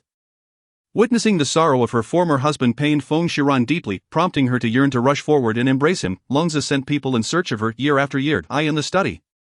Longza appeared haggard, gazing at the hairpin he had taken from her head, tears falling drop by drop. Why did you leave? Did I commit some error, or did you never love me at all? Feng Shiran's eyes filled with sorrow. I am sorry, I did not wish for this, Jinza lamented. After you departed, I felt as if the entire world had collapsed. As long as I draw breath, I will search for you. 10 years passed, and Longza appeared significantly aged, staring blankly at the portrait of Feng Shiran. His gaze lingered on the many images of her scattered throughout the room. Heavy with pain, suddenly darkness enveloped him, and upon awakening, he was diagnosed with lovesickness. Jinza's eyes reddened. I searched for a year, and another year, 10 years and more, yet there has been no word of you. Longza's health declined steadily, coughing persistently as he sketched portraits of Feng Shiran. Your grace should take your medicine. A servant offered a bowl of herbal concoction. Longza drank it down in one gulp. Seemingly oblivious to the bitterness. 30 years later, Longza could barely swallow, his condition terminal. Lying on the bed, he was emaciated, closing his eyes with regret. Feng Shiran stood at the bedside, watching as he succumbed, her heart aching. Longza, I personally sent away a man who treated me so well, only to be left with one who has caused me the deepest wounds. How foolish I have been. Jinza, as if sensing her thoughts, approached Feng Shiran and grasped her hands. Aran, will you grant me another chance, please? Feng Shiran lowered her head in silence. Jinza looked at her imploringly. I am Longza, your husband, not that scoundrel Jinza. Feng Shiran replied, but you are he. Jinza's eyes glimmered with unshed tears. Then I shall speak to you as Jinza. Do you truly not wish to see me again, Aran? I was once so ignorant, so reckless. I wounded your heart and caused your demise. Over these millennia, I have genuinely changed. 2 tears slipped down his cheeks. Aran, will you give me another chance? Feng Shiran hesitated. I do not know, please give me some time. Feng Shiran approached the bedside, caressing the face of the deceased Longza. She gently pressed her lips to his husband. I love you. If time could be rewound, I would not heed others' words, nor would I leave you. Longza's form began to fade, the scene dissolving. Jinza's illusion shattered, and all visions dispersed. The two found themselves amidst a field of corpses, an acrid stench permeating the air. Feng Shiran could not suppress a wave of nausea. Jinza wrapped an arm around her waist and lifted her, soaring above the remains. In the desiccated woods, a narrow path unexpectedly emerged, and they followed it forward. Feng Shiran pouted. We have been walking for a day. Why have we not yet reached the end? Jinza smiled indulgently. Are you tired? Allow me to carry you. Feng Shiran replied, there is no need. I am not of noble birth. How could I impose such a burden on the esteemed emperor? Jinza recognized the underlying tone, recalling the previous incident of carrying the princess. As they reached Feng Shiran's side, he swept her up in his arms. My lady, your jealousy is quite pronounced. It seems I must put in more effort. Feng Shiran retorted, who is your lady? Longze is already dead. I am but a widow now. Jinza quipped, oh, thank you for the reminder. I understand now. Feng Shiran replied, as long as you understand. Jinza's smile deepened as he glanced at the woman in his embrace. Teasing, upon our return to the celestial realm, I shall offer the world as a dowry to wed you. Feng Shiran gasped, what? Jinza, who has agreed to marry you? Jinza declared, since Longze is deceased. You shall remain my fiancée henceforth. Feng Shiran countered, our engagement was terminated long ago. Jinza responded, surely you have not forgotten, your birthday invitation remains in my possession. With a thunderous shock, Feng Shiran felt as if struck by lightning. Paralyzed in disbelief, oh, how could I have forgotten this detail? I must devise a way to retrieve it. Jinza's eyes sparkled mischievously. After 2 days and nights of travel, they finally arrived at a destination, a 9-tiered palace floating in midair. Xiaoranyan, the Zijing divine monarch rushed over. Jinza set Feng Shiran down. When did you arrive? I arrived 2 days ago. As the Zijing divine monarch spoke, he bypassed Jinza and ran to Feng Shiran's side. Xiaoranyan, are you hurt? Did he mistreat you? Feng Shiran replied, no. What of Baiqi? The Zijing divine monarch shrugged, I do not know. Perhaps he has met his end. Nay, he has not perished. Baiqi stumbled in from another path. Looking disheveled and panting heavily. Jinza declared, now that we are all present, let us rest outside for the night. Tomorrow, we shall enter the demon god temple. The Zijing divine monarch inquired, why wait until tomorrow? Jinza replied calmly, if you wish to scout ahead, I shall not hinder you. The group then settled outside, each finding a place to rest. Baiqi sprawled on the ground, falling asleep almost instantly. The Zijing divine monarch gathered some dry grass to make Feng Shiran more comfortable, while Jinza sat in meditation. Seeing Feng Shiran slumber peacefully, the Zijing divine monarch grew concerned. He reached out to check her pulse. Is there anything unusual about her health lately? Jinza opened his eyes. She has been unusually drowsy and her divine power seems to be waning, initially attributing the power loss to the illusion. He later discovered a second instance of dwindling strength. Chapter 37. Daring to tug at your ancestor's skirt. The following day, they entered the palace with renewed vigor. As they stepped into the first level, a flurry of arrows rained down upon them. With determination, the group fought valiantly against the incessant onslaught, but it seemed as if the arrows would never cease. In a fit of rage, Feng Shiran ignited a conflagration. Incinerating the arrows, the god of Purple County, observing the burning projectiles, gave a thumbs-up. Hurry to the second level, Feng Shiran urged. Cackling echoed from the second level, a sinister and eerie laughter. Baiqi inquired into the void. Has another woman passed through here before us? The mocking voice replied, indeed, indeed. Though the speaker remained unseen, their voice permeated the air. Where is she now? Baiqi pressed, the voice taunted, she is in my belly. Skeptical, Baiqi retorted, impossible, she wouldn't have perished so easily. I have yet to exact my vengeance. The god of Purple County brandished his flute, warning, you had best reveal yourself, or else, come find me, come find me. The haunting melody of the flute resonated, causing the surrounding decorations to tremble and crash to the ground. Ah, how unbearably discordant. Cease your playing. Yet the god of Purple County continued to blow the flute. Stop, can't you hear how dreadful it is? Finally, he set down the flute. I shall cease if you show yourself. I have already emerged, a voice declared. Baiqi scanned the vicinity. Where? I see no one. Feng Shiran felt a tug at her skirt and instinctively kicked out. A round, plump figure tumbled forth. With wide eyes, Feng Shiran exclaimed, how dare you touch the skirt of your ancestor, Feng? Have you a death wish? Emperor Jinja glared angrily, launching several ice pillars that pierced the air with a whoosh. Ah, spare me, cried the rotund figure, whose limbs were pinned against the wall by the ice. The god of Purple County approached with a mischievous grin. Little one, it is ill-mannered to lift a lady's skirt. I was wrong. Please spare me, the little figure pleaded. Feng Shiran stepped closer. Spare you, that depends on your worth to us. I in a panic, he stammered the woman before. She has already ascended to the top level. If you tarry, the treasure may be taken. Suddenly he felt a chill and glanced down to find his trousers stripped away. What are you doing? Emperor Jinja shielded Feng Shiran's eyes. Do not look, it would tarnish your beautiful gaze. The god of Purple County brandished a gleaming dagger, grinning wickedly. Guess what? He. Baiqi watched intently, pondering, this little thing, is it truly submerged? What difference does it make? The little figure, drenched in cold sweat, exclaimed, yes, my little brother is merely for show, just a trinket, huh? The god of Purple County chuckled slyly, then if it is merely a trinket, why not dispose of it? With a swift motion, blood splattered as a scream shattered the air. TSK, not even as large as my fingernail, must you scream so loudly? Baiqi remarked, enough of this time wasting, let us proceed, Emperor Jinja commanded. Levels 3 and 4 were filled with novices who could not withstand the onslaught. However, levels 5 and 6 were riddled with traps, yet, with the aid of 2 deities, they were quickly navigated. Upon reaching the 7th level, they felt an unprecedented pressure die. In the grand hall of the 7th level sat a formidable figure, a giant with a ghostly visage. Suddenly dark vines shot forth at great speed. Bai Qi barely had time to react before being ensnared.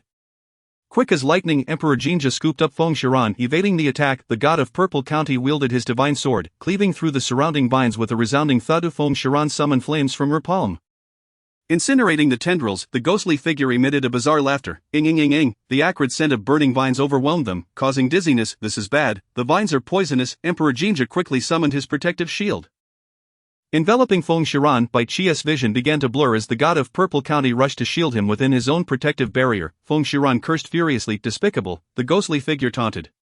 Despicable, ing ing ing ing, there are far more despicable acts. In an instant, the figure darted forward, shattering Emperor Jinja's shield with a powerful blow. Protectively, he placed Feng Shiran behind him and summoned his divine sword to strike back. Feng Shiran mirrored his actions, and together they launched an assault on the ghostly figure. Clashing swords created a dazzling display of light as their attacks intertwined seamlessly, a testament to their years of combat experience together. Suddenly, the ghostly figure split in two, launching simultaneous assaults on both of them. The god of Purple County, gripping his flute, played a melodious tune that echoed through the hall. The ghostly figure clutched its head in agony. Suddenly, its eyes glowed crimson, and the two specters merged once more. Ing ing ing ing. With a sinister laugh, the figure unleashed more vines, now imbued with toxic gas that rapidly sought to ensnare them. The hall became a labyrinth of poisonous tendrils, and they all succumbed to the hallucinogenic toxin, their strength waning. Bai Qi, unable to evade any longer, found himself ensnared. The god of Purple County's vision clouded as he struggled to resist. The ghostly figure leered at Feng Shiran. Want to save them? Then offer yourself to me. Feng Shiran slashed at the vines. Emperor Jinja too began to falter, his vision dimming. The god of Purple County was now fully ensnared and immobile. Emperor Jinja strained to protect Feng Shiran, astonished at the formidable power of the demon race. The ghostly figure sneered, "My identity is beyond your comprehension." It leered at Feng Shiran. Ing ing ing ing. Take your time to consider. Once your companions fall, you will naturally belong to me. The figure advanced step by step towards them. Emperor Jinja's face paled as he continued to shield her, declaring fiercely, "My woman is not something you filthy creature can covet." Ing ing ing ing. Then I shall savor the fragrance of a beauty. As the ghostly figure extended its hand, several vines ensnared it. Emperor Jinja, Feng Shiran swung her sword, attempting to sever the vines binding him, but with a forceful motion, the ghostly figure repelled her attack. Emperor Jinja struggled, watching helplessly as the ghostly figure approached her with lewd intentions. "Do not touch her," Feng Shiran exclaimed. "Why am I not poisoned? Could it be?" A sinister smile crept across her lips. "With your abilities, you are not worthy." Suddenly, a peculiar mark appeared on her forehead. A surge of formidable power erupted from her, sending the ghostly figure staggering backward. Feng Shiran unleashed the holy lotus fire, turning the vines to ash. The mark on her forehead emanated an aura of oppression and reverence. Subduing all in its presence, the ghostly figure trembled. Answers, with an air of authority, Feng Shiran declared, "You deserve 1,000 deaths." Gradually, she lifted her jade hand and directly extracted the ghostly figure's soul, crushing it effortlessly. She approached Emperor Jinja. Ajan, she infused him with her chaotic energy, dispelling the poison coursing through him. Emperor Jinja could distinctly feel the authority radiating from her. Ajan, what are you doing? Feng Shiran helped him to his feet. Simply stating, chaotic energy, only the primordial deity could withstand such power. Whoever possessed it was deemed worthy of the ancestral title. She then walked towards Bai Qi and the god of Purple County, administering the antidote. "This is too draining. It seems I must refrain from using chaotic energy until reaching true divine status." With that, she reabsorbed the chaotic energy. The mark on her forehead vanished, leaving her utterly drained of divine power. Seeing that the two were still unconscious, Emperor Jinja urged, "Ajan, sit and rest for a moment." He attempted to transfer his divine energy to her. "You are injured too. Conserve your strength," Feng Shiran protested. "Your current state cannot harness chaotic energy. Refrain from using it lightly in the future." Understood. From where did you inherit this chaotic energy? Emperor Jinja queried. Feng Shiran revealed without reservation, "From the wasteland." As Bai Qi and the god of Purple County regained consciousness, they realized the ordeal had ended. The god of Purple County hurried to Feng Shiran's side. "Ajan, are you hurt? Your complexion looks pale." Feng Shiran rose. "I am fine, let us go," expecting a fierce battle on the 8th level. They were instead met with a resplendent palace. Floating above the palace was a box, surrounded by a grand formation. The god of Purple County exclaimed, "Could this be the map?" He raised his leg to approach it. "Wait," Feng Shiran halted him. "What is it?" The god of Purple County queried. "It's a trap." Feng Shiran cautioned. "A trap?" He echoed. "If this is indeed a map, why is the Fox clan's princess consort absent?" Bai Qi caught a whiff of her presence and shouted, "Shinger, come out, I know you're here, show yourself, hee. A crisp sound echoed behind them, prompting the group to turn around. The enchanting smile of the Fox clan's princess consort appeared before them. Star said sweetly, "I've been waiting for you for quite some time, why did you arrive only now?" Bai Qi's eyes turned red with fury as he exclaimed, "Why would you harm our kin?" "They are our family." Star's gaze shimmered with a cold light as she replied, "Family, kin, when did they ever regard me as one of their own?" Bai Qi countered, "The elders may harbor biases against you. But what of Bai Yin? He has treated you with unwavering sincerity, why must you take his life?" Star dismissed it nonchalantly, that useless fool, incompetent in both literature and martial prowess, when gifted with demonic energy.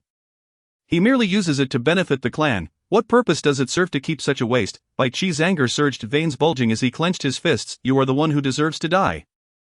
Suddenly he leaped forward, striking at Star with a palm. Bang! Star retaliated fiercely, sending Bai Qi staggering backward. Pooh! The divine monarch of Jijun caught Bai Qi as he stumbled back, declaring, "I shall deal with her."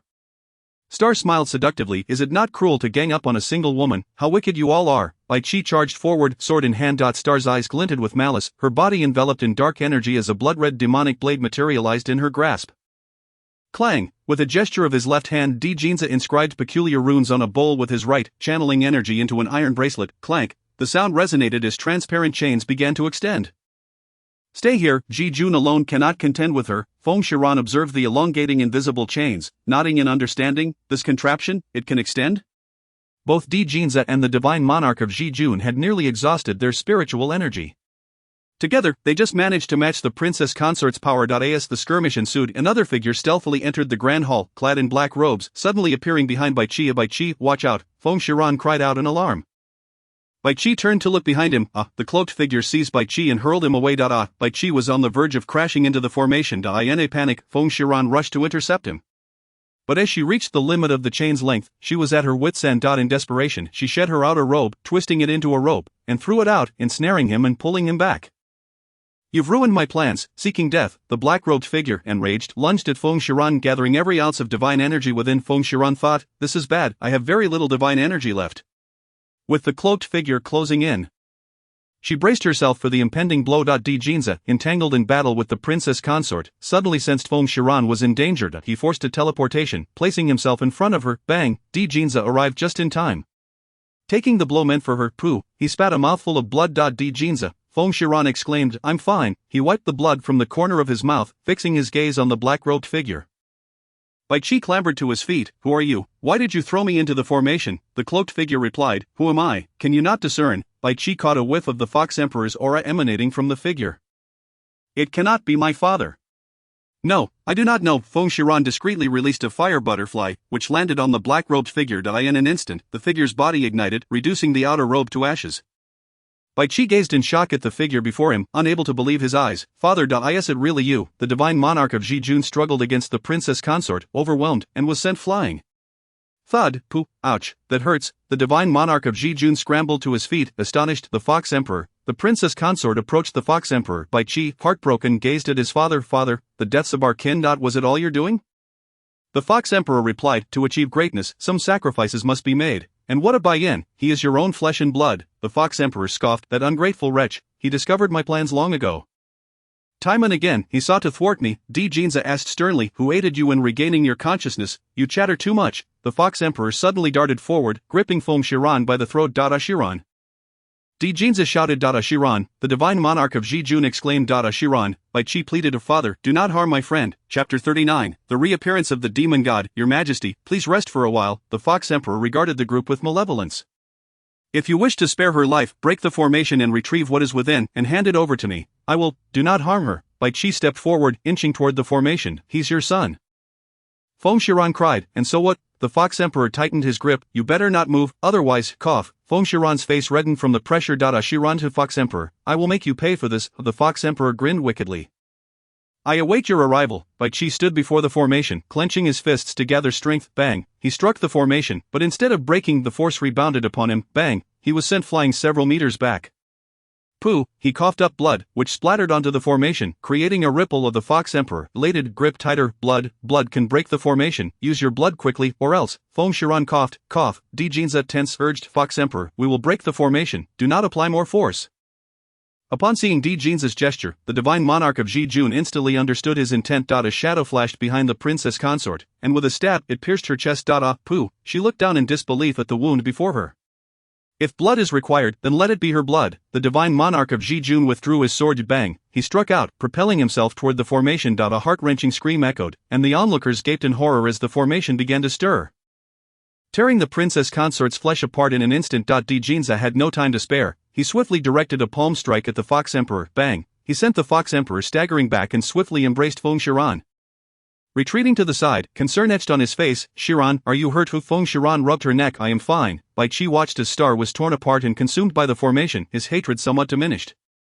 Boom! A powerful explosion shook the grand hall of the formation dissipated, and a box, once suspended in the air, plummeted to the ground with a thud. Ha! The Fox Emperor laughed maniacally as he rushed toward the fallen box. Bai Qi sprang up, racing ahead to seize the box. The Fox Emperor feigned a tender demeanor, advancing step by step. Cheer, be a good boy. That box is very important. Hand it to father. Bai Qi, clutching the box, retreated, pain evident in his eyes. Father, why have you become this way? The Fox Emperor replied. Cheer, there are many things you do not comprehend. One day, father will enlighten you. Advancing closer, he urged, be good, give it to me. The divine monarch of Ji Jun charged at the Fox Emperor with his sword drawn. The Fox Emperor sidestepped, evading the strike. Di Jinza dashed to Bai Qi's side. Hand the box to me. Bai Qi relinquished the box to Di Jinza. You all shall die. The Fox Emperor's dark energy surged violently. Bang! Thud! The divine monarch of Ji Jun was violently slammed against a pillar. Pooh! Feng Shiran gasped. His demonic energy is far too potent. Bai Qi confronted the Fox Emperor. Father, turn back. The Fox Emperor's eyes glowed crimson. Ungrateful wretch, I shall pretend I never bore you. Bang! With a forceful strike, he struck Bai Qi in the chest. Thud! Bai Qi fell heavily to the ground. Bai Qi, Feng Shiran rushed over. Bai Qi, Di Jinza and the divine monarch of Ji Jun attacked the Fox Emperor simultaneously. Pooh! Bai Qi continuously spat blood. Feng Shiran, anxious and frightened, knelt beside him, channeling some divine energy into him. Bai Qi grasped Feng Shiran's hand, stopping her. Shiran, do not waste your divine energy. Feng Shiran felt a pang of sorrow. Bai Qi, you will be fine. I will not allow you to die. Bai Qi smiled faintly. I have yet to marry. How could I possibly die? You must fulfill your duties without concern for my feelings. Feng Shiran understood his intent. Nodding as she rose to approach the Fox Emperor. Di Jinza and the divine monarch of Ji Jun had successfully ensnared the Fox Emperor within the formation. Feng Shiran gathered her divine energy in both hands, and a blue-purple fire lotus materialized. At bang! The fire lotus struck the Fox Emperor, igniting him in a blaze. A piercing scream erupted. Little girl, come up here. A melodious male voice resonated in her mind. Feng Shiran glanced around, finding no one else present. The Fox Emperor was reduced to ashes. Little girl, I am on the 9th level, come up. Feng Shiran inquired, did you hear that voice? Di Jinza approached. No, what is it? They cannot hear it. Feng Shiran replied, it is nothing, I wish to see. The divine monarch of Ji Jun moved to the side of the unconscious Bai Qi. You may go. I will take Bai Qi back to heal. The two ascended to the top level. Feng Shiran frowned, surveying the room filled with cobwebs, untidy and unkempt. Little girl, Di Jinza's expression hardened. Who goes there? Reveal yourself. A stunningly beautiful man, clad in white and stepping upon pristine white lotuses, stood gracefully in mid-air, unblemished by the world. Feng Shiran gazed up at him, captivated. It was the first time she had encountered such exquisite beauty. Wow, a jade-like figure gracing the path, a gentleman unparalleled in the realm. None of these descriptions could do justice to this man's allure. With a mere flick of his slender jade-like fingers, the dilapidated room transformed instantaneously into a resplendent palace. Di Jinja observed Feng Shiran's infatuated expression, a surge of jealousy swelling within him. Who are you? He inquired. The man descended gracefully, approaching Feng Shiran. You have come to my domain and yet question my identity?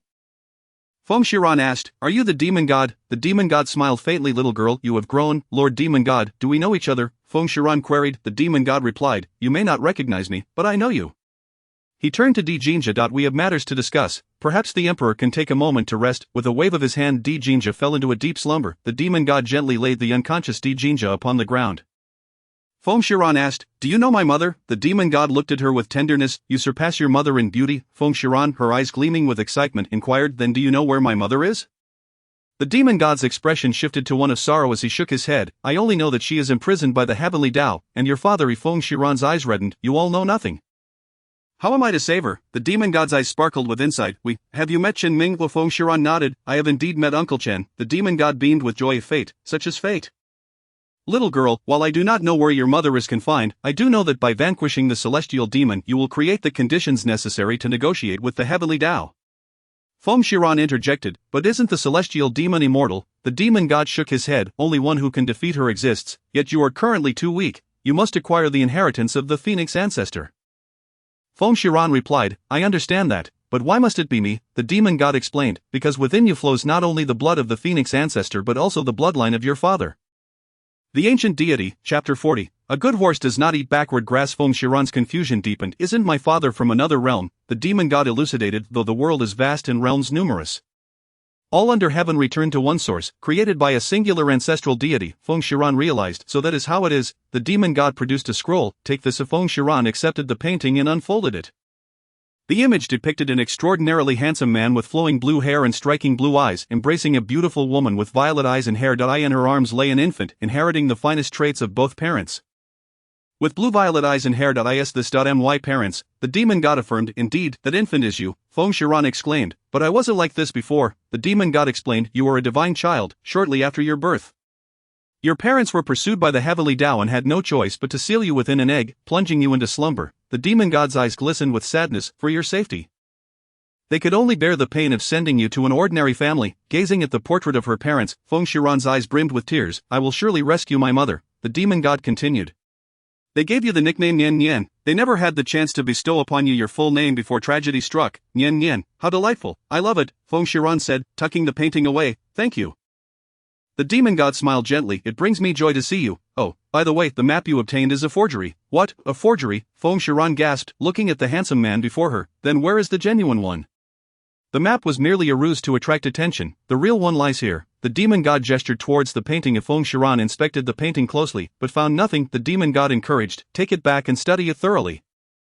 I believe you will uncover its secrets. Feng Shiran sat down, running her blue-violet hair across Di Jinja's face. As he dozed, he felt a tickling sensation and awoke to find her enchanting eyes gazing at him. Arian, seeing the white-clad man smiling at them, ignited a spark of jealousy within Di Jinja. You're awake. Let us go. They both rose, and Di Jinja regarded the demon god with palpable hostility. He didn't harm you, did he? Feng Shiran smiled softly. Of course not, Uncle Demon God, take care. The demon god returned her smile with warmth. You too, be safe. Watching Feng Shiran depart, he shed 2 tears. Little Nian Nian. Take care. Upon exiting the forbidden ground, Di Jinja's suppressed divine power dissipated. Feng Shiran attempted to alter her appearance with her thoughts but found she could not change her hair to black. Oh well, it is what I was born with. Let us go to the demon lord, Feng Shiran said, nestled against Di Jinja's back as she fell asleep. Di Jinja, carrying her, replied gently, alright, are you concerned about Yuner? Feng Shiran, feeling utterly drained, could barely respond. Di Jinja asked, why do you call the demon god uncle? Feng Shiran, eyes closed on his back, replied, he knows my biological parents. What else should I call him? Your biological parents. Who are they? Feng Shiran replied, you wouldn't know them, you've never heard of them. Di Jinja inquired, are they still alive? Feng Shiran retorted, why do you ask? It has nothing to do with you. A flicker of displeasure crossed Di Jinja's features. How could it not matter? I intend to formally propose to you. Feng Shiran scoffed, don't even think about it. A good horse does not eat backward grass. Di Jinja's eyes reddened with grievance. Rian. Was I too much of a scoundrel before? For the sake of Longza, grant me one more chance. Feng Shiran lifted her head. Longza would forsake everything for me, while you, Di Jinja, would not. Di Jinja insisted. I would, he continued, if one day you must choose between the lives of countless souls and me, would you forsake the world? Di Jinja's complexion turned pale. The words caught in his throat, unable to be voiced.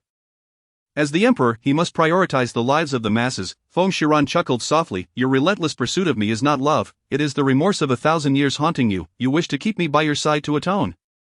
Di Jinja's heart ached, bleeding. Rian, I wish to make amends. I truly care for you and cannot bear to lose you again. Feng Shiran declared. Di Jinja, I have forgiven you. We must both let go of the past and not live burdened by former sorrows.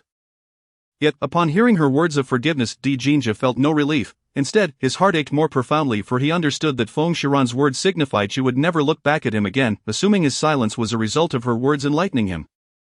Feng Shiran believed she had made him see the light. Upon reaching the demon lord's abode, silence enveloped the cave. Put me down. Di Jinja gently set her down, taking her hand as they cautiously advanced. Inside the cave, an eerie stillness prevailed, and Di Jinja shielded Feng Shiran behind him. The demon princess, clad in a flowing black gown, sat majestically in the hall. Yuner was bound, her mouth gagged, while 2 burly men held knives to her throat.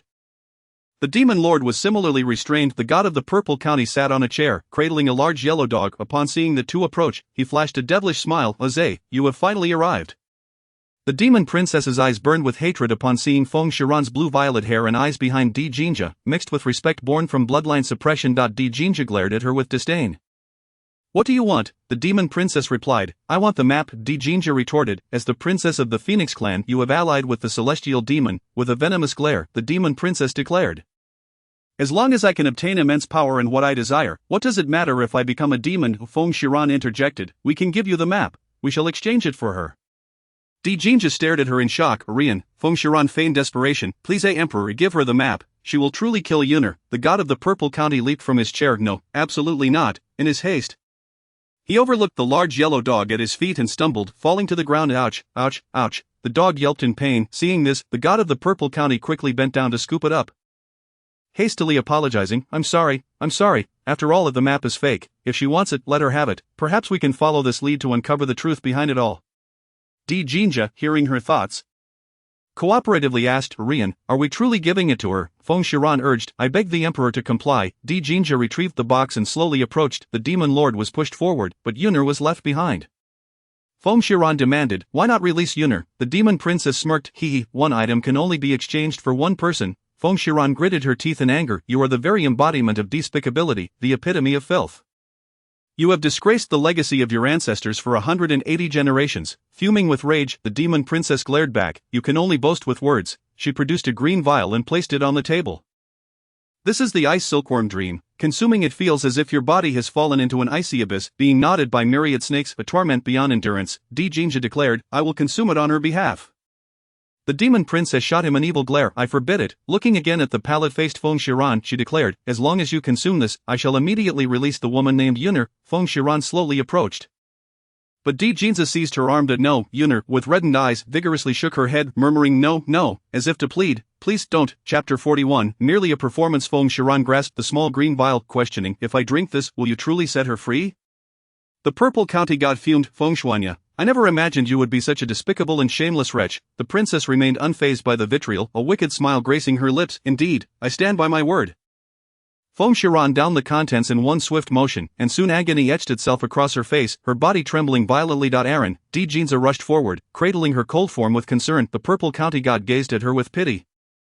Exclaiming Aaron, a sinister laughter erupted from the princess. Feng Shiran, this potion was not easily obtained. There is no antidote. Savor the experience. As icy chills enveloped her, Feng Shiran curled up on the ground, shivering and groaning in torment.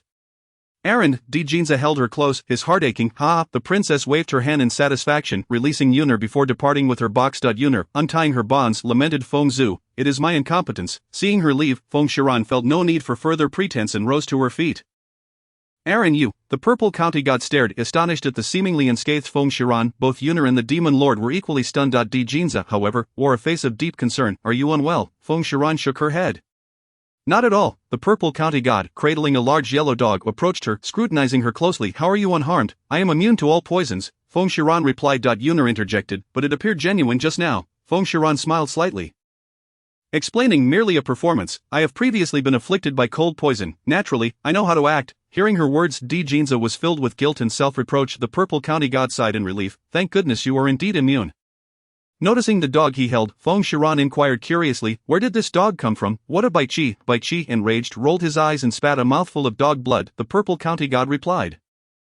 This is your Baichi. Feng Shiran dismissed it. Impossible. Baichi is a white fox. How could he be a large yellow dog? Whoa, Baichi protested. Jinja smiled charmingly and clarified, when a celestial fox encounters peril, it conceals itself in a mundane form for self-preservation. Feng Shiran excitedly grasped the large yellow dog, exclaiming, are you truly Baichi? The dog shot her a sidelong glance. Feng Shiran asked, why can he not even speak? Yuner embraced Baichi. What injuries has he sustained? The Purple County god replied, physical wounds can be easily mended, but the wounds of the heart require him to come to terms with them himself. Feng Shiran sighed inwardly. The one who hurt him most deeply is the Fox Emperor. This emotional knot is not so easily untied.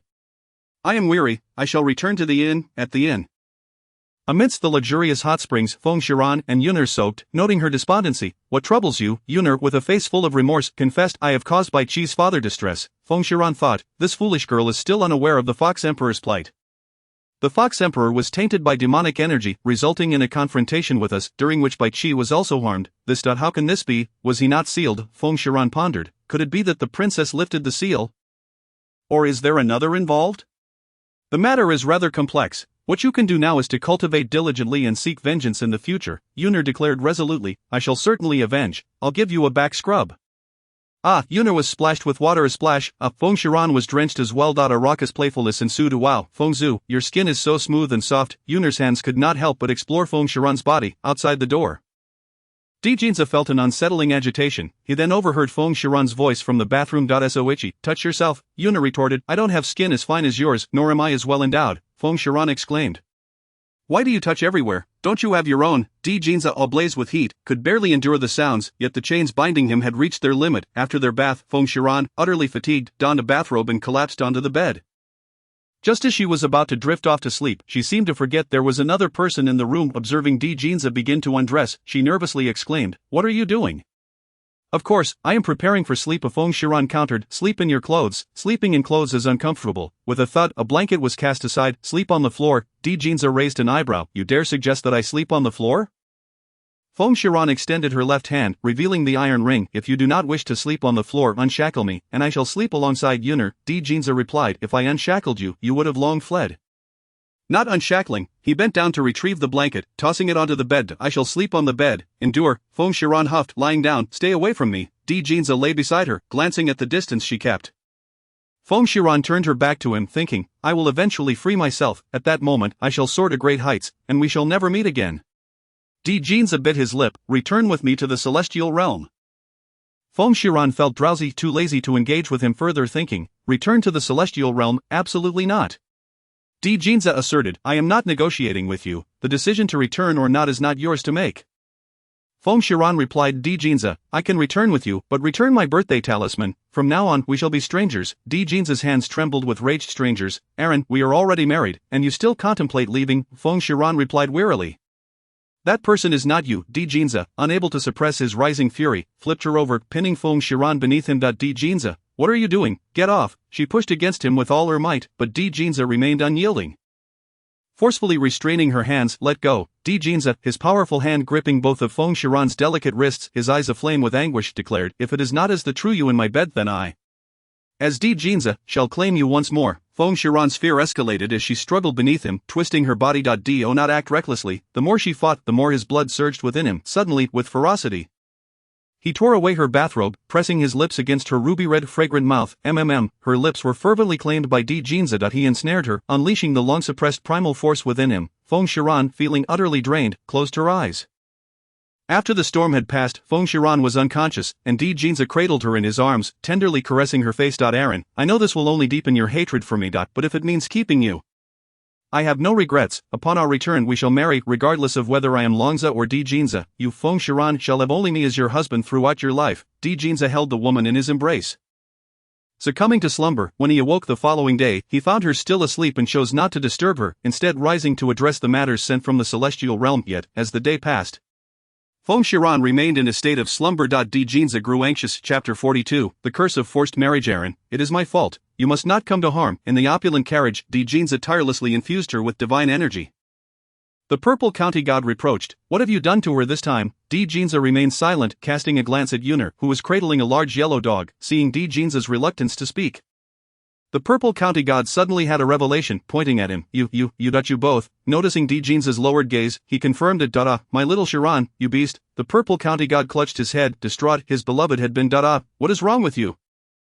Yuna, naive to the world, asked, What troubles you? The purple county god pressed his hand to his heart, lamenting, My little cabbage has been ravaged by a filthy pig. It pains me so. Dijinza's expression darkened.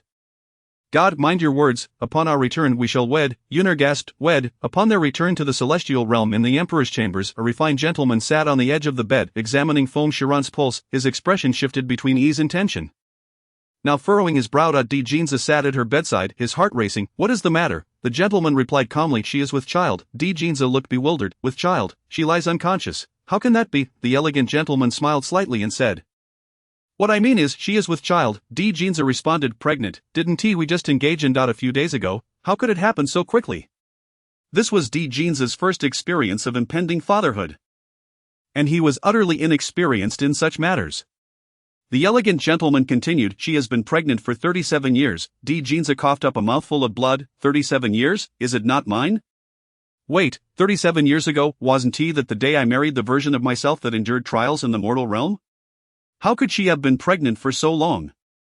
Why does her belly still appear so flat? The elegant gentleman replied, Your Majesty, our divine race bears children differently from the celestial beings. It takes no less than a century for a birth to occur. Ginza asked, Is her fainting due to some issue with the fetus? The elegant gentleman confirmed, Indeed, there is a problem. May I inquire, Your Majesty, does this young lady have family? Is her husband still around? Ginza stated, Speak plainly, the child within her is mine. The elegant gentleman was momentarily taken aback, then asked, Your Majesty, during your union, was she of age? Ginza replied, Not yet. The elegant gentleman remarked, Then that explains it. Ginza questioned, What do you mean? The elegant gentleman explained she was not of age when she conceived, hence the damage to her body. This is a minor issue. The main concern is that the lady carries a divine fetus. Ginza furrowed his brow. What is a divine fetus? The elegant gentleman elucidated, A child born to our divine race possesses its original form from birth. It takes several years before it transforms into an infant form. A divine fetus, however, is in the infant form from the moment of birth. Ginza suddenly understood. No wonder her divine power has been waning. It turns out it has been siphoned by the divine fetus within her. The elegant gentleman continued, The gestation of a divine fetus is not only exceedingly arduous but also protracted. Ginza inquired, How long is this protracted period? The elegant gentleman replied, An ordinary fetus can be born in a century. A divine fetus requires over 200 years, or even longer. Ginza asked, What must be done for her to awaken? What should be noted regarding this divine fetus? He understood that her body had suffered excessive depletion, leading to her fainting. She shall awaken by tomorrow. The gentleman rose, approached the table, and retrieved pen and ink, proceeding to concoct some medicinal herbs to stabilize the pregnancy. Your Majesty should exercise restraint regarding your intimate affairs. After the gentleman departed, Ginza felt an amalgamation of joy and trepidation. I ran, When you awaken tomorrow, we shall wed. He was delighted at the prospect of having a child, yet anxious about how she would accept all of this. He gently caressed Feng Shiran's small belly, feeling the life within. I ran, We are to be parents. A day later, Feng Shiran awakened, her divine power restored, and her body no longer fatigued. She opened her beautiful blue-violet eyes, only to discover she was not in the inn but in the room of the one she despised the most. Ginza. She sat up, and suddenly the room was filled with a chorus of voices. We pay our respects to the Empress. She trembled, and upon closer inspection, saw rows of little celestial attendants standing neatly holding phoenix crowns, robes, and various precious adornments. Two little attendants approached, bowing, Please, Empress, allow us to assist you in dressing. Feng Shiran felt a sense of foreboding. Empress, I am not your Empress, leave me be. The little attendants immediately knelt. Please, Empress, allow us to assist you in dressing. Feng Shiran donned her shoes and socks. Descending from the bed, coldly regarding the kneeling attendants, Step aside. The attendants, bewildered, exchanged glances. What? Outside, a celestial attendant called out, Your Majesty. Upon hearing this, Feng Shiran saw Ginza enter. She quickly checked her left wrist. The iron bracelet was still there. Its binding temporarily lifted. Feng Shiran questioned, Temporarily? Ginza approached her, gazing warmly. Yaran, I have announced to the world that I shall marry you at once. Feng Shiran retorted, What does your marriage have to do with me? Don't think that because you forced yourself upon me, I must enter your harem. Ginza asserted, From now on my harem shall consist solely of you. He took her hand and placed it on her small abdomen. Aran, we have a child. This is our child. Child? Feng Shiran furrowed her brows. Ginza smiled slightly. You are pregnant. It is Longza's child, as well as mine. Pregnant? Feng Shiran felt as though struck by lightning. Her mind blanked. No, it cannot be. Are you deceiving me? Is this a ruse to marry me, to keep me with you? Ginza replied solemnly, A ruler does not jest. I do not deceive you. Feng Shiran placed her hand on her abdomen, feeling the life within. Is it truly Longza's? Ginza affirmed, Yes. Feng Shiran replied coolly, I am already married. Your Majesty should seek another. Ginza grasped Feng Shiran's shoulders, anger flaring. What distinguishes me from Longza? Feng Shiran countered, Our identities differ, our responsibilities vary. Longza would forsake everything for me, while your Majesty would sacrifice me for the realm. Ginza's eyes reddened. Aran, I will protect you with my life from now on. I shall never harm you again. Feng Shiran's gaze remained devoid of emotion. Ginza, let go of the past. We have long since ended. Tears glistened at the corners of Ginza's eyes, and he swiftly inscribed a golden talisman upon Feng Shiran. What are you doing again, Ginza? Feng Shiran gasped in shock. Bring forth the Empress's attire. Ginza commanded with authority. This is a command spell. Once the wedding is concluded, I shall naturally release you. Feng Shiran's expression darkened. She understood the potency of a command spell. A command spell is an ancient and mysterious enchantment used to control the other party. The afflicted will be compelled to obey the spellcaster. Ginza began issuing commands. Assist the celestial attendants in dressing. The attendants approached, and Feng Shiran found herself unable to resist, allowing them to adorn her. Chapter 43, The Demon Goddess Overwhelming Support. Ginza gazed adoringly at the breathtakingly beautiful Feng Shiran, who rendered the world around her pale in comparison. He thought to himself, Aran, I have regretted for 1,000 years. But in this moment, I do not. Jinza extended his hand, commanding hand. He held Feng Shiran's hand, commanding, let us proceed together to the altar. The grand hall was filled with anxious gods and noble ladies from nearby realms. Each of the noble ladies was dressed to the nines, eager to outshine the bride, their faces adorned with a uniform blend of jealousy and fury. Isn't Feng Shiran dead? Indeed, her soul had scattered. How could she return? Perhaps it is merely a case of sharing a name. Truly how fortunate. I shall see how a mere namesake can match the emperor. The Dragon Clan Jinza's elders received the news with bewilderment and rushed over. Jinza's stepmother hailed from the Zhao Dragon Clan, the younger sister of the Dragon King. Jinza's biological mother had passed away during childbirth, and shortly thereafter, he married a princess from the Zhao clan, who perished in battle against the Demon Clan. A few years later, his stepmother entered, adorned in splendid attire, her hair adorned with luminous jewels. Gracefully approaching, she took her seat at the head of the elders' table, accompanied by a strikingly dressed woman. Her face bore signs of displeasure and anger. And how did my cousin is suddenly marry, and with someone who has been dead for 1,000 years? Jinza's stepmother scoffed. Perhaps it is merely a case of sharing a name. A person of lowly status cannot remain long in our household. The woman beside her displayed a smug smile.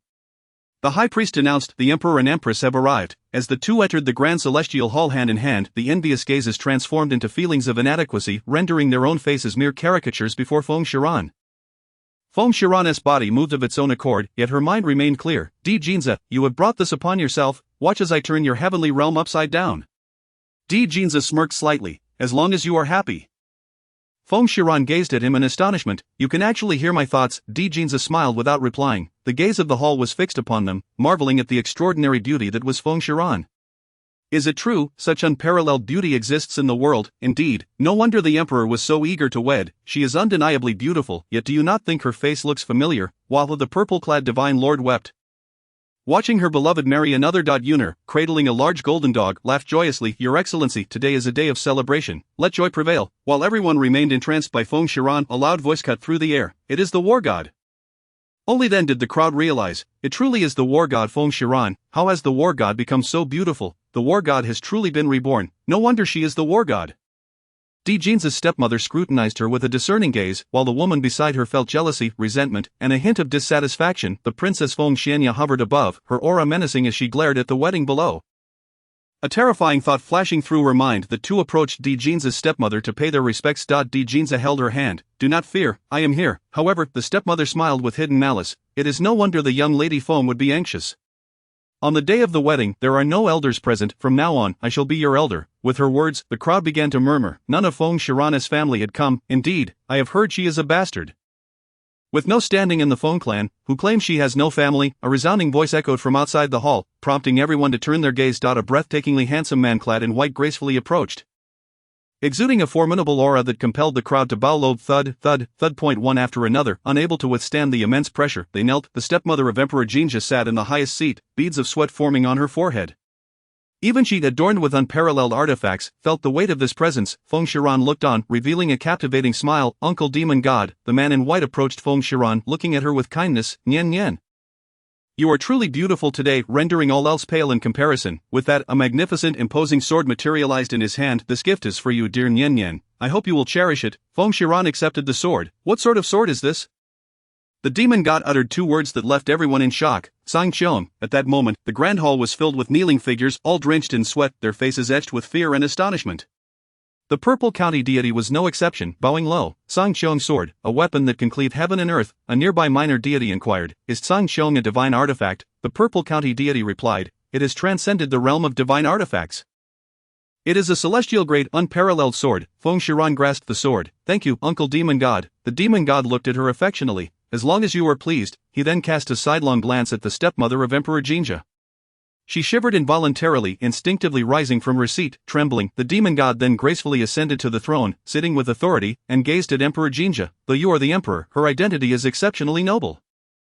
You are not worthy of her. Emperor Jinja lowered his head slightly. It is I who am unworthy. From now on, I shall ensure she suffers no grievances. The crowd marveled in secret. Isn't she a bastard child? What other identity does she possess? The envious princesses gritted their teeth. A lowly illegitimate child, using enchantments to ensnare the emperor. To marry her is already an extraordinary fortune. The demon god declared, I doubt you possess the courage. Let us proceed with the wedding. With a bow to heaven and earth, a second bow to the parents, the couple bowed to each other, thus concluded a wedding that shook the 6 realms. With the demon god providing formidable support for Feng Xiran Dai in the opulent bridal chamber upon the lavish wedding bed, Feng Xiran mused, so this is the feeling of having someone to rely upon. Emperor Jinja, holding her hand, was reluctant to let go. From now on, I shall be your fortress, Feng Xiran urged. Lift my curse, Emperor Jinja replied. The wedding is not yet complete, the curse cannot be lifted. Feng Xiran's eyes widened in anger. We have already completed the ceremony. Emperor Jinja stood and walked toward the table, retrieving 2 goblets of wine. Only after we drink the nuptial wine and enter the bridal chamber can it be deemed complete. Feng Xiran shot him a glare. This is the second time, is it truly necessary? Ha, have you not always denied that I am Longza? Feng Xiran retorted. Regardless, I refuse to drink, Emperor Jinja countered. You have no say in this. He began issuing commands. Drink from the cup. Feng Xiran's eyes flashed with golden light, and against her will she stood and walked to his side. Together, they drank the nuptial wine. Emperor Jinja beamed with joy. His heart brimming with bliss. On the bed, Feng Xiran glared at him furiously. Ha, can you not endure this? What follows will be even more outrageous. Emperor Jinja wore a mischievous smile, his finger issuing commands. Assist me in shedding my garments.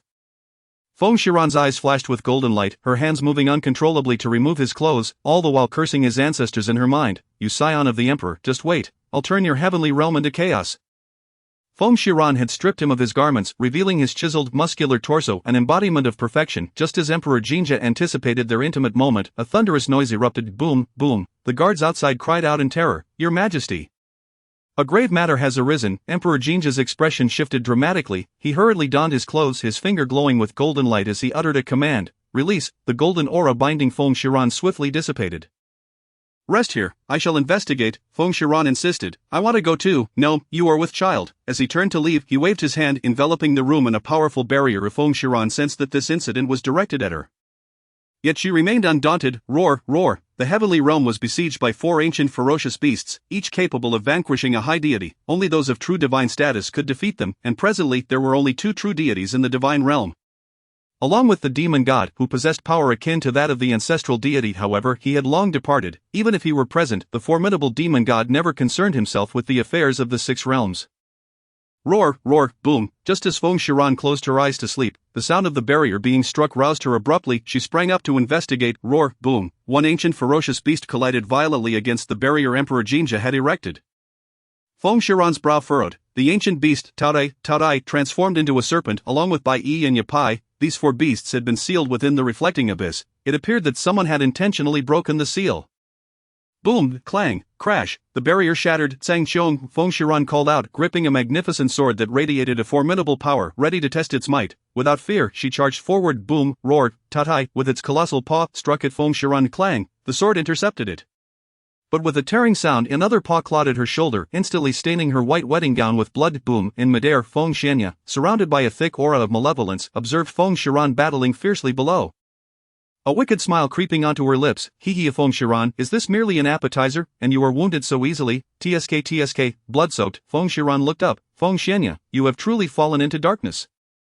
You bring disgrace to the Feng clan. Feng Xianya laughed. Hehe. As long as I can see you perish, what does it matter if I have succumbed to darkness? With a powerful blow, Feng Xiran was sent sprawling to the ground. Puff, she clutched her abdomen, thinking, it hurts so much. Ah, Feng Xiran, you are doomed. No one can save you, not even Emperor Jinja. Roar. Taodai lunged ferociously at her. Feng Xiran unleashed a blast of sacred lotus fire. Roaring, the intense blue-violet flames incinerated a layer of Taotia's flesh. Howl, Taodai cried out in agony. It seemed another strike was necessary. Feng Xianya's expression twisted malevolently, jingling the bell in her hand. Hiss, the serpent. A formidable creature slithered toward her. Feng Xiran, enduring excruciating pain, rose to her feet, channeling sacred lotus fire into her sword. I hope the remaining divine power can challenge it. With a hiss, the massive serpent lunged at her. Feng Xiran raised her sword and swung it down. Clang, the blue-violet flames engulfed the serpent, sizzling as they melted its skin, corroding down to the muscle. Hiss, the enormous serpent writhed in pain, its eyes blood-red. Seemingly driven mad, charging at her with reckless abandon, Hehe, Feng Xiran, occupied with the serpent, could not turn to confront Taodai. As she sensed danger, she saw the beast's massive claws descending upon her. A figure descended.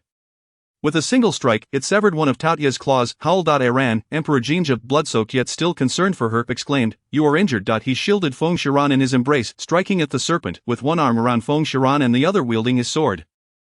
Emperor Jinja faced off against two ferocious beasts. Feng Shiran nestled in his embrace, felt the warmth radiating from lungs. A roar, hiss, boom, bang, bang. Emperor Jinja struggled against the two beasts, beginning to falter. Feng Shiran gathered all her divine power and unleashed a palm of blue-violet fire lotus. Hull, Taotai was engulfed in flames, wailing in torment. Aran, do not expend any more divine power. Feng Shiran's complexion paled, the claw marks revealing white bone, blood oozing from the wounds. Her abdomen throbbed painfully. You cannot handle this alone. I am here too. The true deity Dongming arrived, battered yet determined. You two take a breather, I will deal with the serpent. Emperor Jinja replied, thank you. Feng Xianya, with a predatory gaze fixed on Feng Shiran, conjured a gleaming sword, vanishing into thin air. Thrust, the blade pierced Emperor Jinja's chest. Feng Xianya, stunned, looked at Emperor Jinja standing protectively before Feng Shiran. Why would you die for her, Emperor Jinja? Feng Shiran watched in horror as his face drained of color, blood gushing from the wound in his chest, her heart racing with inexplicable dread. Thrust, Feng Xianya mercilessly withdrew the blade. D. Jinza spat a mouthful of blood, his body collapsing. Feng Shiran hurriedly caught D. Jinza as he fell. With a sinister glare at Feng Shiran, he yelled, it's all your fault, it's because of you, I will kill you. The sharp blade lunged once more towards Feng Xiran. ran. Be careful. D. Jinza desperately tried to rise but found himself utterly powerless. Clang! Feng Shiran, with a fierce gaze, used her mental prowess to manipulate the heavens and deflected the strike. Bang! The purple county god, enraged, retaliated with a sword aimed directly at Feng Xianya. With a grunt, Feng Xianya was ambushed from behind, coughing up blood. Feng Xianya, you madwoman, you truly deserve to die. The purple county god swung his sword towards Feng Xianya. Feng Shiran, cradling the blood-soaked D. Jinza, felt a wave of panic for the first time. Help, someone please. D. Jinza gently stroked Feng Shiran's hair. Aran, but if I die, will you still hate me? Feng Shiran's eyes turned red. If you survive, I won't hold it against you. The East Ming deity arrived, having vanquished the serpent transformation and assessed the injuries. Rest assured, Empress, he will not die. D. Jinza furrowed his brow, casting a scornful glance at him. Are you here to undermine me? Finally, Aran has shown some compassion. East Ming chuckled, lifting D. Jinza's eye in the room. An elegant man treated D. Jinza's wounds with healing techniques, diligently bandaging his injuries. The purple county god stormed in angrily. Let her escape, D. Jinza replied nonchalantly. Let her go, it's best to bait the big fish. With the help of her maid, Feng Shiran finished bandaging her wounds and emerged from the inner chamber. Is his injury serious? The elegant man replied. Though severe, it is not life-threatening. However, we must check on the Empress's pulse. Lying on the bed, D. Jinza appeared anxious. Aran, let the apothecary examine you. Feng Shiran extended her hand, and he solemnly took her pulse. East Ming noticed something amiss in his expression. What's wrong? Chapter 45. I unexpectedly married an old woman, the apothecary declared. Empress, your pregnancy is extremely unstable. There are signs of a miscarriage. Everyone gasped, and the purple county god exclaimed, a miscarriage? You already have a child. East Ming was equally astonished. A miscarriage? Feng Shiran pressed her hand against her slightly aching abdomen, remaining silent. The most anxious was D. Jinza, apothecary. Please ensure the safety of our child, the apothecary assured. Fear not, my lord, I won't let anything happen to the unborn. East Ming sighed. Today was supposed to be your honeymoon, yet it was ruined by that possessed imperial princess. The purple county god sobbed, wiping away tears. What honeymoon? This is our second marriage. D. Jinza, displeased, stated, I am injured and cannot rise to see you all off. The apothecary prescribed medicine to stabilize the pregnancy. And after lying in bed for a few days, D. Jinza recovered and went to the court. Of Feng Shiran slumped over the table, staring hopelessly at a bowl of dark medicinal soup. Alas, the dragon clan is indeed the strongest.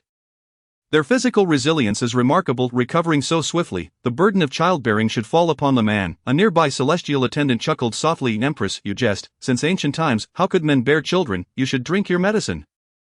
Feng Shiran pouted, lifting the bowl. This is my last drink. Gulping it down in one go. Just as she finished, a large yellow dog dashed in. Feng Shiran scooped up Bai Qi. Why haven't you transformed back yet? Bai Qi nestled his head against her chest. This feels so good, much softer than that annoying girl's embrace.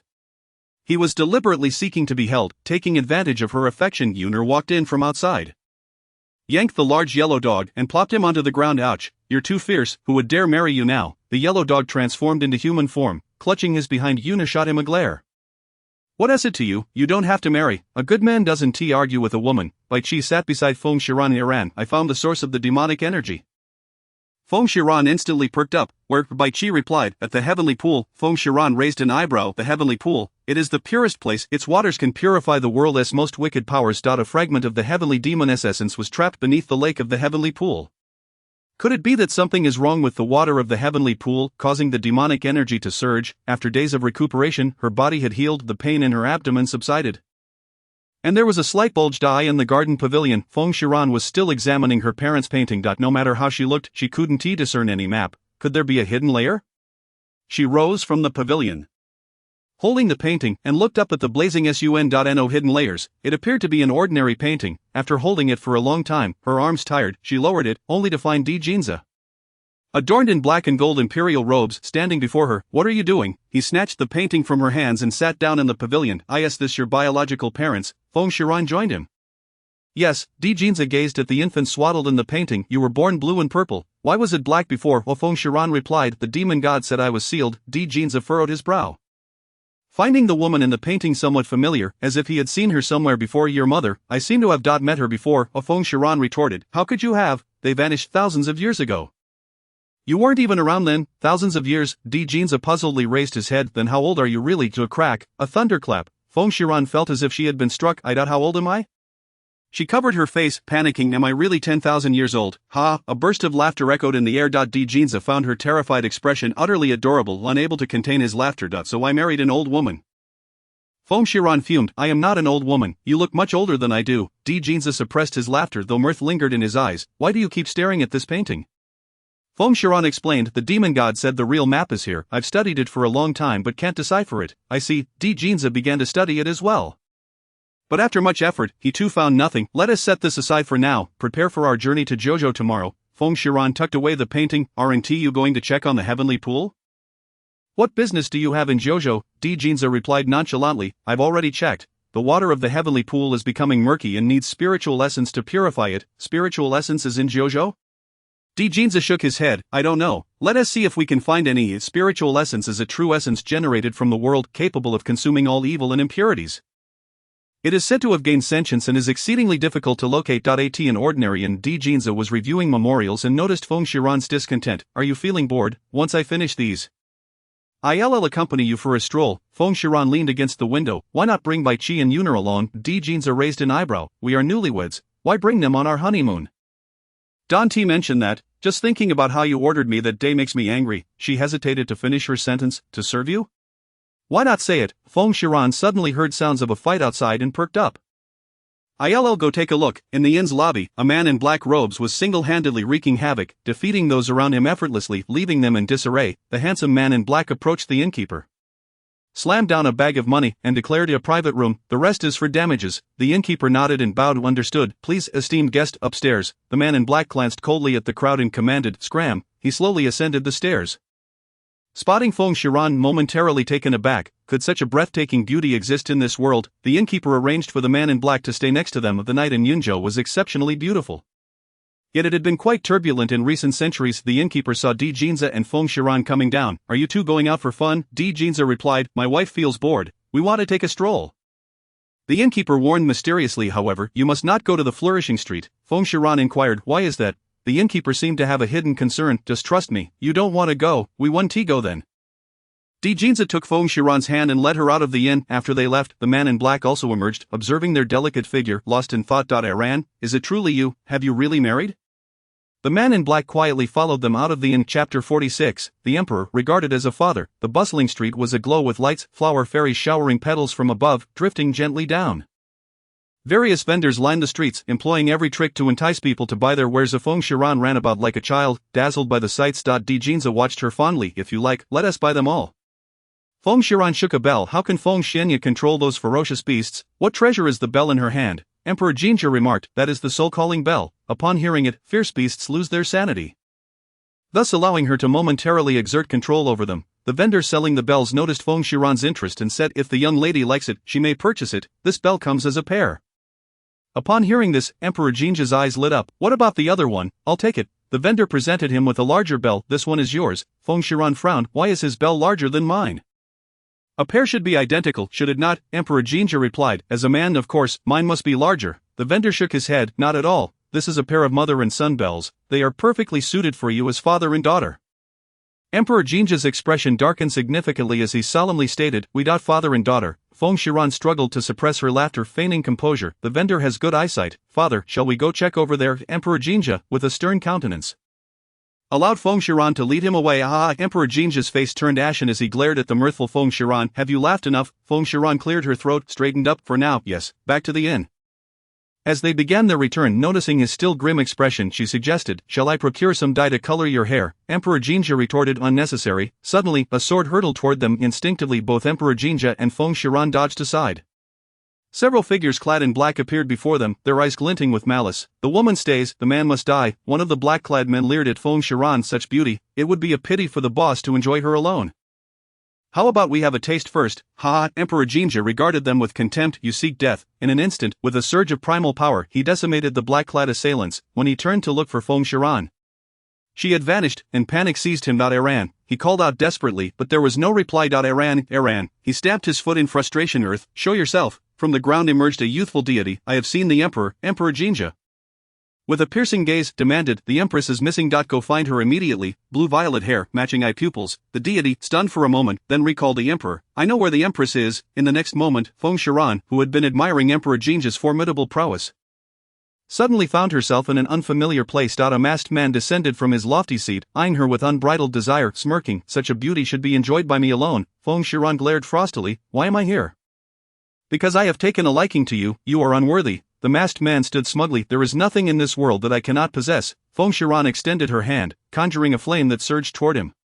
The masked man effortlessly evaded, grinning wickedly. The fiercer your spirit, the more I desire you. Drawing her divine sword, Feng Shiran declared, if you seek death, I shall oblige. She swung her blade toward him. Clang! The masked man showed no fear. Rather, he welcomed the challenge with exhilaration. Whenever he found himself at a disadvantage, he vanished without a trace. Show yourself, coward. Are you not a man? The masked man appeared behind her, greedily inhaling the scent of her hair. With a swift motion, Feng Shiran turned and struck out, but once again, she missed her target. Frustrated, she unleashed a torrent of flames, attempting to incinerate the place. The masked man suddenly materialized behind her, striking her at the back of her head. Darkness enveloped her as she lost consciousness. The masked man surveyed his surroundings, engulfed in flames, and sighed, why do they always play with fire? With a casual wave of his hand, the chilling air extinguished the flames.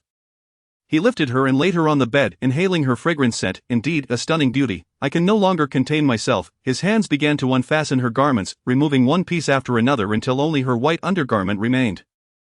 Upon seeing the vibrant red undergarment beneath, he was stirred with excitement and reached to unveil it. Suddenly someone burst in and, upon witnessing the masked man disrobing her, shouted, beast! Iron Fan flew toward the masked man. The man in black darted to the unconscious Feng Shiran's side, shedding his outer robe to cover her. The masked man, enraged at the interruption, retaliated, and the two engaged in battle. Whenever the man in black was on the verge of capturing him, he would vanish again. The man in black finally comprehended why Feng Shiran had been captured. The masked man silently appeared behind him, attempting a surprise attack. The man in black swiftly evaded. As they fought, Emperor Jinja arrived, finding Feng Shiran unconscious on the bed. Iran. He disregarded the ongoing battle and rushed to her side. Iran. Upon seeing her garments strewn on the floor and her body covered by a black robe, a furious blaze ignited within him, and he struck with a palm. The masked man was struck and spat blood. Realizing the gravity of the situation, he vanished again. Emperor Jinja momentarily froze. Spatial technique. The man in black turned to Emperor Jinja, urging, leave quickly. Emperor Jinja cradled Feng Shiran and replied, thank you. When Feng Shiran awoke, she saw Emperor Jinja and felt a wave of relief. He gazed at her tenderly. Iran, do you feel unwell? Not at all. She sat up, a surge of power emanating from her wrist, revealing the shimmering chains of an iron bracelet. Why are you restrained again? Emperor Jinja explained that man possesses spatial abilities. I wish to prevent such incidents from recurring. You must endure this for a while. Feng Shiran noticed a black robe on the table. Whose clothing is that? Emperor Jinja's expression soured slightly, yet he spoke the truth. It belongs to the man next door. He intervened to prevent the masked man from harming you and covered you with his robe. I shall return it and express my gratitude. No need, I will go, Emperor Jinja replied, jealousy evident in his eyes. The moment he stepped out of the room, the garment turned to ashes. How could clothing touched by my woman be sullied by another man? He proceeded to the adjacent room, after expressing his thanks. Emperor Jinja, under the pretext of the clothing being accidentally damaged, sought to compensate in another manner, but the man in black declined. It's merely a piece of clothing, as long as the noble lady is unharmed. That is sufficient. Emperor Jinja plotted silently, devising a way to capture the one who dared threaten Feng Shiran. I shall ensure he wishes he were dead. Chapter 47, Yield to her, in the inn's main hall. Feng Shiran inquired, have you not yet captured him? Emperor Jinja poured tea for her. I will certainly capture him and flay him alive. He must have fled to Huahua Street. The man in black descended the stairs.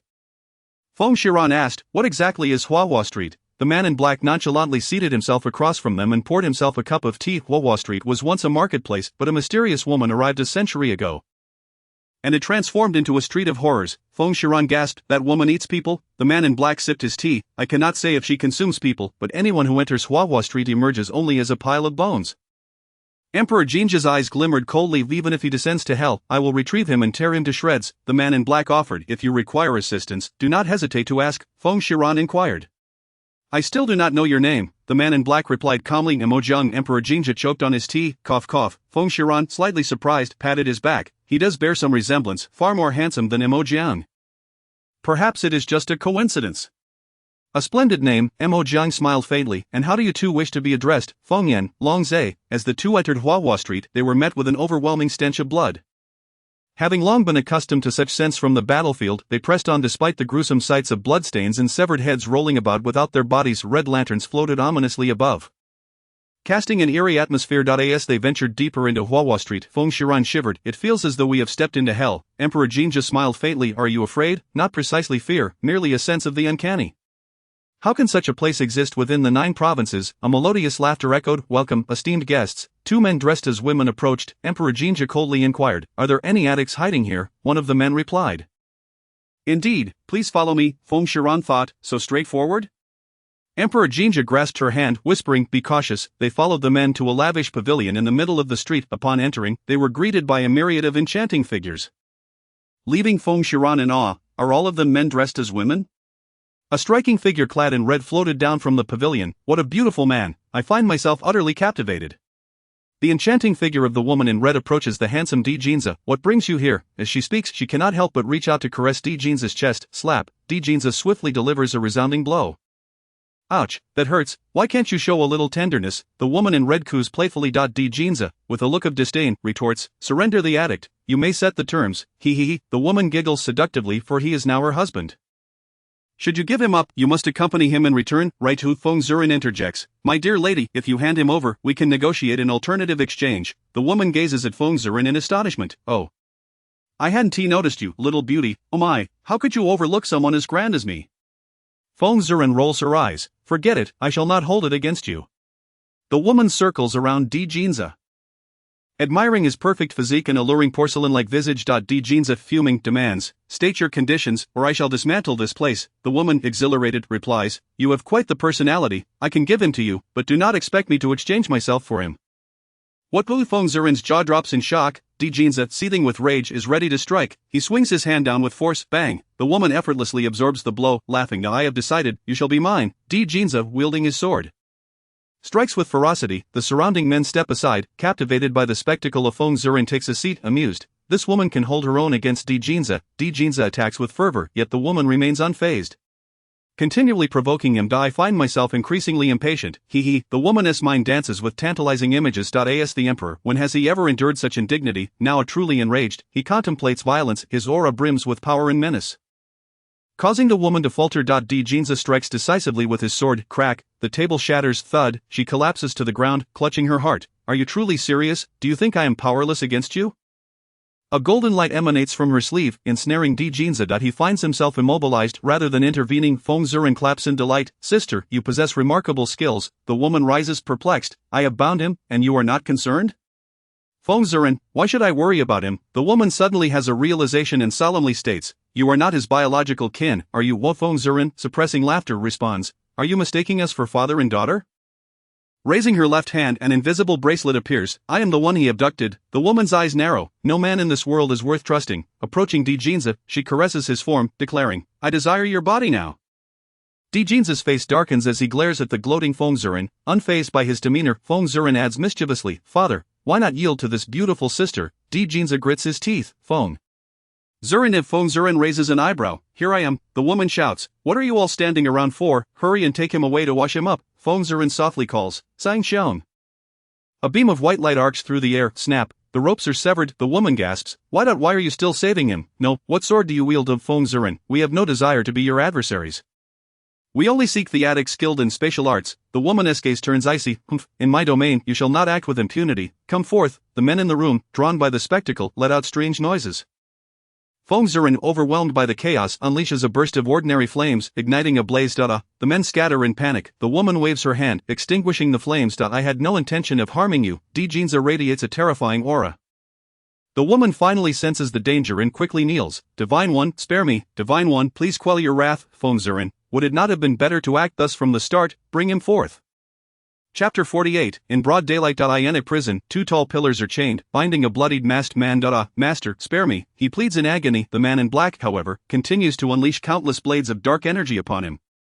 Each strike akin to enduring 1,000 cuts. Useless wretch, the man weakly gasps. Master, I have completed the task as you commanded. The man in black coldly regards him. I did not instruct you to strip her of her garments. The masked man feebly pleads, Master, I realize my error. Grant me another chance. Just then voices emerge from outside. Two ladies, this way please. One explains, that boy possesses spatial abilities, hence he has been bound. The man in black sends forth a surge of dark energy, erasing the masked man's neck, rendering him lifeless. The woman strikes the cage, aghast. How could this happen? They find the bloodied addict, whose neck has been severed. The two approach, noting the blood still flowing from the wound. Feng Ziren senses the lingering demonic energy. Recently deceased, Jinza surveys the surroundings. We have arrived too late. The woman panics. This is not my fault. I did not order anyone to kill him. Jinza casts a cold glance at the woman in red and departs with Feng Ziren. Upon returning to the inn, they find Mo Jiang seated in the hall. You have returned? Did you capture him? Feng Ziren, no, we arrived too late. He has already been slain. Mo Jiang, it seems he has escaped justice. Jinza remains grim. It is late. Young Master Mo should rest earlier. With that, he takes Feng Ziren upstairs. Mo Jiang watches Jinza with a sinister smile. Feng Ziren collapses onto the bed, while Jinza lies beside her, gently caressing her slightly rounded abdomen, gazing tenderly at her serene face. Suddenly he feels a movement within her. His hand trembles with excitement, and he remains awake throughout the night, his hand continuously caressing Feng Ziren's belly. The next day, Feng Ziren awakes sluggishly, meeting another pair of eyes. Jinza, are you afraid I might flee? Why do you stare at me so? Jinza replies. Call me Az. Feng Ziren's eyes flash with distaste. No. Jinza rolls over, pressing her beneath him. No matter where you run, I shall always find you. Feng Ziren stiffens, sensing a stirring pressure below. In broad daylight, please, calm yourself. Jinza, with one hand teasing her chin, muses. What if I cannot remain calm? Feng Ziren's lips twitch. Perhaps I could assist you in acquiring a consort.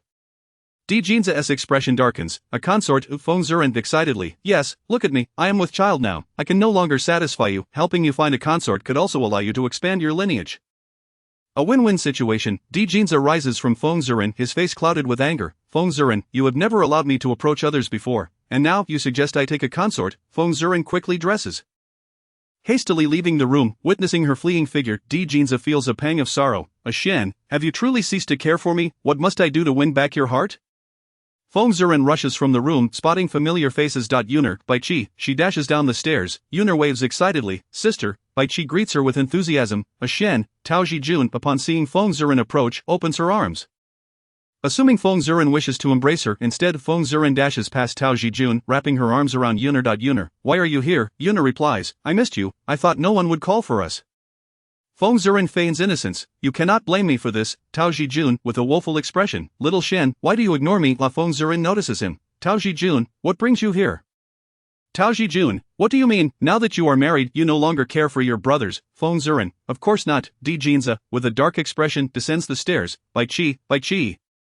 Engrossed in food, responds, Hey, why are you calling me? Yuner slaps Bai Qi on the head. Have you lost your mind? Bai Qi realizes his blunder. What do you need, sir? Jinza stands before Bai Qi, his expression ominous. Is your nose particularly sensitive? How is it that you can find us wherever we go? Bai Qi gulps at Jinza's dark visage. You flatter me, Jinza. I offer you a chance to redeem yourself.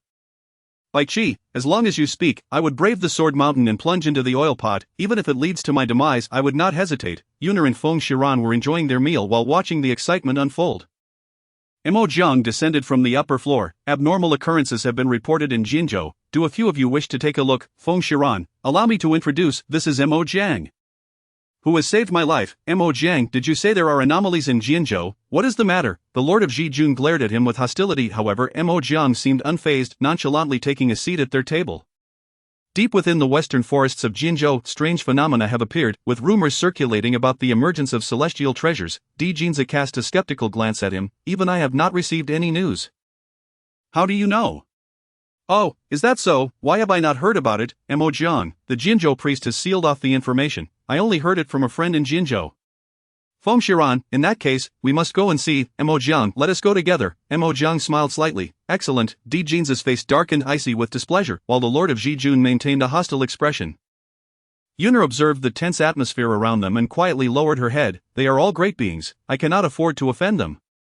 Inside a spacious and comfortable carriage, several individuals sat. Yuner looked around at the tense faces. Pulling Bai Qi out to I want to go out, this is too comfortable. Yuner smacked him again. Are you coming out or not? Bai Qi whimpered, tears streaming down his face, rubbing his head. Alright, I shall go. Why are you so fierce? If you beat me silly, how will I find a wife? Yuner dragged him out of the carriage, sitting outside. You are already foolish enough, there is no possibility for you to become any more foolish. Di Jinza and the Lord of Jijun continued to eye each other with enmity. Feng Shiran, disinterested, leaned back in the carriage to sleep. The Lord of Jijun inquired, what is your profession? Young Master Mo Jiang replied indifferently, merely a wandering cultivator. How could I compare to your esteemed status? Yet, I perceive that young Master Mo possesses remarkable skills, and your demeanor is quite refined. Your status seems far from ordinary, Mo Jiang. Is status truly important? As long as we resonate with each other, that is sufficient. The Lord of Jijun, I warn you, Aran is already married and has children. You had better not harbor any intentions towards her. Oh, thud, the Lord of Jijun was kicked down by Feng Shiran. Chapter 49. A scheme of suffering. The Lord of Jijun looked pitiful. Shaoruan. Why did you kick me? Feng Shiran, conceal your sordid thoughts, do not assume that everyone thinks as you do. Di Jinza secretly rejoiced. Fortunately, I did not speak up, otherwise I would have been the one kicked. The Lord of Jijun muttered under his breath, with only a day's journey remaining to Jinzhou, the group had to spend the night in the wilderness. Di Jinza handed a roasted leg of lamb to Feng Shiran. Try it and see if it tastes the same as before. Feng Shiran, it smells wonderful. She took a gentle bite. Still as delicious as ever. Di Jinza smiled warmly, then eat more. Mo Jiang's eyes sparkled with a hint of conspiracy, after everyone finished eating and fell asleep. Only Di Jinza and Mo Jiang remained awake. They were on watch when a peculiar fragrance wafted through the air, and white mist began to swirl around them. An eerie laughter echoed nearby. Di Jinza instinctively positioned himself around Feng Shiran, fortifying the barrier. Mo Jiang stood up. If anything happens, wake them immediately. I will investigate. Di Jinza replied absent-mindedly, secretly thinking, I hope he doesn't return. That night, he did not return. When everyone awoke, Feng Shiran discovered that Mo Jiang was missing. We should search for him. What if something has happened? The Lord of Jijun, why search for him? We are not well acquainted, Yuner, but after all, he stayed up to guard us, and now he has gone missing. Would you be at ease if something truly happened to him? Feng Shiran nodded in agreement. I share Yuner's sentiments. He has saved me before, and now he has acted for our sake. If something were to happen. Di Jinza, let us split up and search. We will reconvene here in an hour. Everyone agreed. And even the Lord of Jijun had to comply. They all dispersed to search for him. Mo Jiang, Feng Shiran called out as she walked, suddenly stepping on something. Picking it up, she revealed it to be Mo Jiang's jade pendant. Stained with blood, alarmed, Feng Shiran ventured deeper into the woods. Indeed, she found Mo Jiang covered in blood. Mo Jiang, who Feng Shiran rushed over and saw that he was severely injured. The injuries are grave. Mo Jiang. Mo Jiang slowly opened his eyes. Aran, how did you sustain such serious injuries? What happened? Mo Jiang, I encountered a woman clad in black gauze. She intended to kill you. Feng Shiran looked at him gratefully. You did not need to go to such lengths. We are merely acquaintances. Mo Jiang, Aran, do you still harbor hatred towards me? Feng Shiran was taken aback. You truly are that Mo Jiang? Mo Jiang gazed at her tenderly. I am on that day. You spared my life, and afterward, I was fortunate enough to escape. Aran, those words back then were a deception. Feng Shiran's eyes reddened. I understand, I know you were deceiving me, you simply did not wish to be humiliated. Wanting to die at my hands, Di Jinza, worried about Feng Shiran, turned back to search for her, just in time to see her face pressed against Mo Jiang's. You see nothing with your eyes.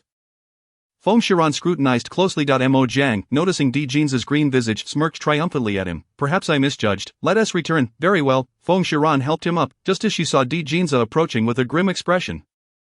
He snatched Mo Jiang from Feng Shiran's grasp. I will take care of him. You are pregnant and must not overexert yourself. Mo Jiang's body stiffened as he looked at Feng Shiran. You are with child? Di Jinza smirked slightly. He said this intentionally. He wanted to convey, she is mine. Feng Shiran touched her slightly rounded belly and smiled. Yes, I am with Longzhe's child. When Yuner and the others saw Di Jinza carrying Mo Jiang back, they exclaimed, we found him. Bai Qi, wow, he is so severely injured yet still alive. Yuner, how can you say such things? Bai Qi, did I say anything wrong? If an ordinary person were so gravely wounded, they would have long since perished. After everyone boarded the carriage, Bai Qi clumsily tended to Mo Jiang's wounds. Mo Jiang gritted his teeth against the pain, hissing, Yuner, young Master Mo, who inflicted such injuries upon you? Mo Jiang, it was a woman, I do not know her. Feng Shiran replied coolly. It was Feng Shenya, by Qi, that wicked woman again. He suddenly applied pressure. Emojiang could not help but cry out in agony. Feng Shiran scolded, "Can you not be gentler? Step aside." She pushed Bai Qi away, taking the medicine from his hands and gently applying it to Emojiang. Di Jin's fists cracked with tension. "You have never shown such tenderness towards me." Emojiang gazed at Feng Shiran with tenderness. The Lord of Jijun could no longer endure and suddenly clapped his hands, shouting, "Ah!" Feng Shiran was startled, trembling all over. "Tao Jijun, what is wrong with you?" The Lord of Jijun took the medicine from Feng Shiran's hands. "Iran, I just remembered that pregnant women must not handle these medicines. It would be harmful to the fetus. Allow me to take care of it." "Ah, is that so? Then be gentle." Feng Shiran believed him. Emojiang glared at Tao Jijun with resentment, yet Tao Jijun wore a mischievous smile. Looking at him, young Master Mo endure it. For the first time, Di Jinza found the Lord of Jijun somewhat less detestable. Iran, we still have some distance to go. Are you hungry? Feng Shiran shook her head. "Not hungry." Feeling a bit sleepy, Di Jinza embraced her. "My dear wife, you have worked hard. If you feel tired, then sleep." Emojiang, enduring the pain, watched the woman he cherished being held by another man carrying another's child. Filled with resentment, the first time he laid eyes on such a beautiful woman, he was momentarily entranced, failing to recognize her. Only later did he realize it was Feng Shiran. His heart had been filled by her. Emojiang gazed at the sleeping Feng Shiran, vowing, "I was the one who pushed you away back then. Now I will reclaim you with my own hands." Di Jinza shot him a sidelong glance. Why can I not hear Emojiang's thoughts? Who exactly is he? Upon arriving in Jinzhou, it was as Emojiang had said. News had indeed been sealed by the local priest. As the carriage reached Jinzhou, the Lord of Jijun gasped for breath as he boarded the carriage. "There are no available rooms. What shall we do?" All Feng Shiran, Bai Qi to find an empty spot in the west. Bai Qi controlled the carriage with spiritual power, flying towards the western part of Jinzhou. The Lord of Jijun lamented, "Must we stay in the wilderness again? How many days will this take?" Di Jinza suggested, "Why don't we stay at the priest's residence?" Yun'er chimed in cheerfully, "You need not worry. My sister has divine lodgings." Divine lodgings? The Lord of Jijun was taken aback. Divine lodgings? Di Jinza was equally astonished. Divine lodgings? Emojiang was also shocked. The carriage slowly descended, and Bai Qi jumped down. Iran. The scenery here is splendid. There is even a waterfall. Once they disembarked, everyone couldn't help but marvel. Yun'er, wow, so beautiful. Layers of waterfalls cascaded down from the mountaintop, creating a magnificent sight. A few white cranes flitted gracefully among the falls. In the valley, 3 stone peaks stood tall against the sky. Feng Shiran's hand manifested a majestic divine palace, which gracefully settled upon the open ground. With a casual wave, the magnificent edifice transformed into an ordinary house. Chapter 50. Open the door for my husband to enter. Shirwan, your divine residence is truly magnificent. It surpasses even the heavenly palace. The Lord of Zijuan lounged extravagantly on the opulent throne within the grand hall. Feng Shiran replied, "There are many rooms here. Feel free to choose any." Bai Qi escort Emojiang back to his room to rest. Bai Qi, somewhat reluctant, simply muttered, "Oh." Di Jinja surveyed this extraordinary palace. "How many floors does it have?" Feng Shiran explained, 13 floors, each containing distinct treasures. At present, I can only unlock 7. Di Jinja exclaimed, "Are there seals as well?" "Indeed. You may look around at your leisure. I shall return to my room." That night, she sat alone in the corridor of the palace, gazing at the starry sky. At that moment, even Di Jinja was uncertain of her thoughts. He merely observed her from a distance, refraining from intruding. "Arwan, why are you here all alone?" Emojiang approached with a pale complexion. "You're injured. Why aren't you resting in your room?" Emojiang reassured her, "I'm fine now." His gaze lingered on her tenderly. "You are even more beautiful than before." Feng Shiran replied, "The former Feng Shiran is no more." Emojiang smiled slightly. "Death brings rebirth, a new beginning. The old Emojiang has perished as well." Feng Shiran expressed her gratitude. "Emojiang, thank you for saving me back then." Emojiang's eyes sparkled with warmth. "That is all in the past. Let us forget the unhappy times." "I have moved on from the past," Emojiang inquired. "Do you truly care for him?" Feng Shiran simply responded, "I have feelings for Long Zhe." Di Jinja's eyes glowed with crimson rage as he glared at Emojiang. "Alas, you have encountered a rival this time." The Lord of Zijuan approached with a grin. Di Jinja retorted angrily, "We are already wed and have even conceived a child. Can he brazenly take my wife away?" The Lord of Zijuan teased. "That may not be the case. Ruan is so stunningly alluring, any man would be captivated." Di Jinja, from a distance, witnessed the two engaged in light-hearted conversation, struggling to contain his fury as he approached them. The Lord of Zijuan, observing Di Jinja's advance, chuckled, "I thought you could hold back, Ruan." Feng Shiran, happily conversing, noticed Di Jinja's approach. "What's the matter?" Di Jinja took her hand, saying, "It's late, you should rest." "Oh." Feng Shiran rose and turned to Emojiang. "You re-injured, you should also retire early." "All right." Upon returning to her room, Feng Shiran slammed the door shut behind her, leaving Di Jinja outside. And knock, knock, knock. Di Jinja banged on the door. "Ruan, allow your husband to enter." Feng Shiran scolded, "There are so many rooms." pick one for yourself, Di Jinja insisted. We are husband and wife, shouldn't we sleep together? Feng Shiran replied, who says couples must reside together, moreover, my marriage was not my choice.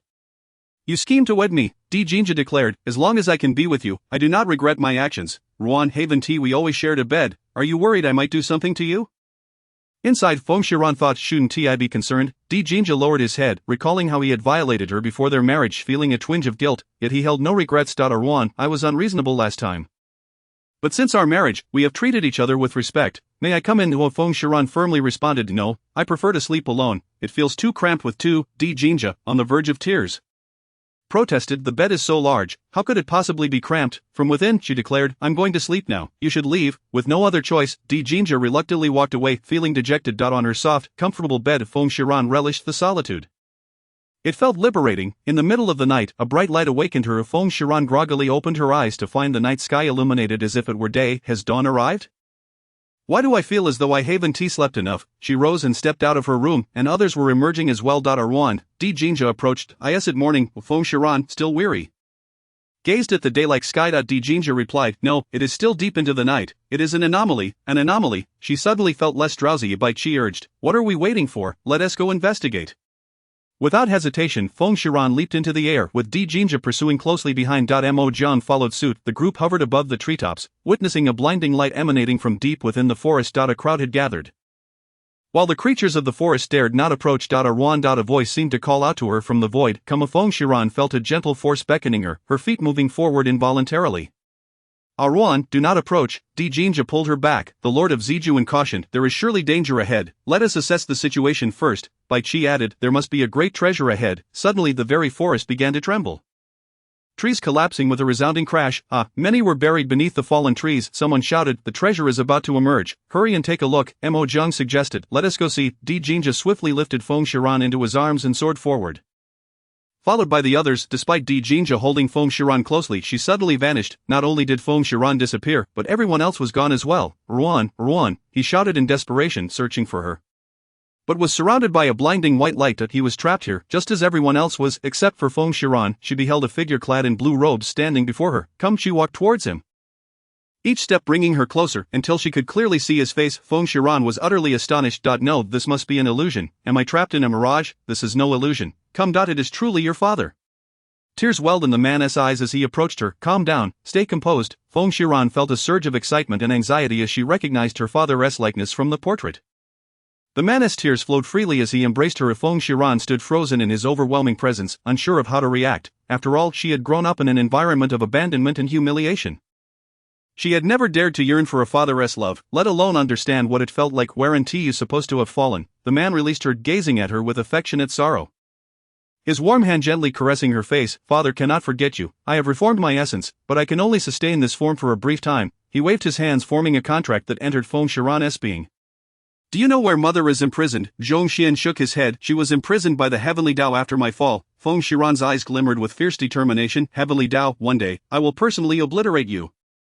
Chapter 51, Father's Rebirth. Zhongxian gazed at her with pride. Nian has grown up. I have missed so much. You must have endured immense hardships over the years, Feng Shiran replied.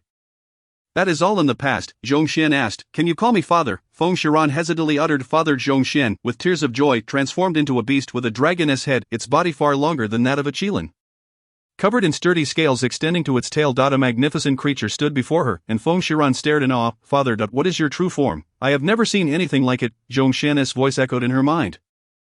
I am of the ancient ancestral dragon bloodline. I am still in my juvenile phase. In the primordial chaos, during the age of the wild, divine beasts were the true rulers of the world.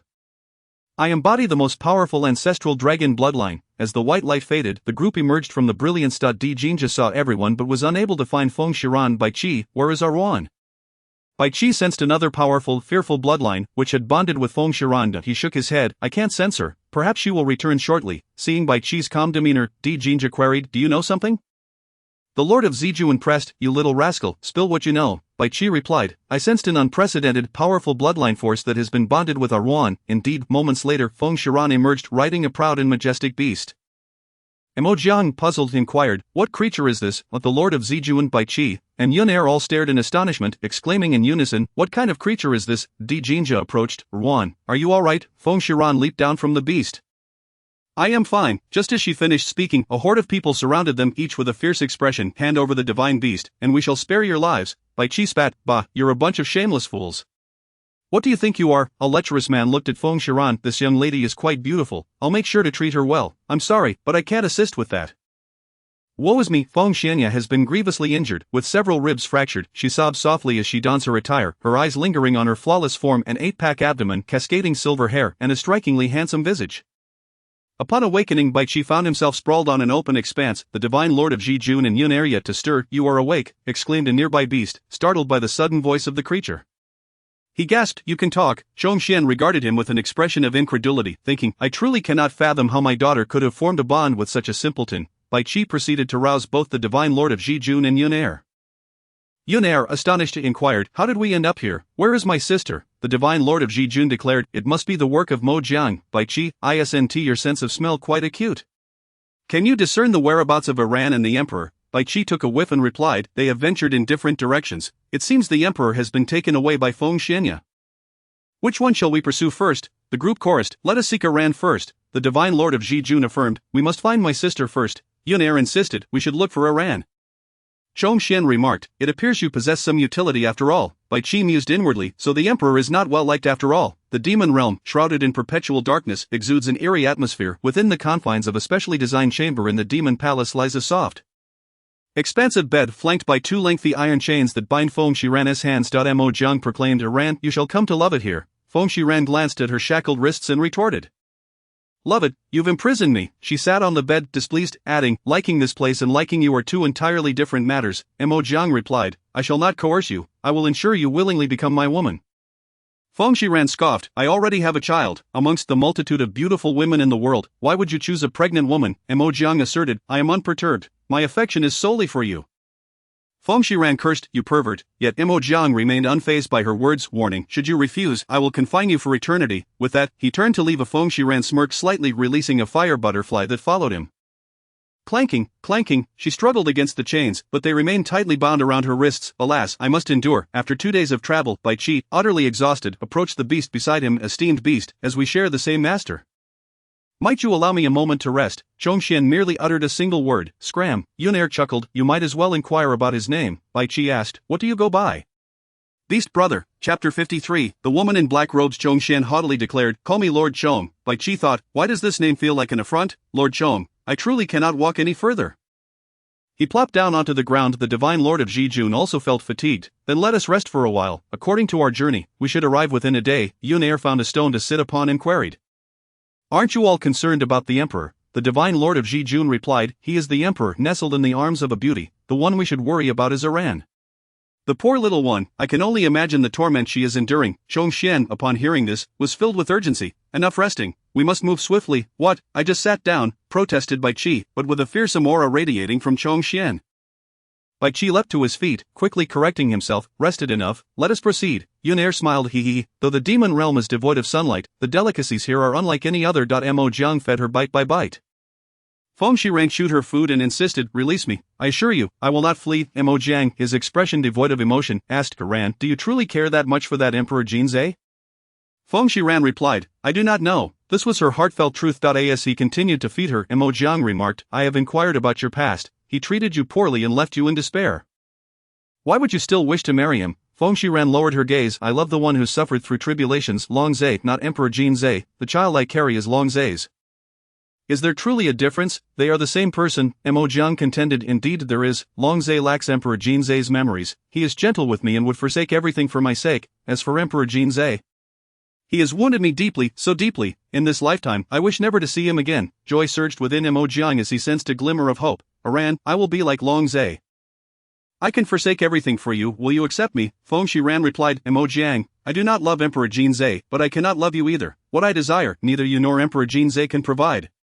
Mo Jiang's eyes glimmered with resentment, a hint of sinister demonic energy surfacing. What is it that I lack? Feng Shiran perceived the unusual aura and declared, you are a demon, we are natural enemies.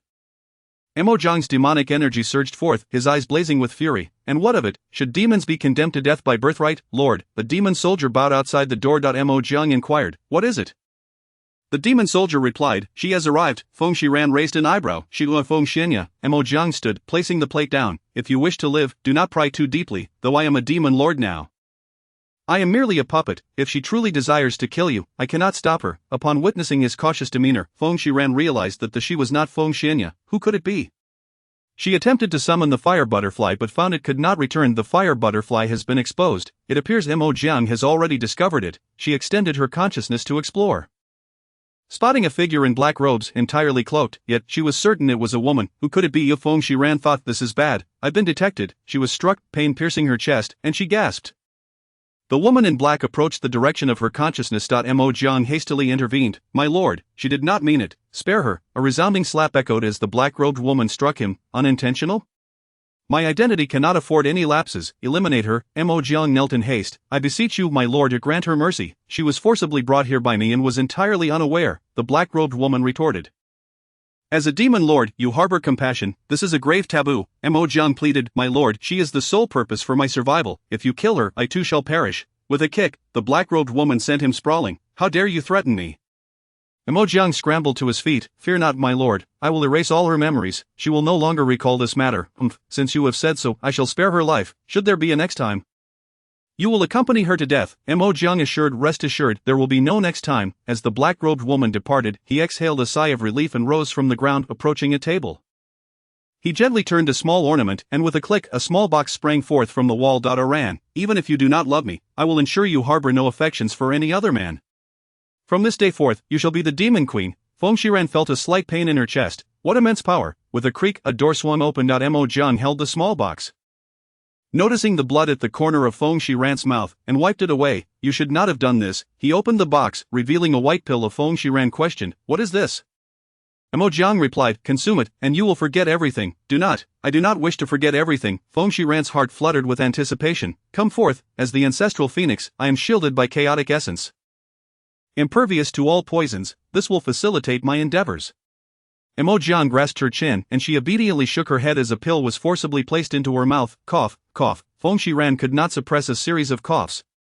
Her vision blurring until she ultimately lost consciousness. Mo Jiang caught her swaying form, gently laying her upon the bed. Sleep now. When you awaken, I shall be your soul man. With a flourish, a surge of demonic energy erupted, freeing the chains that bound Feng Shiran's wrists. Bai Qi and his companions, having traveled tirelessly, finally located Feng Shiran. They shouted outside the demon palace, Missouri Jiang, come out here. The divine lord of Jijun unleashed a series of strikes. Bang!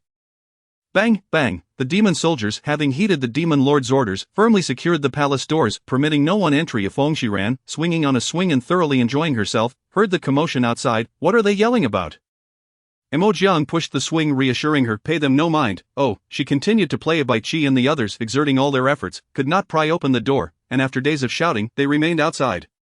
Meanwhile, Feng Shiran had thoroughly explored the demon palace, yet she had not encountered that woman. What could they be conspiring? As night fell, Feng Shiran communicated telepathically with her father, Zhongxian. Frantic with worry, heard his daughter's voice in his mind. Father, Zhongxian responded, Nian Nian, are you well? Feng Shiran reassured him, I am fine, I entered willingly. Zhongxian, taken aback, was bewildered by his daughter's intentional capture. Why? Feng Shiran, I intend to follow the lead of the demon lord to uncover the identity of the person behind this and to discover the true purpose of the celestial demon. Zhongxian, the celestial demon, was he not sealed away? Feng Shiran, the physical form of the celestial demon has indeed been sealed, and his primordial spirit is trapped beneath the lake of heaven. However, the lake has now become murky. I suspect that the celestial demon's primordial spirit has escaped. Zhongxian, filled with concern, remarked, the celestial demon is not something you can contend with. What would I do if something were to happen to you? My daughter's confrontation with the celestial demon is also to expedite the search for your mother. Chapter 54. She is already of the demon lord. Upon hearing her explanation, Zhongxian felt a temporary sense of relief. On the other hand, Di Jinja awoke to find himself lying naked upon the bed, instantly engulfed in shame and fury. Feng Shuanya sat at the edge of the bed. Azay, we have already consummated our marriage. Di Jinja immediately donned his garments and, with one hand, seized her by the throat. It is impossible for me to have a marital relationship with you. Where is Aran? Ha! Feng Shuanya laughed triumphantly.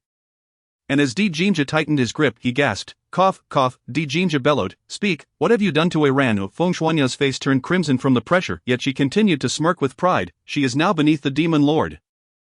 Serving him, Dijinja's fury ignited in an instant, and with a resounding slap, he struck her. Pooh! She spat out a mouthful of blood, yet her delight only grew, her laughter twisting her features grotesquely.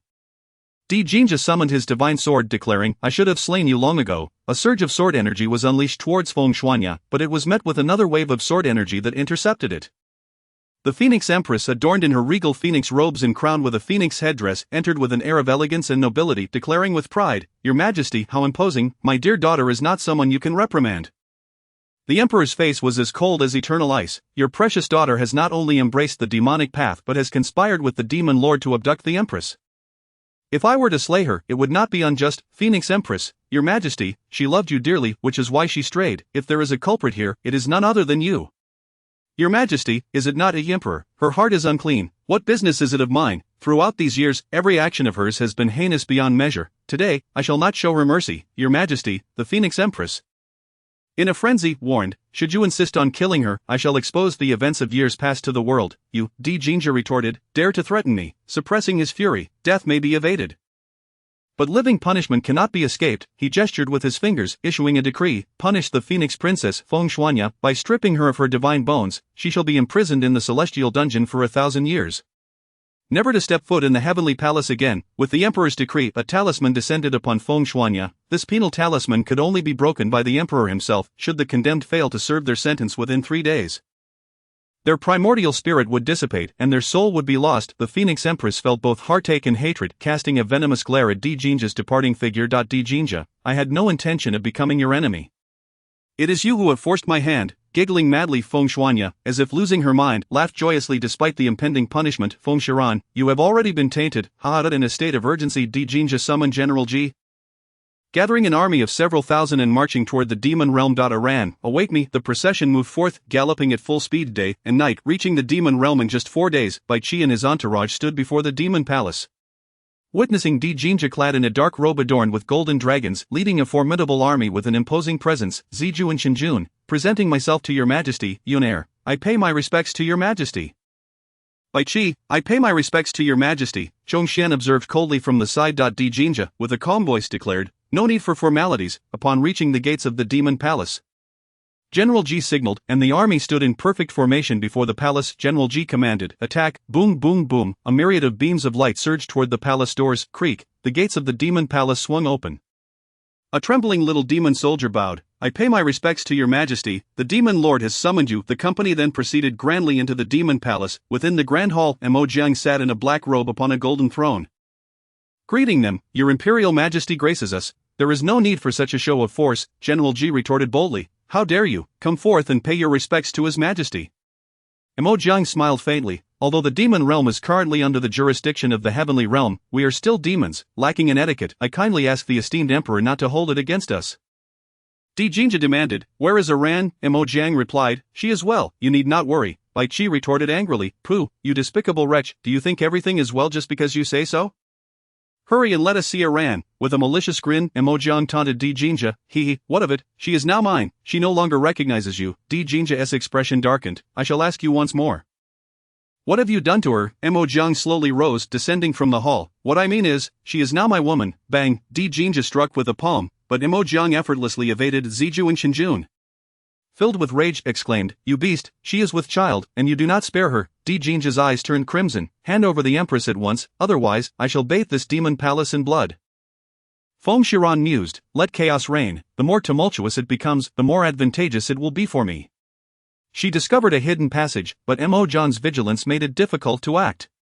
At last, an opportunity arose. A flame ignited in her palm, illuminating the dark path. She traversed the passageway, arriving at a subterranean palace. The palace was as bright as day, adorned with lampstands. Suddenly, she was taken aback by the sight before her. A thick, acrid scent of blood filled the air. In the center of the palace lay a blood pool, bubbling with fresh, crimson fluid, with the remains of unconsumed infants floating atop. Suppressing her nausea, she approached to see the vengeful spirits of the infants struggling in the blood pool.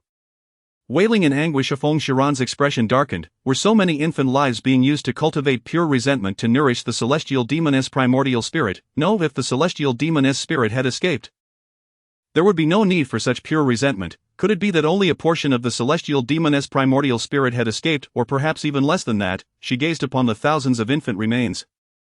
Her heart aching, so many lives extinguished, trapped here to be refined into resentment. The blue-violet flames in her hand were cast into the blood pool, engulfing it entirely. The blood and infant remains were consumed in flames. One by one, the vengeful souls of the infants were released, drifting into the air. Feng Shiran looked upon them softly, whispering, "May you find a good family in your next life." She continued her exploration of the subterranean palace. Searching for any useful information. By chance, she triggered a mechanism. With a creak, a hidden door opened. Stepping inside, she encountered a youth bound by chains, covered in wounds. The boy emitted a foul odor, his ribs pierced and fused with the chains. His body marred with both fresh and old injuries overlapping one another. He weakly opened his eyes, looking up with a hollow gaze that sparkled with a glimmer of hope. Feng Shiran beheld the youth, whose eyes shone like red gemstones. "Who are you?" The boyish voice was hoarse, stammering, "Madadaseda Tia Feng Shiran, why are you imprisoned here?" Chapter 55, Little Shiran, I will not leave. The boy's clear, innocent eyes glimmered with tears as he shook his head. "Feng Shiran, I can rescue you, but you must forever pledge your allegiance to me and never betray me." The boy nodded vigorously, filled with excitement. A master-servant contract was formed, with the celestial sphere in her hand. She swiftly severed the chains. The boy, trembling, attempted to rise but collapsed due to his weakness. Feng Shiran approached and helped him up. The boy had never anticipated that one day he would escape, especially aided by such a beautiful woman. His heart, which had long felt dead, began to revive. Feng Shiran, my name is Feng Shiran, you may call me Ran from now on. The boy's voice remained hoarse. Ran, Feng Shiran, the chains around your collarbone must be removed. I will find the best doctor for you once we escape. Thank you. Together, they exited the subterranean palace. Outside, a fierce battle raged. Feng Shiran supported the boy as they arrived in the grand hall. Witnessing Di Jinja and Mo Jiang locked in a fierce struggle, everyone watched the spectacular fight unfold. Feng Shiran, Bai Qi turned to look. Ran, his loud call drew everyone's attention toward Feng Shiran.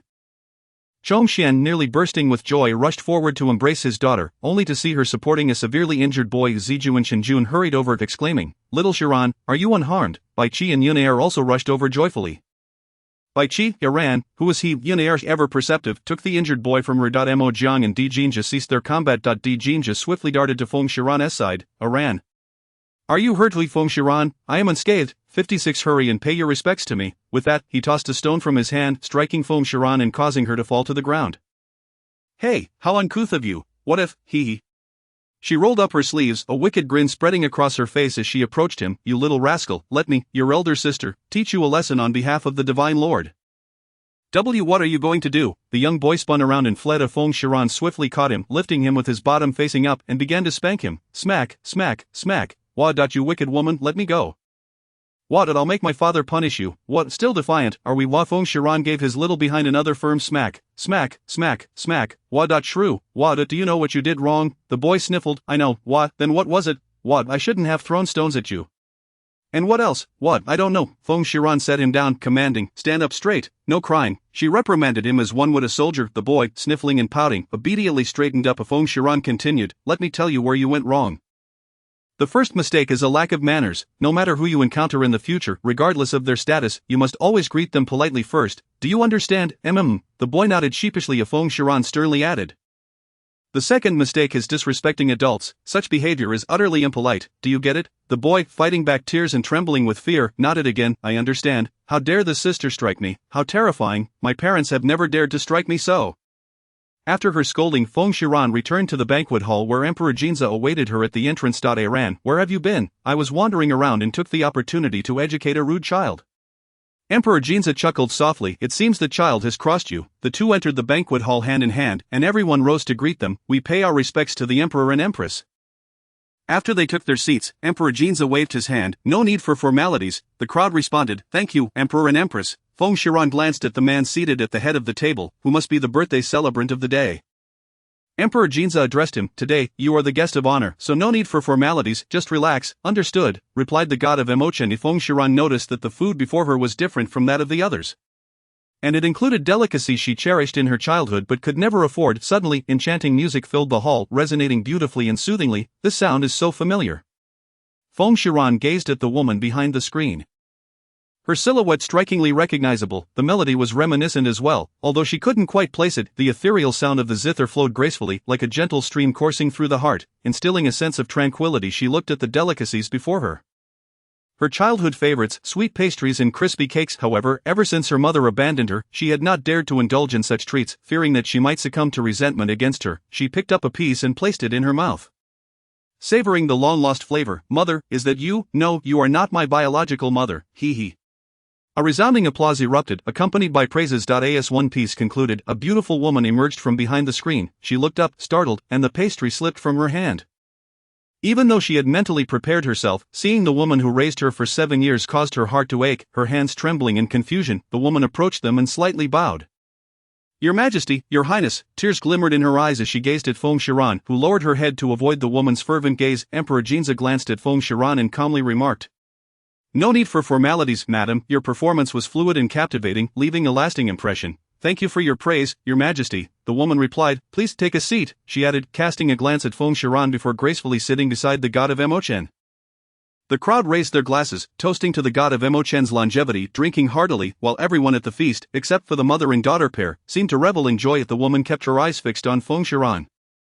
While Feng Shiran feasted and drank without acknowledging her presence, as if the woman were a stranger and the earlier encounter had never occurred, Emperor Jinza continued to serve her meat, advising, "Eat less of the cold dishes and more of the meat."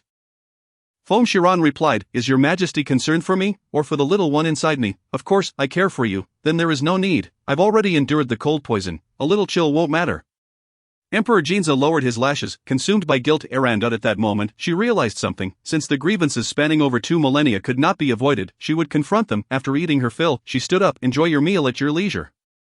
I shall take a stroll." "Very well." Feng Shiran stepped out of the banquet hall, a wave of sorrow washing over her. She vaguely recalled that after her mother abandoned her, a few years later, she encountered her once more. That time, she had been nothing but a filthy beggar, having just escaped from the grasp of a deranged old man. Seeing her mother, she initially thought she was mistaken or hallucinating.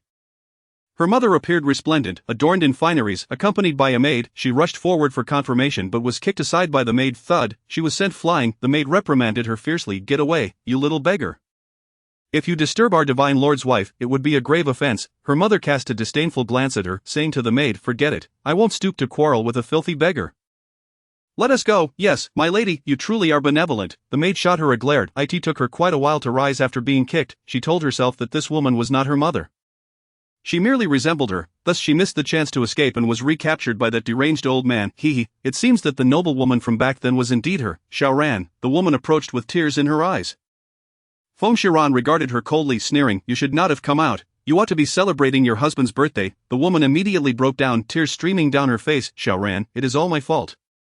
I should never have left you alone. There is no need for you to feel guilty, madam. You are not my biological mother. Leaving me was the proper course." The woman was momentarily taken aback, then replied, "Xiaoran, although I am not your birth mother, I have always regarded you as my own daughter. Whether you treated me as your own or not is no longer significant. The kindness you showed in raising me for many years will not be forgotten."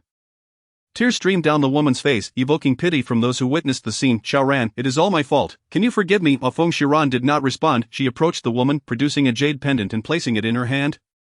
"In times of danger, crush this. As long as I live, I will come to your rescue. This is to repay the kindness you showed me during those years." Xiaoran, the woman sobbed, looking at her with sorrowful eyes.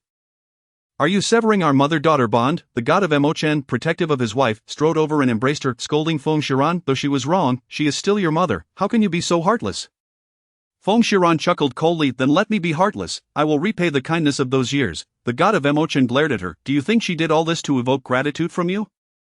Before dawn, she was already up preparing food for you." The woman cried, "Husband, please stop." The god of Emochen comforted her. "Do not be afraid. What you did for her should be known. Otherwise, she will never forgive you." Feng Shiran sat down at the nearby stone table, smiling indifferently. "Then speak. Let me hear what you have done for me." The god of Emochen replied, "Though she abandoned you, she has always kept you in her heart. When she later became my wife, her first request was to find you." "Oh, how did she seek me?" "She searched for you for many years but found no trace. Eventually she had no choice but to seek assistance from your father's influence to locate you." He continued indignantly, "She was always too ashamed to reveal herself to you out of guilt. When she heard of your fall, do you know how much it pained her?" Feng Shiran looked at the two individuals who had suffered immense grievances.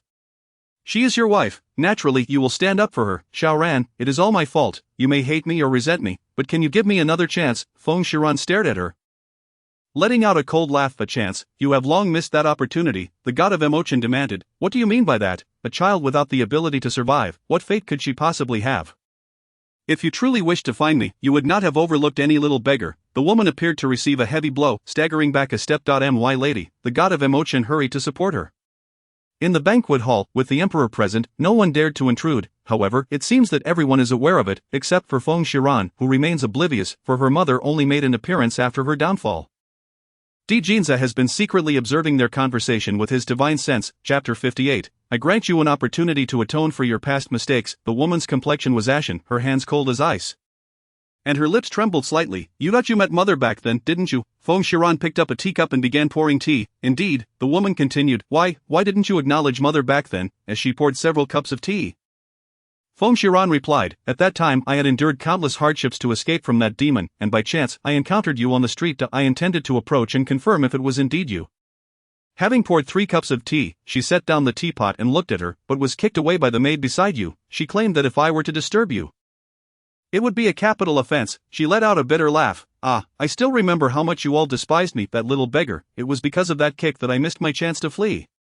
With a gentle wave of her hand, 2 cups of tea flew before the two of them. Tiomi, those are all matters of a past life. Today, we have laid everything bare. Lord Machin accepted the cup of tea, and his wife, with trembling hands, took the cup that had flown before her. Seeing that they both accepted the tea, Feng Shiran rose, lifted her cup, and approached the two. We should all let go of the past. Let us drink this tea, and from now on we shall be strangers. With that she downed the tea in one gulp. Lord Machin fell silent for a moment before drinking as well. The woman, with shaking hands, drank the tea. Feng Shiran smiled faintly and set down her cup. Rest assured, I shall repay this kindness of nurturing. As she walked past the two, she turned her back and said, I wish Lord Machin a happy birthday, and may you both enjoy a long-lasting love. Just a few steps away, she heard Lord Machin's startled voice behind her, Madam, yet she did not look back and directly left the residence. The inn. It was night, and Jinza had not yet returned. She sat alone atop the building. Chongxian approached, knowing that his daughter must have endured much. Transforming into human form, he embraced her, venting his discomfort. Feng Shiran tightly hugged her father, asking, Father, do you know what happened today? He nodded. Yes, I have always been here. Feng Shiran sighed. Father, I miss mother so much. Chongxian reassured her. One day, our family will reunite. Feng Shiran directed all her resentment towards Jinza. Jinza, you remain unchanged, so fond of making decisions on your own. Sooner or later, I will personally make you sign the divorce papers. Clearly and publicly, I will sever ties with you. In her fury, she lay down in Chongxian's embrace and fell asleep. Chongxian gazed at his precious daughter, feeling an immense pain in his heart. I will strive to grow stronger quickly. I will not allow you to suffer any more grievances. Gently he carried her back to her room, then transformed into his beast form, guarding her side, to prevent Jinza from taking advantage of his daughter. Humph. What does it matter if you are married? Without my consent as her biological father, your wedding is null and void. When Jinza returned and saw Feng Shiran asleep, he intended to check on her, to kiss her, but he was met with the beast's fierce gaze, forbidding him from approaching. Jinza, I merely wish to see her. Chongxian interjected. Young man, do not think of taking advantage of her. Jinza frowned. For some reason I sense the power of bloodline suppression. Is he also of the dragon clan? We are spouses. Chongxian glared at him coldly. Then the wedding doesn't count. He further threatened. Young man, though you have awakened ancient bloodlines, you are still far behind me. Jinza stared at him in shock. Who exactly are you? Chongxian proudly lifted his head. You do not have the right to know. Get lost. Jinza felt an intense urge to explode, yet upon seeing the fierce look in his eyes, his anger was immediately doused. I have never felt so stifled. He helplessly exited the room. Feng Shiran slept until noon, still feeling weary. Perhaps this was the sensation of pregnancy. Her lower abdomen felt heavy. Lazily she lay in bed, reluctant to rise, when Chongxian approached with concern. Nian, what is it? Are you feeling unwell? Feng Shiran, with a helpless expression, replied. Is pregnancy truly this arduous? My divine power is also growing sluggishly. Chongxian said affectionately. When your mother was pregnant with you, it was truly arduous. She carried you for 200 years before giving birth. 200 years, she gasped in shock. The child within her is also a divine fetus. What? Chongxian, both surprised and delighted, exclaimed. Hahaha. The heavenly Tao, my bloodline is indeed extraordinary. It is rare to conceive a divine fetus, yet beneath my bloodline another emerges. Haha, but Feng Shiran was not pleased. No, I do not wish to waste 100 years of my life. Chongxian's laughter abruptly ceased. Daughter, what do you mean by this? Feng Shiran declared. I still need to inherit the Feng ancestral legacy. I must grow stronger. Father, I do not wish to bear him. This, Chongxian tried to persuade her. Nian, although a divine fetus is arduous, it is your own bloodline. You cannot suddenly. He recalled something. The golden lotus. Feng Shiran. What golden lotus? Chongxian, excited, explained. Daughter, you no longer need to endure the hardships of nurturing a divine fetus.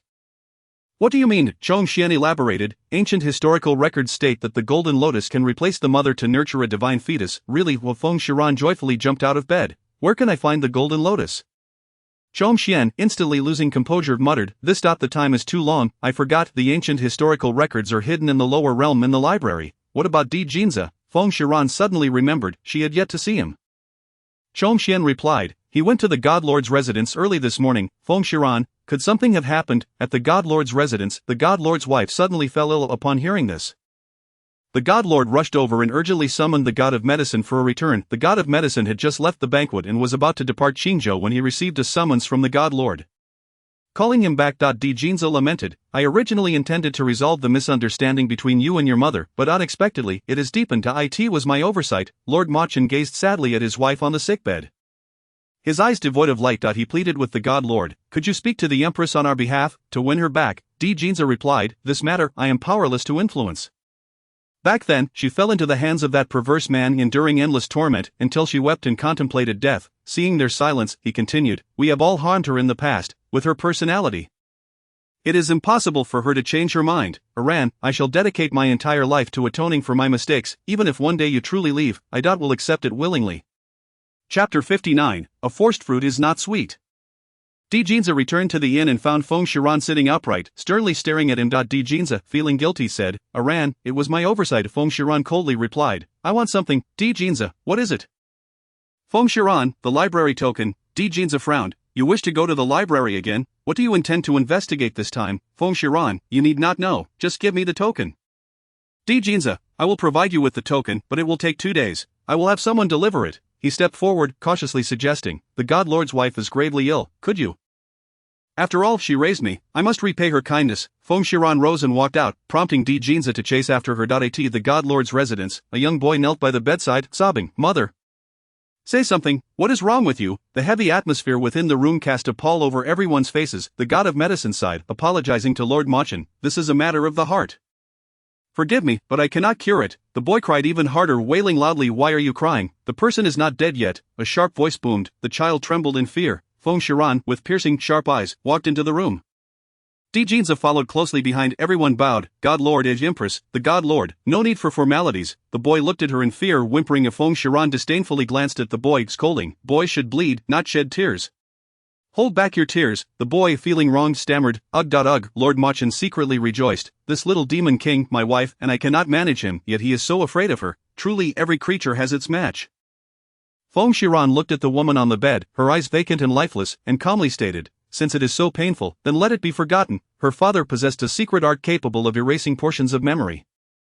A jade hand was gently placed upon the woman's forehead, and mysterious runes emerged from the palm, extracting all memories associated with Feng Shiran. The crowd gasped in astonishment, having never witnessed such a domineering arcane technique. Lord Machin stared blankly as images of Feng Shiran were directly drawn forth. Jinza was equally startled. Feng Shiran forcefully squeezed those memories, causing them to dissipate within the room. After a brief slumber, she awoke as if nothing had transpired. Lord Machin expressed his gratitude. Thank you, Empress. A young boy approached, tugging at Feng Shiran's garment. Empress, are you my sister? Feng Shiran did not respond, but sternly remarked, you are a young man now. You must take on the responsibility of caring for your parents. No more mischief or unruliness. The boy nodded, tears glistening in his eyes. Yes, I am a young man. It was the first time Lord Machin had seen the boy so obedient, and he felt a surge of gratitude towards Feng Shiran. Upon returning to the inn, she retrieved the painting and resumed her study. Jinza was reviewing urgent memorials that had been hastily sent. Zhongshen gazed affectionately at Feng Shiran with his ice-blue dragon eyes, examining the painting, then turning his attention to Feng Shiran, and back to the image. Nian, you have been at this for quite some time. What exactly are you doing? Jinza was momentarily taken aback. Nian, why does he also call her Nian? The divine physician referred to her thus during the wedding. What is the connection between Iran and him? Feng Shiran continued to peruse the painting. The demon god mentioned that the map to imprison the body of the celestial demon is concealed within this artwork. I am trying to discern its location. Zhongshen offered, shall I take a look and assist you? Feng Shiran firmly replied, no, I wish to unravel it on my own. As she caressed the painting, she felt the ring in her mother's hand protruding.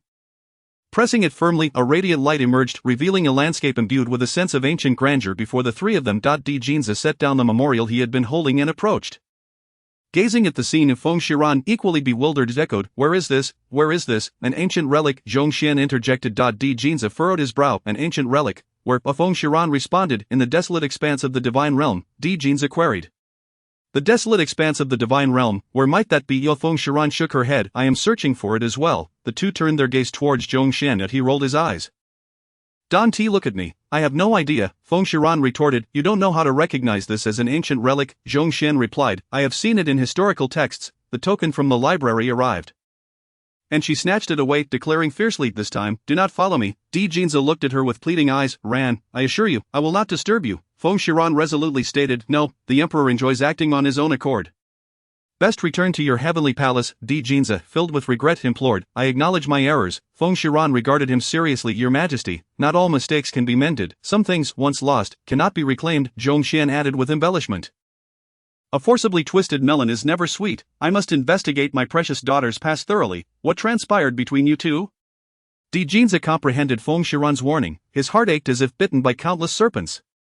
She was cautioning him that no matter how he sought to atone, it was already too late. Tears welled in his eyes. If that were the case, then let me accompany you on your journey.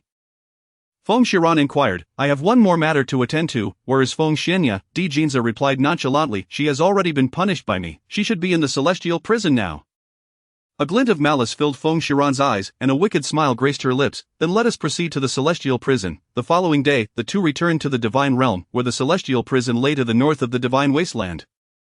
100 celestial soldiers guarded the entrance, and upon their arrival, they saluted. Entering the prison, they beheld Feng Xianya, bloodied and shackled by heavy iron chains. Upon seeing Feng Shiran approach, she scoffed derisively. How does it feel to be in the embrace of the demon lord? Feng Shiran stepped forward. You are in such a state yet still have the audacity to mock me. Alas, you have miscalculated. Feng Xianya's expression changed dramatically. What do you mean, Feng Shiran coldly replied. Mo Jiang is unlike you. He has never stooped to such sordid dealings. No, I refuse to believe it. Feng Xianya could not accept this reality, clawing at her, clank. However, her hands were bound by chains, preventing her from reaching Feng Shiran. I cannot believe it. Feng Shiran, you are deceiving me. You are lying. Jinza felt a surge of joy. Although he had secretly cast a protective spell on Feng Shiran, he was still wary of Mo Jiang taking advantage of her. Feng Shiran stated, believe it or not, is of no consequence to me. I am here today to inquire about that woman in the black robe. Who is she? Feng Xianya thrashed about wildly. Ha, you wish to know? I refuse to tell you. Ha, Chapter 60. Engaging in extrajudicial punishment. A wicked smile crossed Feng Shiran's face. I possess numerous methods to compel you to confess. Our grievances should also be settled, Feng Xianya shouted defiantly. Come then. I am not afraid of you. Use whatever tricks you have. Feng Shiran called. Come here. 2 celestial soldiers entered. Your Majesty, what commands do you have? Feng Shiran replied nonchalantly. Bring a bucket of honey and smear it on her. Also fetch some bee queens. The more the better. The 2 soldiers exchanged glances. The Empress is truly ruthless. Swallowing hard, they complied. Yes, fear filled Feng Xianya's eyes. Feng Shiran, I am a princess. You cannot administer extrajudicial punishment. Feng Shiran grinned wickedly. I have already done so. What can you do about it? Feng Xianya threatened. My mother is the Phoenix Emperor. She will not spare you. My father will not let you off either. Feng Shiran laughed. And what of the Phoenix Emperor? Even if I forsake this title of Empress, I am still the Phoenix Ancestor. Her gaze hardened as she unleashed the power of the Phoenix Ancestor bloodline, overwhelming Feng Xianya with a formidable pressure that made her tremble, cold sweat pouring down her body. Instinctively she knelt, gazing at Feng Shiran in terror. Why Yuda, how is this possible? Feng Shiran took a few steps closer, standing before her, looking down at the kneeling Feng Xianya. You, a mere lowly Phoenix Emperor, dare to boast before me. I do not slay you, not because you are of any use to me. Feng Shiran's hand closed around Feng Xianya's throat, lifting her effortlessly. Cough. Feng Xianya's face turned crimson. Feng Shiran continued, it is you who are unworthy of my action. With a forceful motion, she cast her aside. Feng Xianya fell heavily to the ground. Thud. Jinza had been observing coldly. Ran, you are with child. Do not squander your divine power. Feng Shiran shot him a sidelong glance. Is the Emperor concerned for me? Jinza awkwardly retorted, no, you misunderstand. I'd up before he could finish. Feng Shiran interrupted him coldly. If it is not so, then refrain from interjecting. Matters concerning the Feng clan do not require the intervention of the Dragon clan. Jinza fell silent, pondering. Recently, Aran's temper has escalated. Is she still angry with me? Feng Xianya rose from the ground. You are with child. You are having a baby. Feng Shiran retorted. You can still stand? It seems your body is not as frail as you claim. Those past transgressions need not be borne by me. She emphasized, isn't that right, Your Majesty? Jinza felt guilt and regret, recognizing that he had been excessively unreasonable in the past. As long as you can relieve this grievance, I shall leave your fate in your hands. 2 celestial soldiers approached, each carrying a large bucket, one of which buzzed ominously. Feng Xianya's face turned pale with dread. I will speak. I will tell you everything. Feng Shiran coldly laughed. Then speak. Feng Xianya replied. I did not see her appearance. She approached me of her own accord. Feng Shiran remarked, so you know nothing then? Feng Xianya panicked. I know she possesses a strand of the celestial demon's essence. The water from the divine pool has turned murky because of her. Feng Shiran responded, I already know all that. Speak of something I do not know. Feng Xianya's eyes darted. I do not know anything else. Feng Shiran ordered, inflict punishment. No, I remember. She sought a celestial demon-slaying sword. She holds a greater secret that pertains to the world. Feng Xianya capitulated. I have revealed all I know, truly all of it. Feng Shiran regarded her coolly. Since you have spoken, it is time to settle our accounts. Feng Xianya questioned, what do you mean? I have already told you everything. Feng Shiran smirked. Strip her of her garments, smear honey all over her. Feng Shiran, you cannot treat me this way, my father will not forgive you. Feng Shiran replied, he is unworthy to be my father. The two soldiers advanced, seizing her. Feng Xianya recoiled in terror, the chains reaching their limit, leaving her no room to retreat. No, stay away. The celestial soldiers mercilessly stripped her of her bloodied garments and began to smear honey upon her. Stay away. Whoa, Feng Shiran, I beg you. Feng Ancestor, I was wrong. Save me. Woe betide. Feng Shiran gazed upon that exposed form, the skin marred by countless scars, slathered with honey. Begone. I am the imperial princess. You cannot treat me thus. Feng Shiran spoke coldly. A debt incurred must inevitably be repaid. The celestial soldier swiftly finished applying the honey and opened another large buzzing barrel. Open it. Buzzing. A swarm of enormous queen bees surged towards Feng Shuanya's body. Feng Shuanya screamed in terror, akin to the cry of a slaughtered pig. The multitude of queen bees enveloped her entirely, buzzing incessantly. Tsk. Feng Shiran arched her brow, observing the scene. She turned her gaze to Emperor Jinza, who had his head bowed. Does the emperor not care to look up? Are you unable to bear it? Feng Shuanya's voice had turned hoarse with her cries. Emperor Jinza lifted his head. It is not that. Feng Shiran interrupted coldly. When I was being punished, your demeanor was quite different. Emperor Jinza fell silent, indeed rendered speechless. Feng Shiran snorted disdainfully and turned to leave. Emperor Jinza followed closely. Yaran. Feng Shiran replied, there is no need for you to follow. Emperor, I have matters to attend to. Upon exiting the heavenly prison, Emperor Jinza grasped Feng Shiran's arm. Yaran, I am aware that you harbor resentment towards me. Release it. Do not remain so cold. Feng Shiran retorted. Release it? Shall I strike you once, or kick you twice? Emperor Jinza replied, as long as it brings you joy, I shall leave your treatment to your discretion. Feng Shiran shot back, the dragon clan possesses a robust constitution. Such punishments are but trifles to you. If you wish to see me happy, then sign the divorce papers. Emperor Jinza's expression darkened instantly, and he spoke grimly. Aside from divorce, I can concede to anything else. Feng Shiran raised an eyebrow. Then let us change the approach. Divorce the wife or the husband, choose one. Emperor Jinza declared, do not even think about it. Our marriage contract has been inscribed personally upon the pillar of clear skies. In this lifetime, we are bound as husband and wife. The pillar of clear skies embodies the fates of the divine realm. Once a marriage contract is inscribed, it receives the acknowledgement and blessings of the heavenly laws, and cannot be undone. Feng Shiran glared at him furiously. Do not follow me any longer. And with that, she departed. Emperor Jinza observed Feng Shiran's retreating figure, his heart aching, even if she remained cold and harbored hatred for him throughout her life. This matter he would not regret. Chapter 61. A familiar face. Feng Shiran ventured alone to the divine wasteland, though it is the most desolate of places, with scarce spiritual energy and limited resources. The small deities and celestial beings punished to reside there seldom survived beyond a millennium, destined to perish. Yet, amidst this bleakness, she found her only solace. As she surveyed this wild land, new structures had emerged behind the bustling old houses.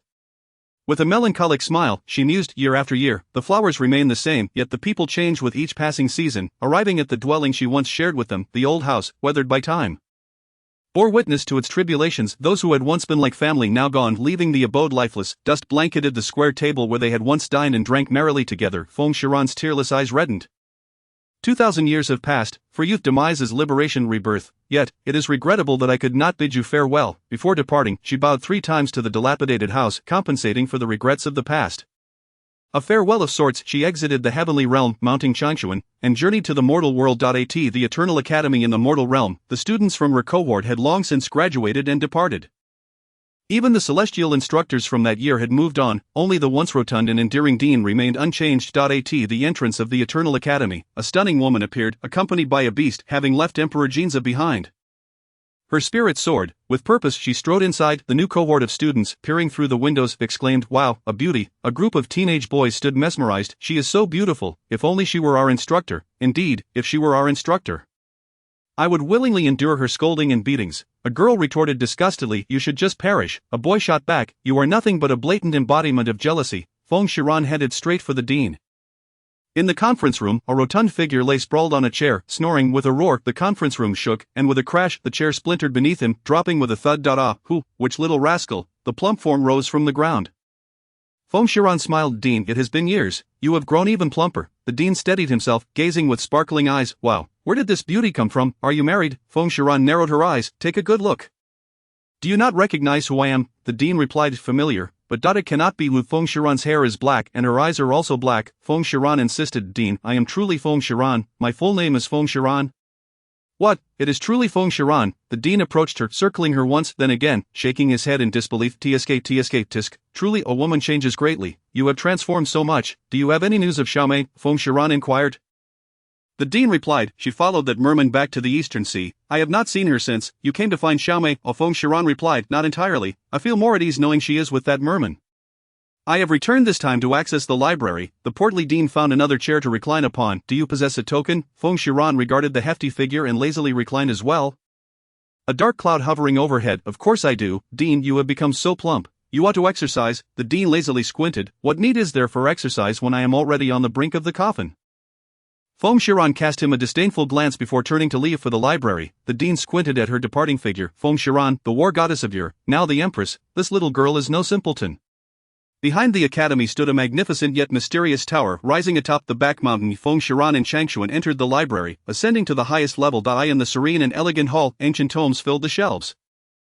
Exuding an aura of mystery, Changshuan transformed into human form, gazing in awe at the myriad ancient texts. Feng Shiran discerned his intent. Father, feel free to browse. Changshuan approached a nearby shelf. This journey has not been in vain. Feng Shiran shouted. Book spirit, come forth. A chubby, pink figure emerged, rubbing its large, watery eyes, looking at her with a pouting expression. You again, disturbing my beautiful dreams. The little pink figure noticed Changshuan. Oh, there is another person. Changshuan paid no heed to the book spirit. Engrossed in his own exploration, for to him, the book spirit held no interest compared to these ancient texts. Feng Shiran asked, can you find out where the golden lotus grows? The book spirit blinked its big, watery eyes. Golden lotus, the one that can nurture divine embryos? Are you expecting a baby? The book spirit flew to Feng Shiran's abdomen, gently patting it. Suddenly something stirred beneath her abdomen, and the inquisitive book spirit gazed in astonishment. Does it move inside you? Feng Shiran, under a cloud of annoyance, replied. Of course, it is alive, so naturally it moves. Will you search or not? I will search. This baby will search right away. Feng Shiran thought, so verbose. The book spirit soared into the air, shimmering with golden light, shooting beams onto the ancient texts. 1 hour, 2 hours passed, and the book spirit, drenched in sweat, finally exclaimed, I found it. With a mighty tug, it brought a tome into its hands. This one? Feng Shiran inquired. Where does it grow? The book spirit opened the book and read the ancient script aloud. It states that the golden lotus grows within the Eugene pool, beyond the 9 heavens. Feng Shiran pondered. Beyond the 9 heavens, a place even true gods dare not venture lightly. Changshuan set down his book and approached. The region beyond the 9 heavens is not to be feared. True gods cannot go there due to their ordinary bloodlines, unable to withstand the pressure. Feng Shiran asked, are you implying that I can go? Changshuan affirmed, indeed, beyond the 9 heavens lies the heavenly pillar. Anyone whose name is inscribed there is a great emperor or a primordial deity. Feng Shiran inquired, what happens once names are inscribed? The book spirit answered, once inscribed, it signifies you are already a great emperor or a primordial deity. Changshuan nodded. Correct. Although you currently possess the qualifications of a primordial deity, you have yet to reach the realm of a primordial deity. Only upon achieving that level and having your name inscribed on the heavenly pillar can you gain the recognition of the world. Feng Shiran concluded, I see. Once I become a true primordial deity, Emperor Jinza, let us see how you will keep me against my will. The duo departed the library and left the academy. Feng Shiran arrived at the Rui Wangfu, where the once glorious estate had now fallen into ruin. Chapter 62. The death of Xiaomei. Changshuan gazed at the dilapidated estate. What is this place? Feng Shiran remarked while walking. This is the residence of Longza, and it is also the place where we shall wed. Upon arriving at the wedding chamber of yesteryear, she gently pushed the dilapidated door, which then collapsed with a thud. The interior lay in shambles, adorned with portraits scattered across the floor and hanging upon the walls. Even one above the headboard of the bed of Feng Shiran picked up a portrait from the ground. Capturing the cherished moments they had shared together. In days, she seemed to behold once more the gentle and considerate Longza, clad in a flowing white robe, his eyes soft as water, smiling tenderly at her. Tears brimmed in her eyes. Longza would never walk this earth again. They were, after all, one soul, yet how could their temperaments differ so profoundly? How do they differ? Zhongxian inquired. Feng Shiran gazed at the portrait of the two of them together. Longza was gentle and attentive, never forcing me into anything. He would forsake everything for my sake. Yet, Jinja, he is domineering and shameless. He has never cared for my feelings. He has wounded me deeply. And he is someone I never wish to see again. Zhongxian spat an angry retort. I find him utterly contemptible. He is no good man. Let us journey to the East Sea, Feng Shiran declared. Thus, one person and one beast soared toward the East Sea. Feng Shiran sat upon Zhongxian's back, caressing the child within her womb. Longza, this is our child. Alas, you shall never see him, above the vast ocean. Zhongxian radiated a brilliant blue light, enveloping Feng Shiran as they descended into the depths of the sea. The East Sea immortal lord, Xinyu, was not the true ruler of the East Sea. That title belonged to the Jiao Dragon clan. As they landed on the seabed, Zhongxian communicated with the fish, inquiring about the residence of the mermaid lord. Following closely behind Zhongxian, Feng Shiran marveled at the enormous shells and the countless treasures and corals that adorned the ocean floor. Wow, so beautiful, we must take some on our way back. Do not be deceived by their beauty, many corals are poisonous, Zhongxian warned. Here we are. Feng Shiran lifted her gaze to behold a splendid residence.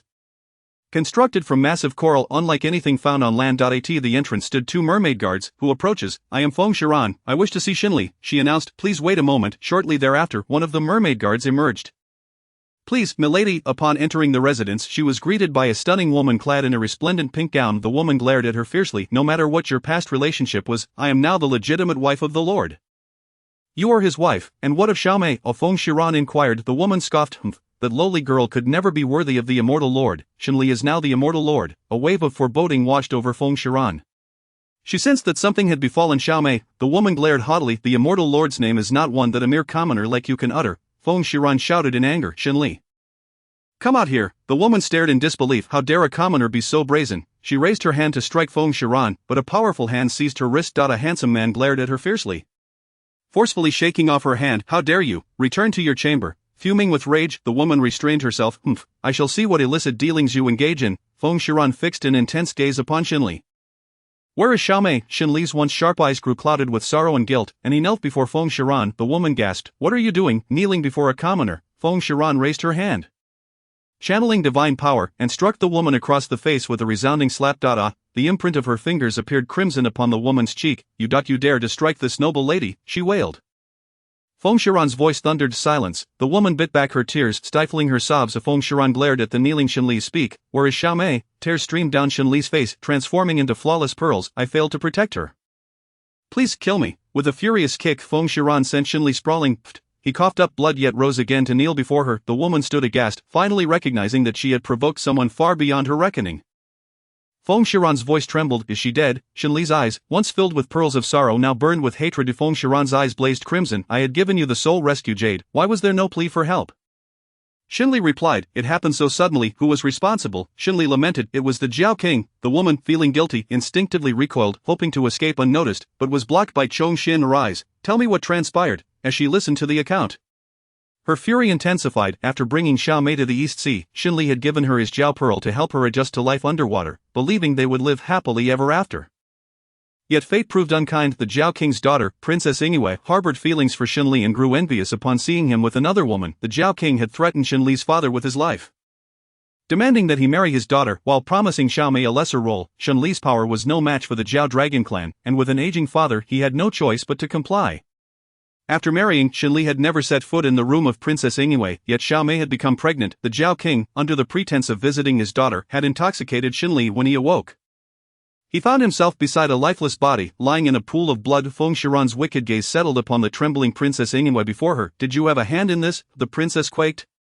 And no, it was my father who. Very well, you shall remain his wife. Justice must be served, and I shall not hold you accountable. Feng Shiran smiled malevolently at Xinli. Xinli, you must treat this princess with utmost care.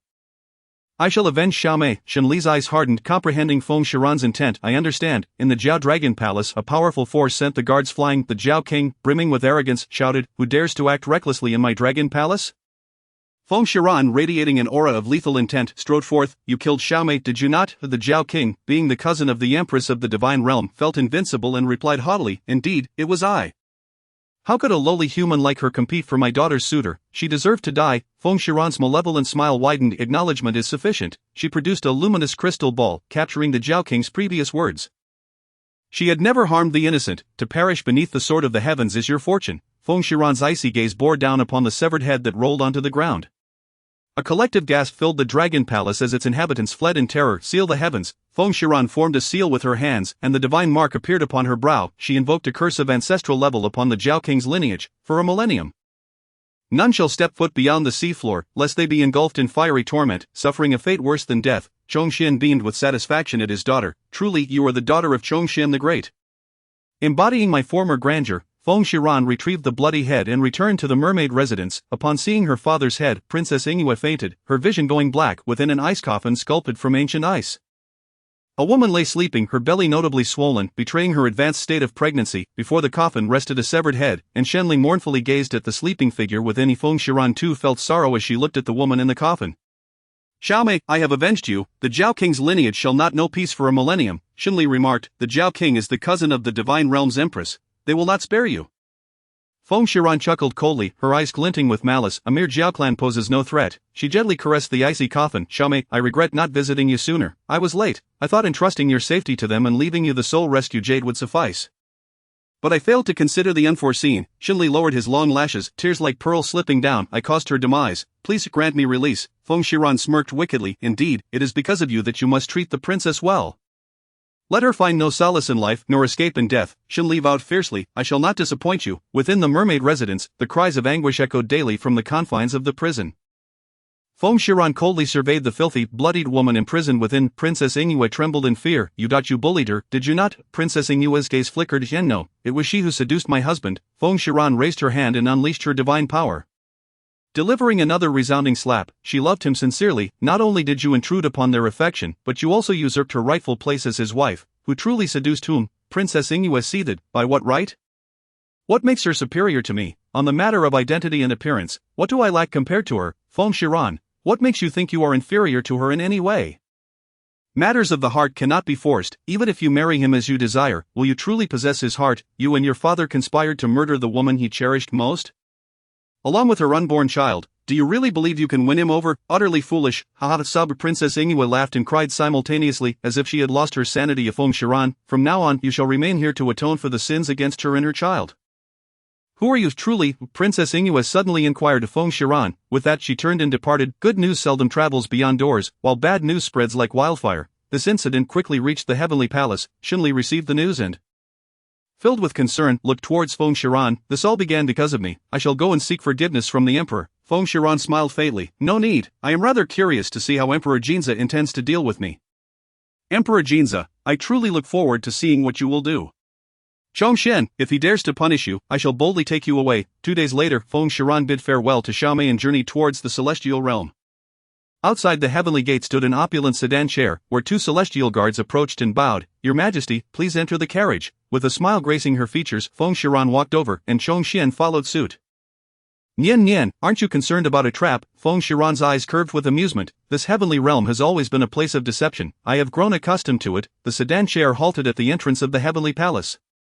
And as Feng Shiran emerged, she beheld Emperor Jinza standing before her, extending his hand to assist her. Aaron, you have returned. Instinctively Feng Shiran recoiled, descending alone. How does the emperor intend to deal with me? Emperor Jinza replied coolly, you were not wrong to kill him. He indeed deserved to die, but you should not have cursed them. Feng Shiran regarded him with indifference. I have shown great mercy by not allowing them to accompany Xiaomei in death. Emperor Jinza, Aaron, one must bear their own sins. The Dragon King should not involve the innocent. Innocent, is not the child in Xiaomei's womb innocent? I have only slain the Dragon King, I merely cursed them. I did not seek their lives. Emperor Jinza frowned slightly. Xiaomei is dead and cannot be revived. The Dragon King has also been slain by your hand. This matter should end here.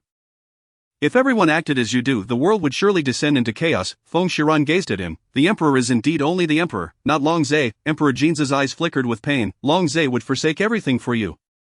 But Emperor Jinza cannot take Feng Shiran, so how does the emperor plan to deal with me? Emperor Jinza, with a gesture, invoked a decree, punishment for the empress and Feng Shiran, 100 years of house arrest.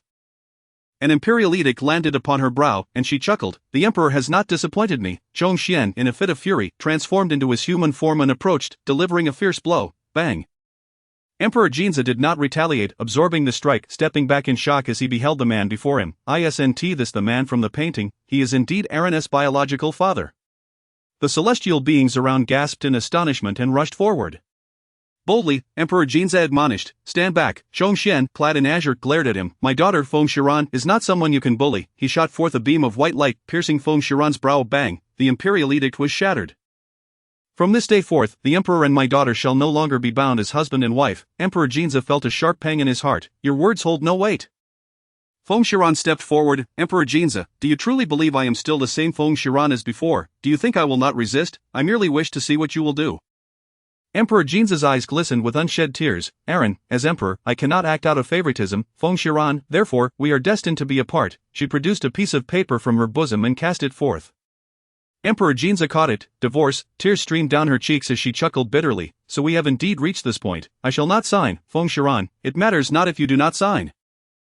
We shall never meet again. Chapter 64. The conclusion. Emperor Jinza watched the retreating figures of the father and daughter, a desolate smile gracing his lips. It turns out we truly cannot return. If that is the case, I shall return you to Longzhe. A magnificent palace appeared near the heavenly palace, awe-inspiring and beautiful. Cough, cough. With a pale visage, Emperor Jinza gazed longingly at that palace. General Ji, filled with concern, remarked, Your Majesty, you have gazed for too long, your health has yet to recover, please return and rest. His pale lips parted slightly, uttering two words, no matter. General Ji, how can it be no matter? That is a punishment of 300 lashes. If the Empress accepts the decree of 100 years of house arrest, you need not. Enough. Emperor Jinza reprimanded harshly, you have no right to speak of her. General Ji lowered his head, I am at fault. Inside the splendid palace, Bai Qi was teaching Mansudi to write. Not bad, not bad, a promising student indeed. Bai Qi nodded in satisfaction at his pupil's progress, Mansudi having been confined in the underground palace since childhood.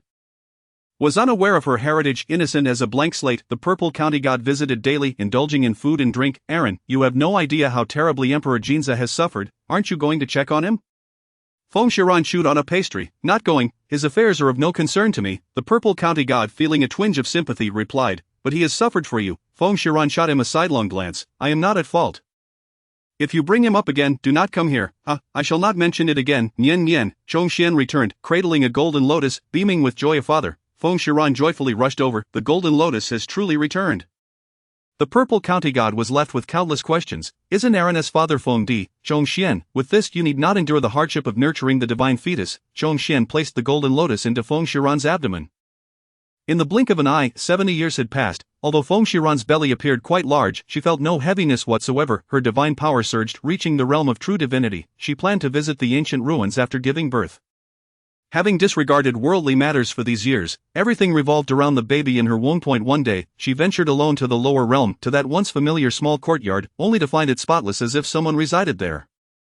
Is someone sleeping? A familiar voice came from behind. Feng Shiran turned to see a figure clad in white robes, his gentle demeanor reminiscent of Emperor Jinza, yet his aura was entirely different. The man, with tears blurring his vision, spoke. Aaron, is it truly you? He approached her tenderly, his trembling hand reaching to caress Feng Shiran's face. Am I dreaming? Feng Shiran stared at him in disbelief. Emperor Jinza? The man paused slightly. Who is Emperor Jinza? Aaron, I am Longzhe, your husband. Do you remember me? Feng Shiran, but you have. The man, tears flowing yet smiling tenderly. Yes, ever since you left, I searched for you for decades, only to succumb to despair, yet heaven has shown mercy, allowing me to be reborn with my memories. He noticed Feng Shiran's round belly, a chill running through him. What is this? Feng Shiran took his hand and placed it on her abdomen. This is our child.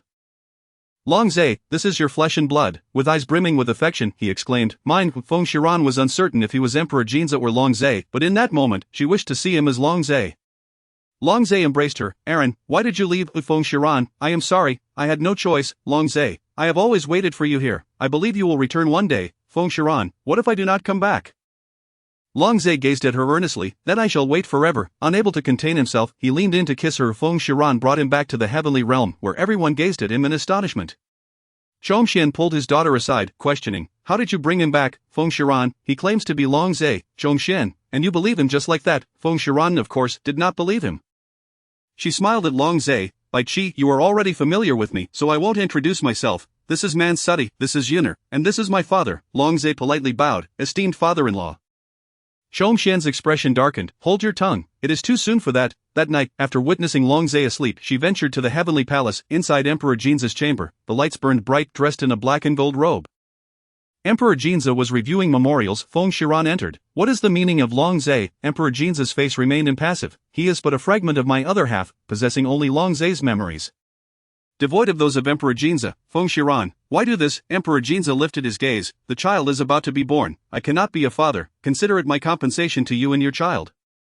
Feng Shiran said nothing further and turned to leave. Emperor Jinza watched her retreating figure, his heart aching to the point of breathlessness. Since you do not wish to see me, let Longzhe accompany you. Aaron. Although Long Zai is indeed the true self, this heart still aches profoundly. I in the blink of an eye, Feng Shiran has entered the throes of labor, and within the room, only the sounds of anguished groans can be heard. Long Zai paces anxiously while Chong Xian yearns to rush inside. Feng Shiran is gripped by fear, yet she is fortunate to have a skilled midwife by her side, along with Yun Er. The sky is adorned with splendid clouds, and a myriad of birds soar towards the phoenix, spiraling gracefully above. With the cry of a newborn piercing the air, the room is suddenly suffused with a radiant purple light. The two men rush into the chamber simultaneously. Chong Xian squints his eyes, cradling a plump infant in his arms, who resembles Nian Nian at birth, to a striking degree. Long Zai tenderly wipes the sweat from Feng Shiran's forehead as he says, "My dear wife, you have endured much." Feng Shiran replies, "Let us name our daughter." After a moment of contemplation, Long Zai proposes, "Shall we call her Feng Siyu? What do you think?" Feng Shiran exclaims, "Siyu, how lovely." Time swiftly passes, and the child reaches her full moon celebration. Everyone rejoices in honor of this new life, yet Dijin can only watch from afar. Long Zai, cradling his daughter, is overwhelmed with joy, and a sudden glimmer lights up his eyes. Dijin exerts his will to control this corporeal form. With a soft whimper, he gazes at his daughter, who possesses the same eyes and hair as Feng Shiran.